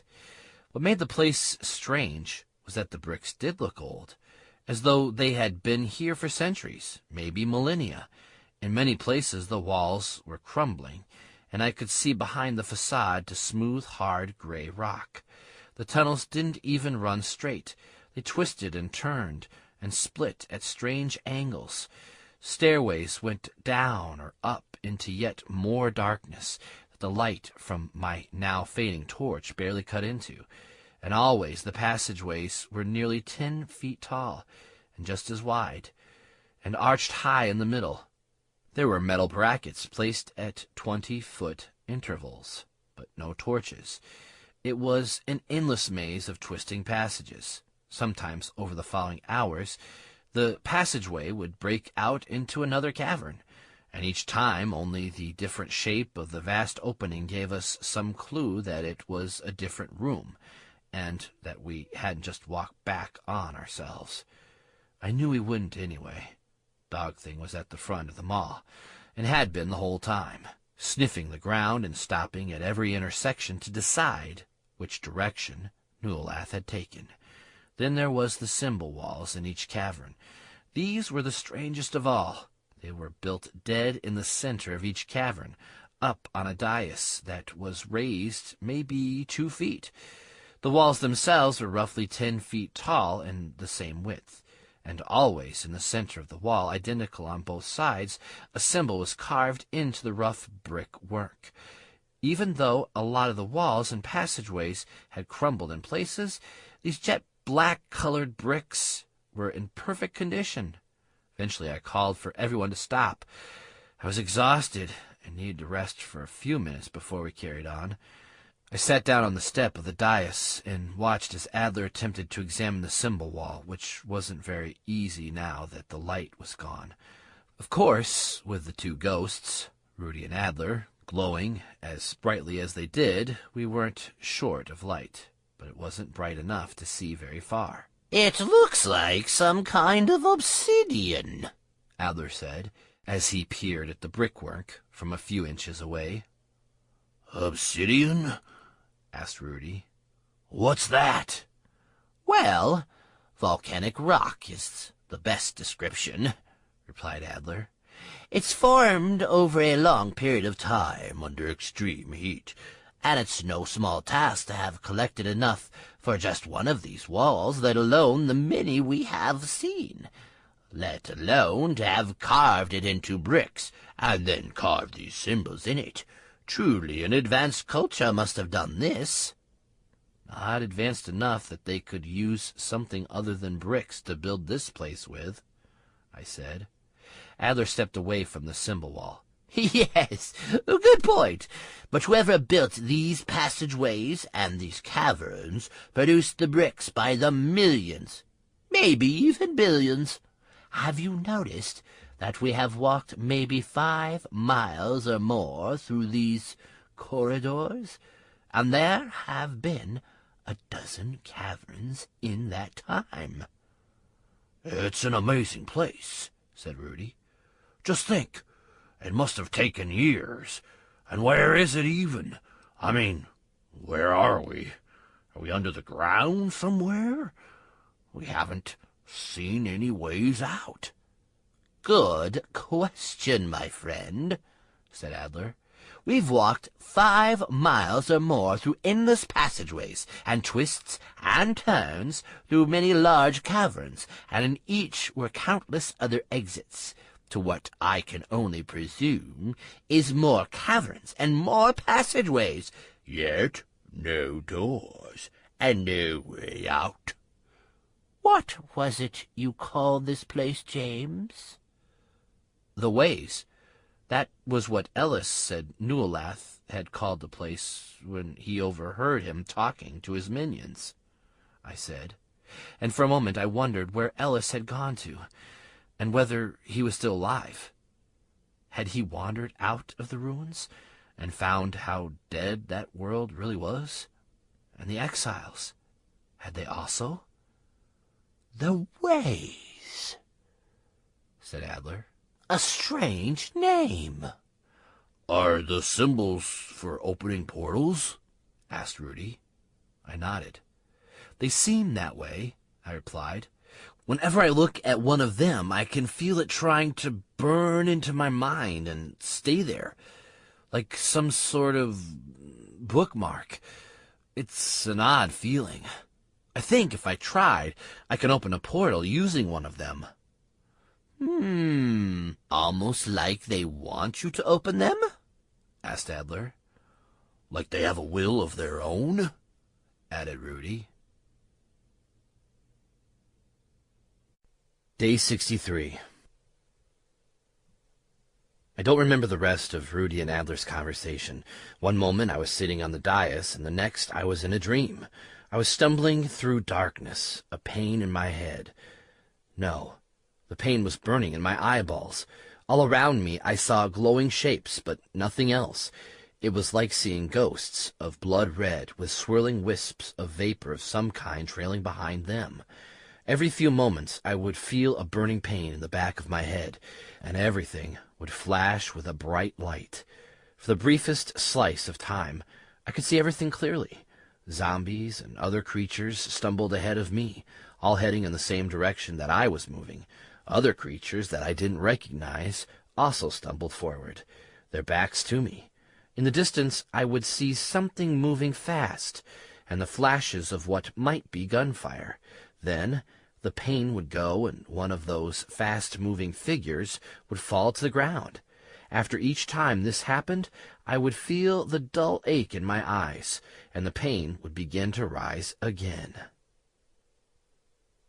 I awoke, sweating and breathing heavily, to find Dog Thing standing next to me. I sat up. Greyfoot was still huddled at my feet, and as I arose, she also sat up, a puzzled expression on her tiny face. I almost felt her ask, "Time to leave?" Before I'd fallen asleep, I'd seen Dog Thing darting into the different exits from the cavern and then coming back a few moments later. "I have found the trail. It is up there." He was looking up into the void above us. "It is not far, but the path is broken in places. The scent is stronger. I think we are catching them up." I rubbed my eyes and struggled to my feet, my whole body aching. Time to move on. We found the first of the bodies about 3 hours later. The climb up the stairwell was a lot more dangerous than I had expected. The stairs were solid enough for a while, and I could see clearly enough with Rudy and Adler staying close to me, their unearthly glow providing enough light to see a few feet ahead. But a short while into the climb, and maybe 10 flights of stairs later, the stairs just disappeared completely, leaving a gap of maybe 4 or 5 feet between the last step and where the stairs began again. At some point this section must have just fallen away, aged and weakened until its own weight was too much. The maw had no trouble jumping the gap, and even Greyfoot leaped across almost effortlessly. But I had to take a few steps back and will myself to jump. I don't remember ever having a fear of heights, but this unnerved me. I think it may have been the dim light and my inability to see the stairs that were obviously only 20 or so feet below the gap that made it daunting. Eventually, I just jumped, and was relieved to land easily on the other side. But the first few steps immediately began to crumble under the impact, and I jumped forward again, just a moment before the loud cracking sound echoed around the walls of the cavern, and the brickwork fell into the darkness below. Less than 2 seconds later, and a loud crash erupted from the darkness below as the falling rubble hit the ground. This was how it went for the next 2 hours as we climbed further and further up the stairs. At least a dozen times I had to either jump a gap or climb round a small ledge that remained jutting out of the wall like blackened teeth. Every time my stomach lurched as I imagined it giving way and sending me falling into the darkness. I knew that even if I was injured, I would heal, or at least I thought that I would. I'd not yet had to heal from an injury that actually broke my neck or smashed my skull, so I couldn't account for that. I don't think it was the thought of injury that made me nervous, though. I think it was the idea of falling into darkness. It made me panic slightly, just as I had when I'd dropped into the sewers back in the city. The dark unknown scared me even when I knew it wasn't really unknown. Also, if I was injured, then my journey would be hugely delayed, even to the point where we wouldn't ever catch up with Nualath. Maybe he would open another portal, and it would close before I was able to heal and catch up. The stairwell did eventually end, though, and we found ourselves upon a massive platform that stretched away almost forever, oddly lit somehow by some source that wasn't visible. That was when I spotted the first dark shape on the ground. It was hundreds of yards away, across the brick ground. 2 of the maw were already moving towards it, sniffing the ground, but not getting too close to it. It was another of Nualath's people, another tattooed disciple of their strange priesthood, except this one was far more grotesquely mauled than the others had been. I stood a few feet away, cringing in disgust at the mauled thing. It was barely recognizable, but one part of its smashed face bore the same tattoo markings, and the same material that their clothing was made from was lying in torn shreds across a large area.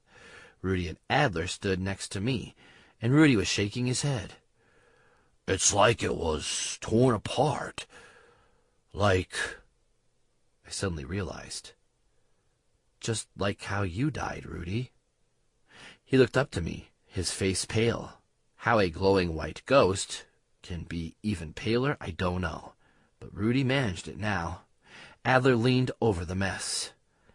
Yes, this is how it was when I returned to the shack that time and found you dead, Rudy, he said, his voice quiet and wavering.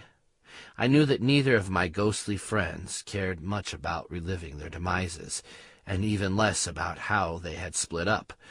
I think both of them regretted it to a level that they believed they might both still be alive had they made different choices, had Adler not been in such a hurry to leave, and maybe if Rudy had not been so stubborn.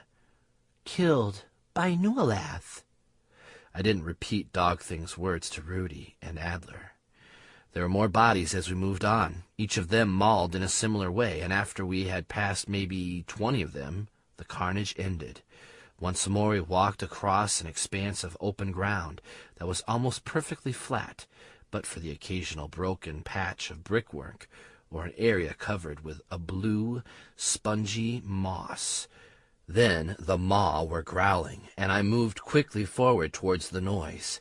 As I approached, I could see that a dozen of them were surrounding something, a figure that was kneeling upon the ground. Another half a dozen bodies were lying in a circle around this one that was still alive, and they weren't mauled and ripped apart like the others had been. These last few dead were killed by blades. I stepped through the circle of maw and towards the figure, my blade and my gun at the ready. "Be careful," said Rudy. The figure looked up at me for a moment, rose slowly from the ground, and bowed. "I am honored to be in your presence, Halden," said a deep, cracked voice. He stood up straight and looked directly at me from within his hood. I could see that he was younger looking than the others had been, but there was no mistaking the tattoo markings. At his feet lay 2 long, wickedly sharp blades. "Who are you?" I asked, pointing my guns at him. "I am Sharis, acolyte of the High Temple," he said, bowing once more. "I was an initiate and student to Dahamir before I was passed into the Brotherhood." Dahamir. There was that name yet again, come back to remind me of his betrayal.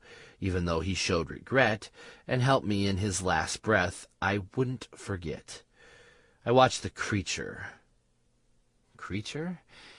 They looked almost like men, really, except for a few differences: the lack of a defined nose, the larger-than-normal eyes, the paler-than-pale skin that is almost translucent. Their mouths are lined with long, sharp, exaggerated teeth, and their shoulders sit higher than a man's, but other than that, they are humanoid. "Why are you waiting here?" He blinked at me, expressionless. "I was waiting for you. My brethren are all dead. I am alone. I knew that you were following the trail, and I decided that instead of failing in my duty to destroy Nualath and retrieve the talisman, I would wait and offer to join with you in achieving the task. I had, like Dahamir, believed it a crucial element to the success of the task, but I was restricted by my brethren in making the choice. Now they are all dead.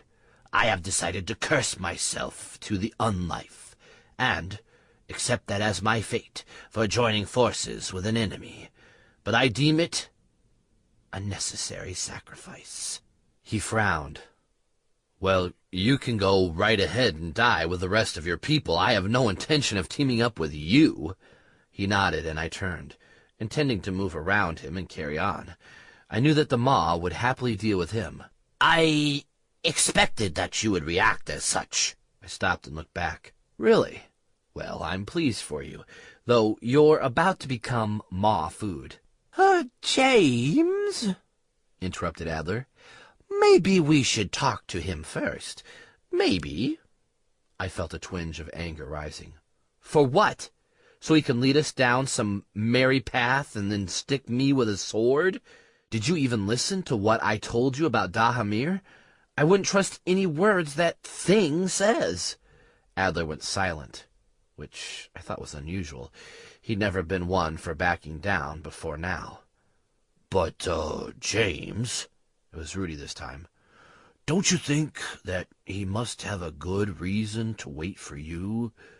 Yes, perfectly good reason. Team up with me to fight Nualath now that his buddies are all dead and stab me in the back later on.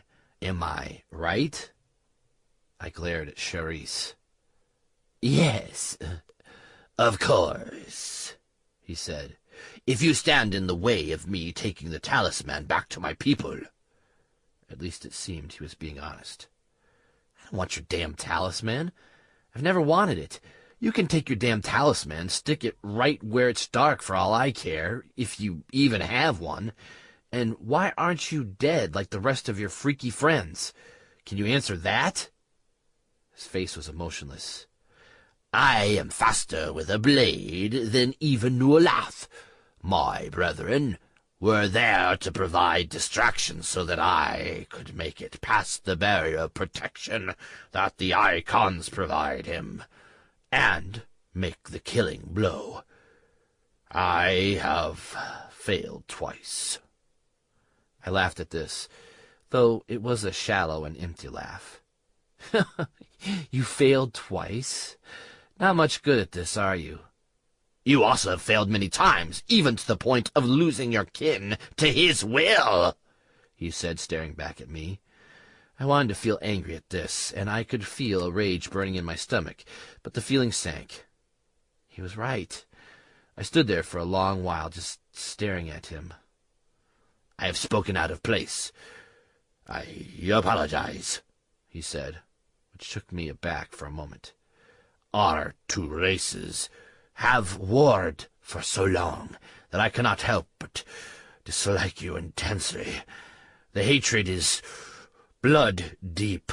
My mentor Dahamir held his hatred back for a long time, and was scorned by the brethren for even associating with your kind. But he taught me that we have a common enemy. We have hunted Nualath for longer than you, ever since he first became corrupted, and strayed from the true path, when he stole the power of our people, bending it to destroy. We were never meant to step out from our home. We are meant to stand in vigilance over the Great One, and use the power to sustain him. I frowned, wondering why this enemy of mine was suddenly telling me far more than Dahamir ever had. Your kin abhor us as much as we do you. We are too unalike for us to ever exist together in harmony. But my kind also have a great respect for your resilience and determination. Whilst we are forced to leave our home and hunt Nualath, we will always stumble upon each other, and killing one another is a natural result. Is it not in both of our interests to join forces and finish this, so that I may return home with the talisman, and you and your kin never see us again? The more he spoke, the more his words made sense. But I just couldn't bring myself to want to team up. This was no ally that I'd ever wanted. I still don't trust you. What reason have I got to think that you're not lying to me? He swept his arms outward and in an arc indicating the bodies. I killed the last of my brethren to take a chance at a different approach. I could see by the expressions on Adler and Rudy's faces that they were as shocked at this as I was. It took me a minute or so to grasp the idea. You killed your own people to join up with me? He nodded. But what would possess you to do that? They were set in their path and their ways to continue on and attempt a third attack. I knew it would be our final failure. Do not misunderstand. I had no desire to hurt my own kind. I only wished to restore that which rightfully belongs in our high temple. I will be punished for my crime, but I will also take the talisman home. I stared at him for what seemed a long time. I had to make a decision, and quickly. I couldn't waste any more time with waiting when I knew that we were gaining on Nualath. If what this man was saying was true, then working with him against our common enemy may be the only way to succeed. And, if I was honest with myself, I knew what I had to do to defeat Nualath, separate him from my family. But I still hadn't the slightest idea of how I was going to do it. "Okay," I said finally. He looked startled. "You're accepting my proposal of a temporary alliance?" "Yes, but it ends when Nualath is dead, and you take your talisman and go." We set off again, most of the Maw traveling ahead of us with dog things seeking out the scent of the trail, and Charisse walking by my side, with Adler and Rudy with us. Greyfoot was still clinging to my side like I was a parent, just as she had since we first entered the ways. She was constantly on edge, as though something was bothering her. I found myself holding two conversations at the same time, one with Dog Thing as he kept me updated, and the other as I probed Charisse for more information. "Not far. I can sense them." "You can? How close?" "Very soon. Their passing here is strong." I took a deep breath. Finally the moment was coming. My stomach churned, and my nerves tingled. I had the Maw with me, and Adler and Rudy, but Charisse, I couldn't account for him. I knew that I was going into this fight with the odds against me. I tried to ignore it. I'd been through worse alone. "How did you know we were coming?" I asked Charisse. "You were waiting for us." "Yes, we passed you in the ruins before the battle at the portal. I knew you were there, as did many of my brethren, but we could not sense your exact location. Also, our rear scout was waiting at the top of the stairs for a while when you entered the last chamber before climbing to the gallery." "The gallery?" "Yes, the ways is split into many levels, and the topmost was strangely called the gallery. Our histories do not tell us of the ancient peoples that built or named the different places within the ways, only the region names." I frowned at this. The gallery, as he had called it, was a vast open plain of sorts, but instead of dirt and grass, the ground was almost perfectly flat brickwork patterned in a thatchwork style. All of the bricks were of the same size and the color of dark slate.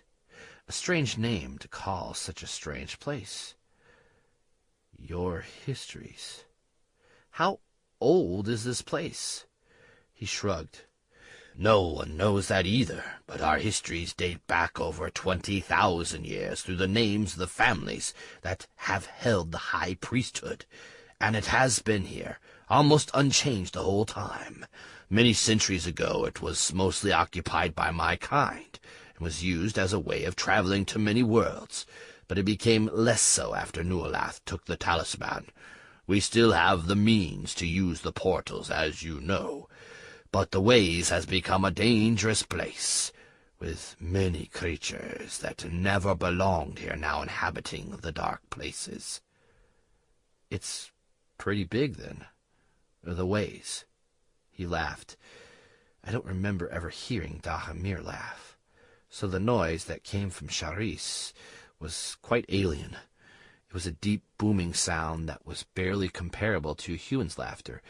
It sounded mocking, but his expression suggested otherwise. "The ways is indeed large. No one has ever found the end as such. It is in theory an endless place. Once, many centuries ago, there was a prophet amongst our kind, called Laharul. He left our lands and said that he, as his particular rite of passage, would walk the entirety of the ways and map it as he went. About 3 centuries after he left upon his journey, his remains were found in a tomb somewhere in the ways. Who had buried him, no one knows, but the tomb was a shrine, and very decorated, and within the tomb was his journals. There were 35 volumes and over 1,000 maps, each covering an area that was vast. was calculated by scholars that he must have walked for over 100 years, barely stopping. Many of the places on his map are so far away that a man could not walk there if he walked for 10 years, and many of the places on the maps we have still to visit. Laharu recorded the locations of over 5,000 portal markings. That's ridiculous. Indeed. A place so vast that 10 years of walking wouldn't take you to some of the furthest reaches, and connected to over 5,000 worlds? It was mind-boggling.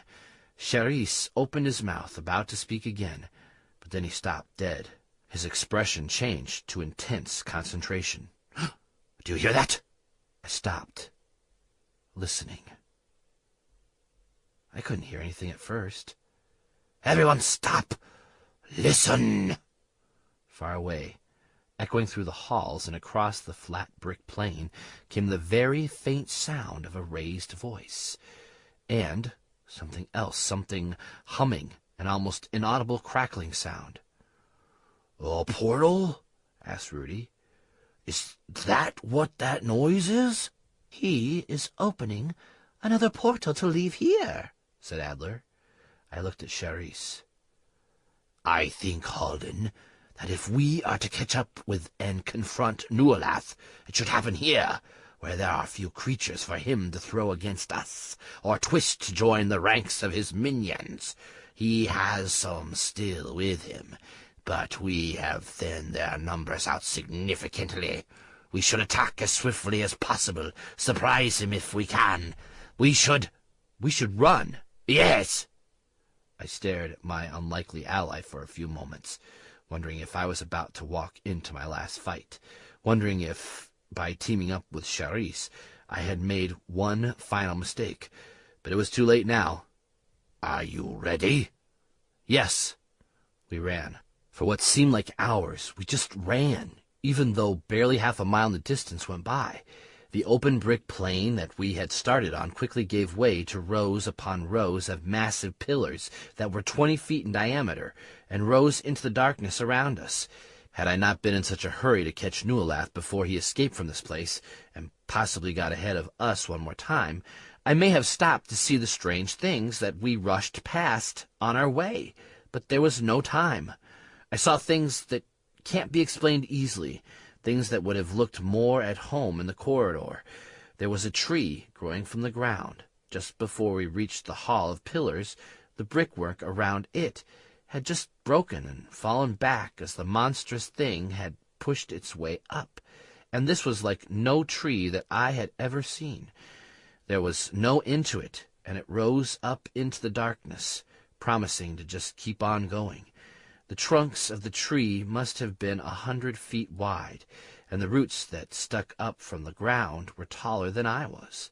There were no visible leaves or other forms of growth, but the thing was definitely alive. As we skirted around it, still hurrying in the direction of the noise, the entire thing swayed towards us. It didn't reach out to us, but the whole mass of the tree swayed back and forth slowly as we passed by. Halfway across the hall of pillars, as I jumped over holes in the ground that seemed to fall endlessly into the darkness, I saw the rusted and broken frame of a tank. This was an old one, and I remembered that sometime in the past I had seen tanks like this as they roared across Europe in the war that humankind had called the Second Great World War, or something like that. We, the Resistance, had only been involved in a few incidents during the two great human wars. My memory was sharp enough now that something floated to the top, something that didn't need a flashback. It was a Panzer tank, and to confirm this, I saw the body of a long-dead and shriveled German stormtrooper lying dead on the ground just a few feet away. The body looked as though it had been drained of all its fluid. Blood, water, everything. And I was suddenly unsure that the draining had been natural decay. Something had killed the soldier, something that lived here in the ways. It had killed others, too. I saw the body scattered across the ground over the next 100 yards as we ran onwards. Things moved in the darkness around us. Slow, slithering things, and things that crawled or scuttled away as 4 humanoid figures and a mass of black maw dashed past them in the darkness. I was sure those creatures were used to the half-light, but I still wasn't, and although I knew that they could see us, I couldn't see them. Most of them quickly disappeared into dark shadows and holes in the brickwork before we got anywhere near them. Then the noise was overpowering, and the glaring light was dazzling as we rushed towards the edge of the cavern. I almost fell, but slowed myself in time, and I realized that I had been lucky. If I had not stopped when I did, I would have plummeted 50 feet into the massive chasm that now opened up below us, and maybe even into the dark pit that lay in the very center. My brain was struggling to keep up with the speed at which everything was happening. Barely an hour ago, we had been walking quite calmly through the seemingly endless maze, and now my confrontation with Nualath, with Cutter Jack, was racing up to meet me at a rate that I couldn't fathom. It was the first time since we escaped from the corridor that I'd seen him, and looking down into the cavern sent a sharp chill up my spine.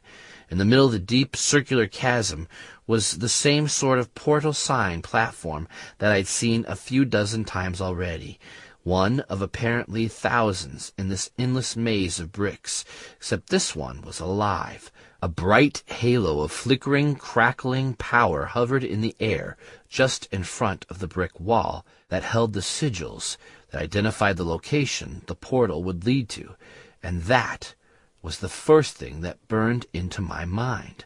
The destination pattern was glowing with a bright orange, fiery light, and it was like staring into the sun for a moment, and then looking away. The sigil was burned into my memory forever.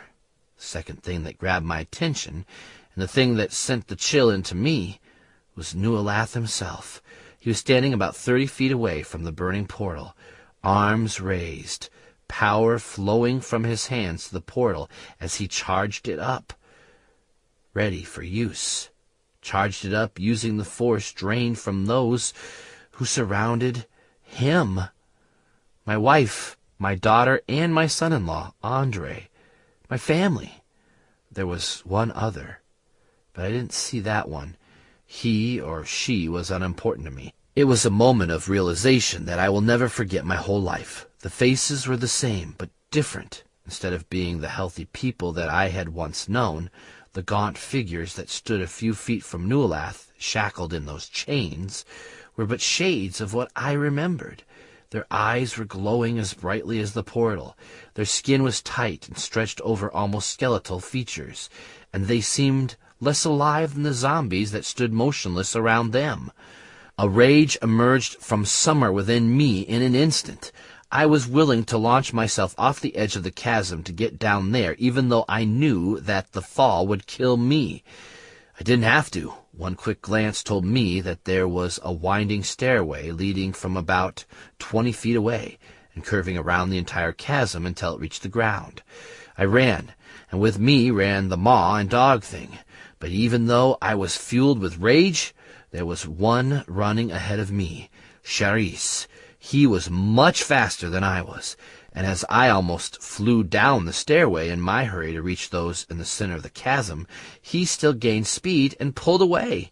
By the time I reached the foot of the stairs and dashed forward across the remaining distance, surrounded by the black maw, dog thing, and Greyfoot, he had cut his way through the few zombies that stood in his way, reached the dais, swung his blade, and struck down the fourth icon. The man was barely alive anyway. I don't know if he had been one of the original 4 icons that were with Nualath when he was first trapped in the corridor, but by his condition he had been one of Nualath's slaves far longer than Keone, Andre, or Abigail. He was almost a skeleton held together by skin that was almost transparent. The blade sang as it took his head off. It flew from the man's shoulders and past Nualath, who hadn't noticed our approach until that moment. I think we moved so fast that he was taken by surprise for the first time in my experience. The head bounced away across the chasm floor, and the body fell to the ground. The power that Nualath was feeding from to open the portal stuttered and stopped, and the portal began to fade. A panic sprang into my chest as I ran across the floor and jumped up onto the dais. Was Charisse intending to behead the others? Was he going to kill my wife and daughter? But he didn't. As I raised my gun, nearly firing at him, but hesitating, he swung his blade around and leapt towards Nualath, leaving the remaining three, Abigail, Keone, and Andre, to sway in their shackles. Around me I could sense, more than see, the Maw, Rudy, and Adler rushed at the zombies that were even now coming awake and stumbling towards us. I heard growls and yelling and the moans of the creatures as they fell, but my attention was elsewhere, on the dais. I turned to face the nearest icon, my daughter. My mind swam with memories of our past, of her as a small child, the times I had spent with her as she grew up. And now, here she was, so thin and frail, looking more like a zombie than a beautiful girl that I loved. In the back of my mind, I was screaming at myself, "Sever the chain! Sever the chain!" But my body was rigid with horror. I raised my hand, the one without the gun in it, and slapped my own face, forcing myself out of my stupor. Then I raised the gun and aimed at the chain. I fired, but the chain didn't break. Instead, the power surged up the chain and into Nualath. I saw his eyes glow for a second. The gun was giving him power. I couldn't shoot the chains without aiding him, without giving him even more power to destroy us. I let the chain go and turned to Nualath. I lifted my gun to aim, but everything seemed to move so slowly. Nualath ducked under the blade as Charisse swung it in a wide arc towards him. Then he lashed out with his fist. I heard something break, and Charisse was thrown across the chasm floor, to land in a heap against the wall. Then the Maw arrived, flooding over the dais and enveloping Nualath, blocking my view and stopping me from firing. Teeth gnashed and claws scraped. I swung my blade at the chain, but it wasn't strong enough to break it. Then I stumbled as there was a burst of power and a surge of energy. The Maw were sent flying, scattered away from Nualath, who even now was rising to his feet. His entire body was covered in blood from the claw wounds and the bites, but that wasn't stopping him. The wounds that had just been caused were sealing shut and healing already. Two of the Black Maw and Greyfoot were thrown the furthest, flying over the chasm towards the deep pit at the far end. The first Maw seemed to somersault in the air and managed to land on the ground only a few feet from the edge, and the second flew right over the pit. But Greyfoot didn't. I could only watch in horror as the tiny thing fell straight into the pit and vanished into the darkness. I think that I heard a quiet whimper as she disappeared from sight, but there was so much noise that I couldn't tell if it was her or another of the Maw that cried out. Either way, I realized that she was gone, and when I turned back round to face Nualath, I saw him laughing as Rudy and Adler tried desperately to fight him. But of course they couldn't touch him any more than he could touch them. All they could do was distract him. But the distraction wasn't working, and he quickly turned his gaze towards me. I was the only one left standing in our failed attack, and the only thing stopping him from his escape. Charisse still lay on the floor near the wall of the chasm, and the Maw were not getting up. Some of them stirred and shook, but they were all too injured, including Dog Thing, who was still trying to claw back towards the dais, right up until the moment that he faded away. One by one, the other Black Maw began to disappear as well, going to wherever it was that they went when they phased out of existence to heal. I looked to my daughter and into her eyes and realized that there was only one way to save her from this fate. I raised my gun to kill her, and at that moment I felt my heart dying. This was the end, and I had failed one last time. I had come all this way and faced Nualath one last time, and he had won. I tensed, steeling myself to do what was needed, to kill the ones I loved in the hope of saving them from a life of endless torture that they would surely suffer for centuries after I was dead. But then the gun was gone, flying from my hand and clattering across the floor. And I was spinning round, grasped by the throat. Nualath was holding me. I lashed out with my blade, but that too was thrown from my hand. This wasn't the same creature that I had faced in the corridor, the one that ran when I had faced him with his own blade, when the maw had turned up and left him and his Kriesh pets outnumbered. This Nualath was once more the thing that had led armies across countless worlds. He was strong once more, maybe not as strong as he had been back then, but his power was growing, and even now it was more than I could fight against. I felt my throat collapse and my neck breaking as he crushed harder. There was a ripping noise and blood spurted everywhere. I felt numb. I didn't understand what had happened, but as I fell backwards and hit the ground, I pulled my hand up to my throat instinctively. He had torn my neck open. I saw through a blur of red that he was moving away now, moving towards the portal. It was barely open, the power flickering and fading, but it was still there, and he was going to use it. He looked back towards me, seeming to hesitate. Now was his chance to kill me, to end me for good. But the portal was closing. I saw confusion in his eyes for just a moment. But then he was walking forward, going for the portal. In front of him, leading the way mindlessly, was my Keone, Abigail, and Andre. They stumbled in their chains, driven along by the force of his will, moving slowly towards the glowing door. One by one they stepped through, vanishing from my sight. First to leave was Andre, then Abigail, and then Keone. Once more, they were gone. Sever the link. This wasn't a voice in my head, not one from this time, and it wasn't Dogthing. These words were coming from the past, and it was Dahamir speaking to me, and it was all I could think of as I crawled across the floor. I managed to grasp the gun and turn to aim it, but I knew it was no use. It would do no good. The gun would not aid me here. There had to be another way, but my thoughts and energy were blurred. My strength was draining as fast as the blood poured from my neck. Sever the link.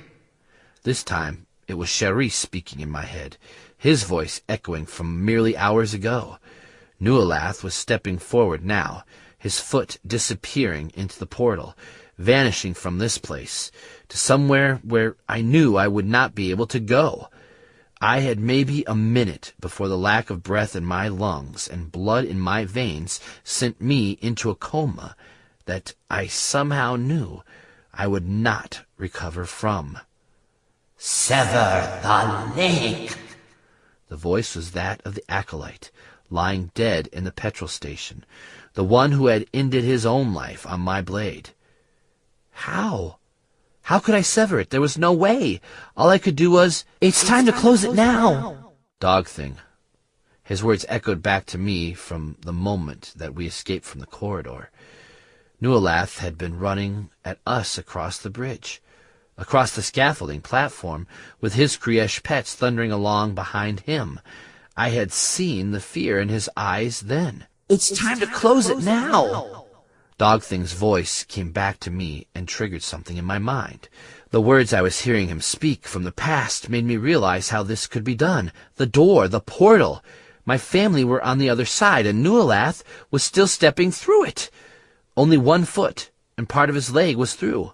I lay there watching this in slow motion, as my one chance was slipping away, as my stunned mind tried to catch up, and tried to figure out the thought that was stuck in there, just waiting to surface, trying to force its way out.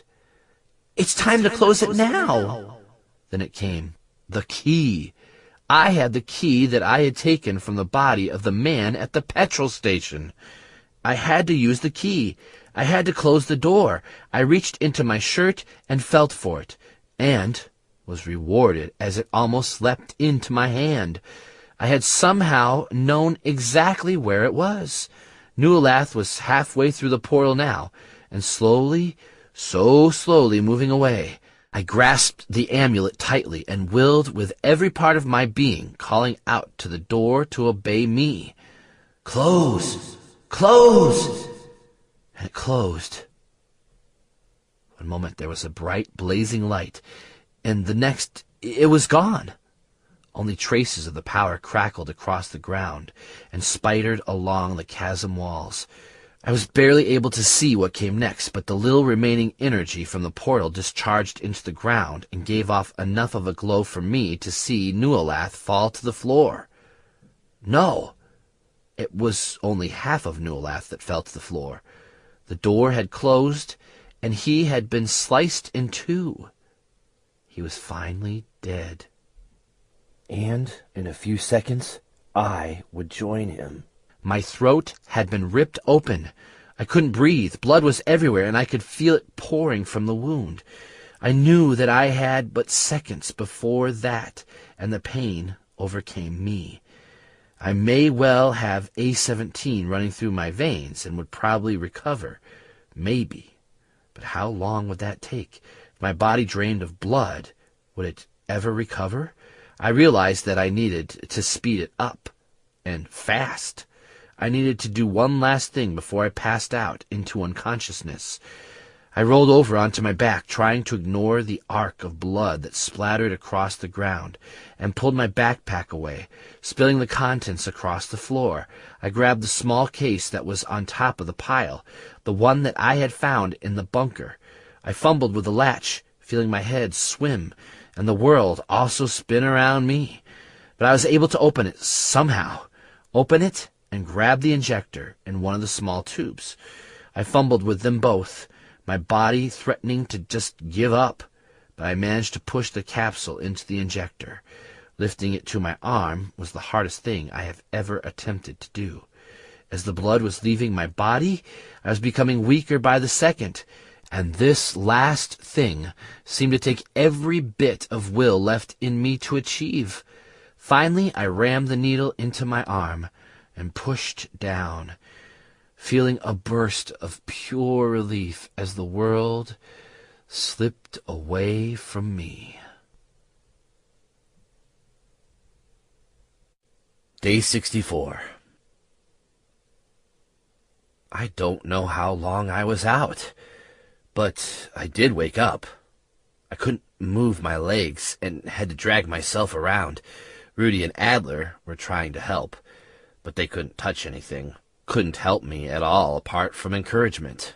Most of their talk just flowed over me like so much background noise, and I was barely able to keep my concentration.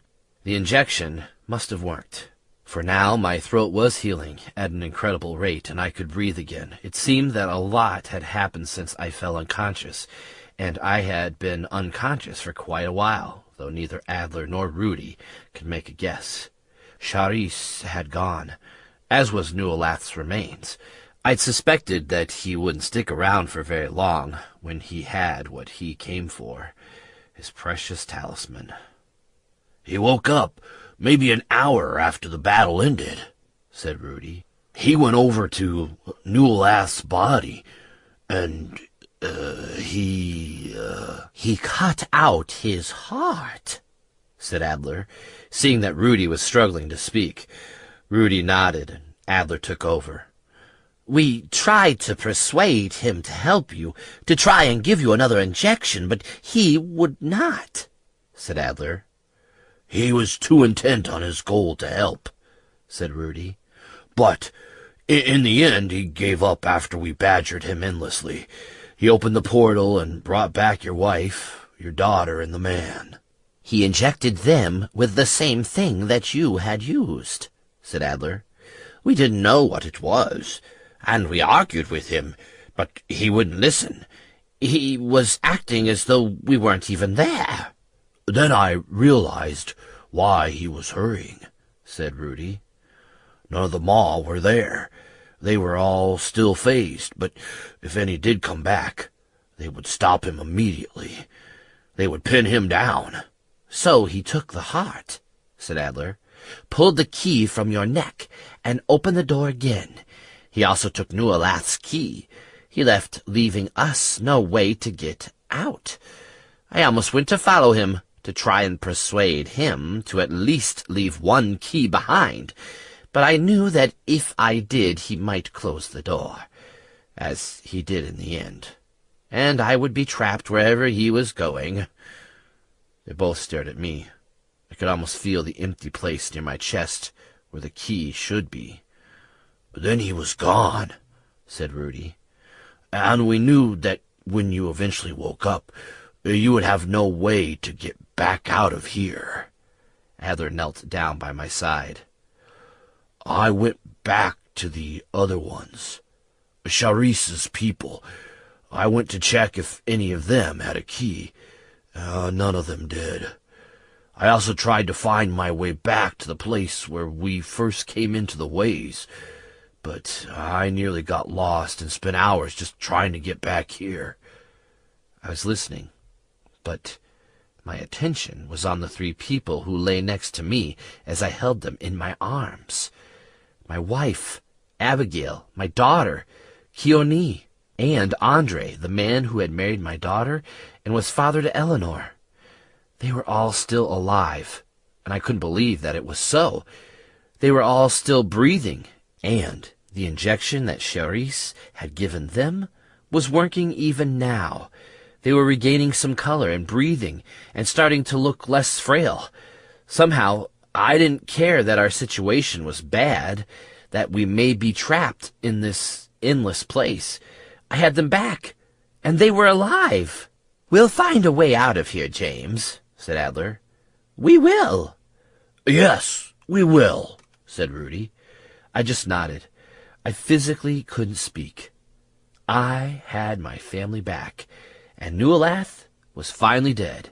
In the last moments before I had closed the door, when I had been the only one left standing against him, I had no hope, and no idea that there was a chance that I might still succeed. There were still no Maw around. They were all phased. I suspected that they would be back soon, all except maybe Greyfoot. She had fallen into the chasm. How would she return? I took one look over the edge, down into the darkness, and I wondered if there was any hope for her, because the darkness just seemed to go on and on. For all we knew, the pit could be endless. Day 65. I must have passed out at some point. When I awoke, Dogthing and the other Maw were sitting nearby. I took a moment to count them all, and was surprised to find that there were still some missing. Of the 24 that had followed me into the ways, 18 remained. Had some of them actually died, or were they just more injured than the rest, and taking longer to recover? I hoped it was the latter. Greyfoot was still nowhere to be seen. "Has she gone?" I asked Dogthing, but he was silent, glancing towards the pit at the far end of the chasm, and then looking to the ground. "I think I'm going to be here for a while now, as I wait for Abigail, Keone, and Andre to recover. I don't know how long that will take, but at least I have them back now. At least they are still alive. For them, I can wait forever. I'll even eat those damn mushrooms if I have to." This was the last recorded entry in the last journal of James Halden, recovered to date, as noted by Tremaine Ronson, Chief Archivist, Central Archive, Evac City. Alone. "That was more than 15 years ago, Eleanor," the Major said, as he thumbed through the ragged bundle of paper on the desk in front of him. Eleanor just sat in the chair, evaluating the bald man across the desk from her. Major Samlin was her immediate superior, and one of the most well-respected officers in the Resistance Outriders, and had held that position as long as she could remember. He had been the face of authority in her life since her 16th birthday, the day that she had signed up to the military, even though her foster parents had argued that she was too young to join. Samlin looked down at the book once more, and then at her. There was empathy in those eyes. She had felt it many times, Samlin had been one of her grandfather's recruits a very long time ago, and he had been a friend of Andre, her father. She had no idea how old he really was, but hundreds of years probably wouldn't have been a bad guess. To a lot of recruits, and even to a lot of experienced outriders, Samlin was not the commanding officer to mess with, but she knew that he felt that it was his obligation to watch out for her, since her whole family, all except the brothers of her grandfather, had vanished. That was why she was here, why she hoped to get what she needed. But now, seeing the expression on his face, she knew that she would get the opposite. He wouldn't want her to go. Apart from the diary being found, no one has seen or heard anything from your parents or your grandparents in all that time, in 15 years. No one knows where this place, the Ways, is. The diary may have indicated how they got there, but no one has been able to find the portal entrances. I know that. That's why I need— I assure you, Samlin cut in, I was an officer even back then at the time of Nualath's death, and I was serving at the front of many of the worlds that the Resistance traveled to when faced with Nualath's kin. We fought them for close to 3 years before their numbers diminished and their efforts ceased. They were so convinced that we had their talisman. The search by our people was just as extensive, but we never even found the city of Riverfall, let alone the Ashlands, and definitely not the Ways. No one really knows how the diary came back into our hands. Some say that it was just found at one of the main highway portal entrances one day. Others have said it was given to a border patrol. We couldn't even confirm something as simple as that. If we could have found your grandparents and your mother, we would have. We had no leads. Nothing. The search went on for nearly 5 years. 5 years whilst we were still fighting. Eleanor sighed. I know that too, but I've read the diaries and the books written about them since. I know no one could find them. I know all that. Then why the application for funds and the request for this expedition? Why start the search now? I understand your desire to see them again, and I honestly wish I could offer you some hope that you might be successful. But you must know that it's a fruitless venture. Even Halden's own brothers couldn't find him, with all the vast knowledge and massive portal locations they have. It may be difficult to grasp, Miss Halden, but this is a hopeless request. I don't believe it is. The Major looked at Eleanor, puzzled, seeking something, some reasoning. What leads you to believe that you will achieve what countless others have failed to do after more than a decade? I had a dream, she said, looking away from the professor's scrutinizing gaze. Why she felt embarrassed, she didn't know. It was true. Also, everyone knew that her grandfather had possessed some sort of almost mystic ability that was tied to his dreams. But her? He frowned at her now. A dream, he said, sighing. I dreamt about one of them all. She was talking to me, beckoning me to go and find her. The Major was shaking his head. No one has heard from the Maw since your family disappeared. The bond was gone, the pact forgotten, now that the common enemy was removed. We didn't know it at the time, but the pact had been with your grandfather, no one else. There was no mutual bonding between the Resistance and the Maw. They chose to help your grandfather. When he was gone, they vanished, almost overnight, and no one knows where or how they got there.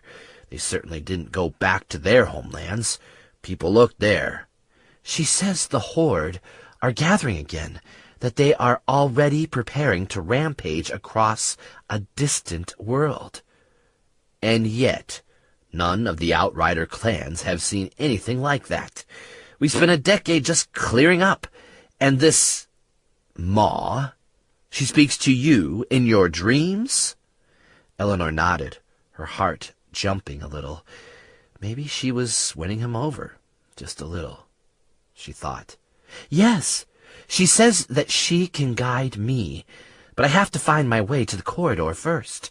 To do that, I need funds for equipment and supplies to travel, and a portal permit, and an amulet, and a gun.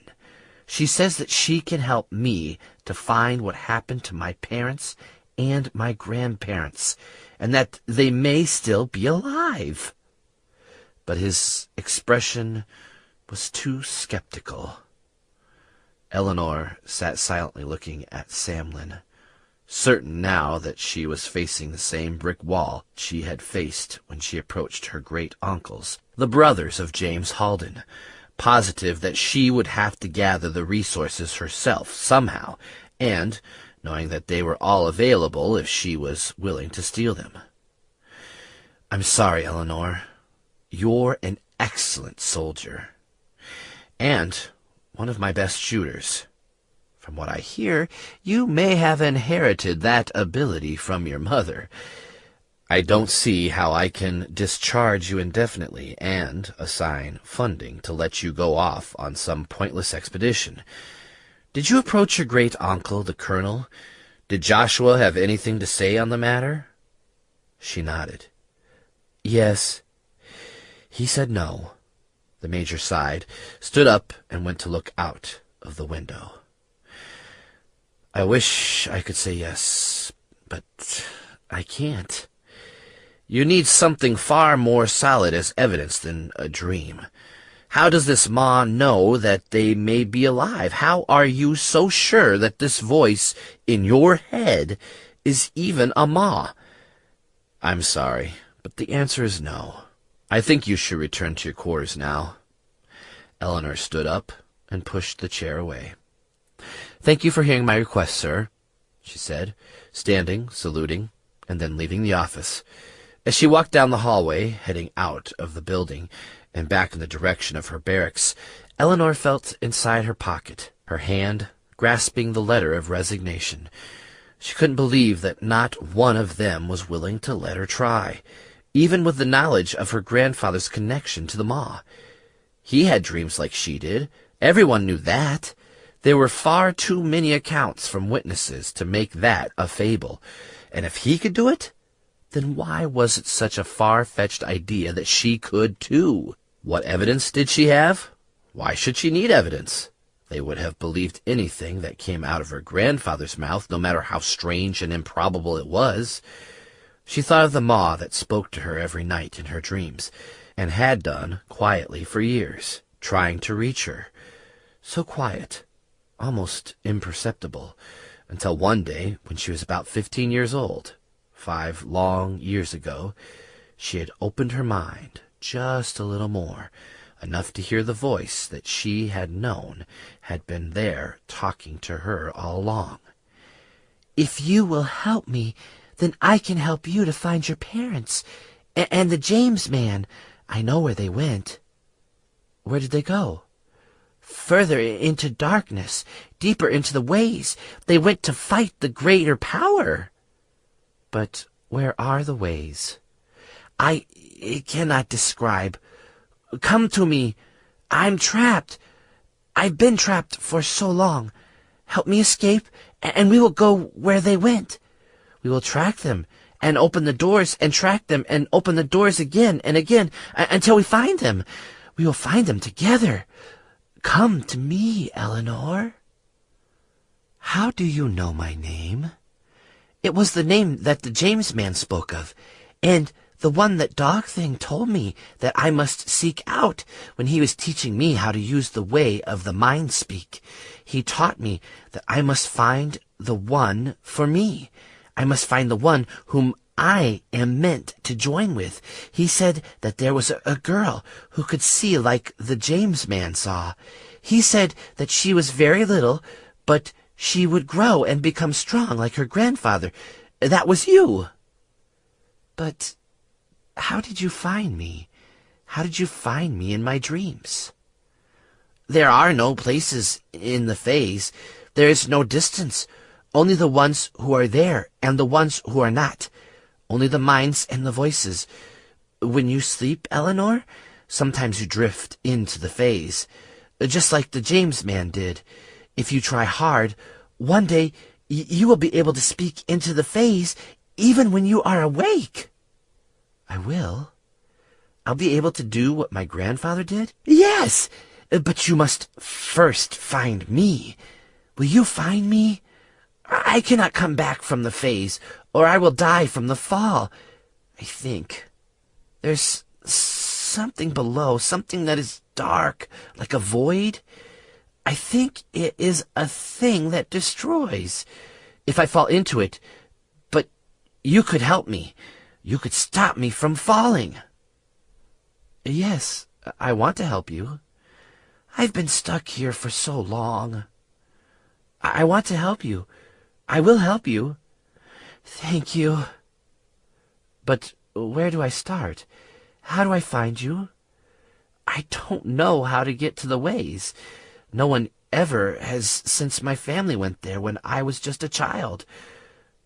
Were you there with them? I don't even know where to start. We must begin in the dark place called the corridor.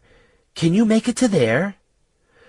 I think I might be able to, or I may be able to find out how to.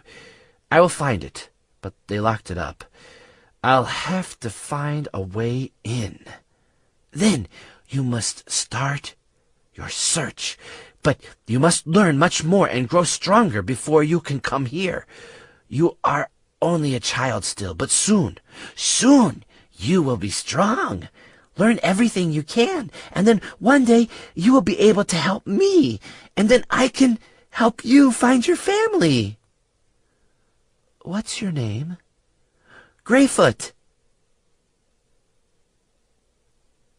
This has been Diary of the Displaced, Omnibus, Books 1 through 3, written by Glenn James, narrated by Josiah John Bildner. Copyright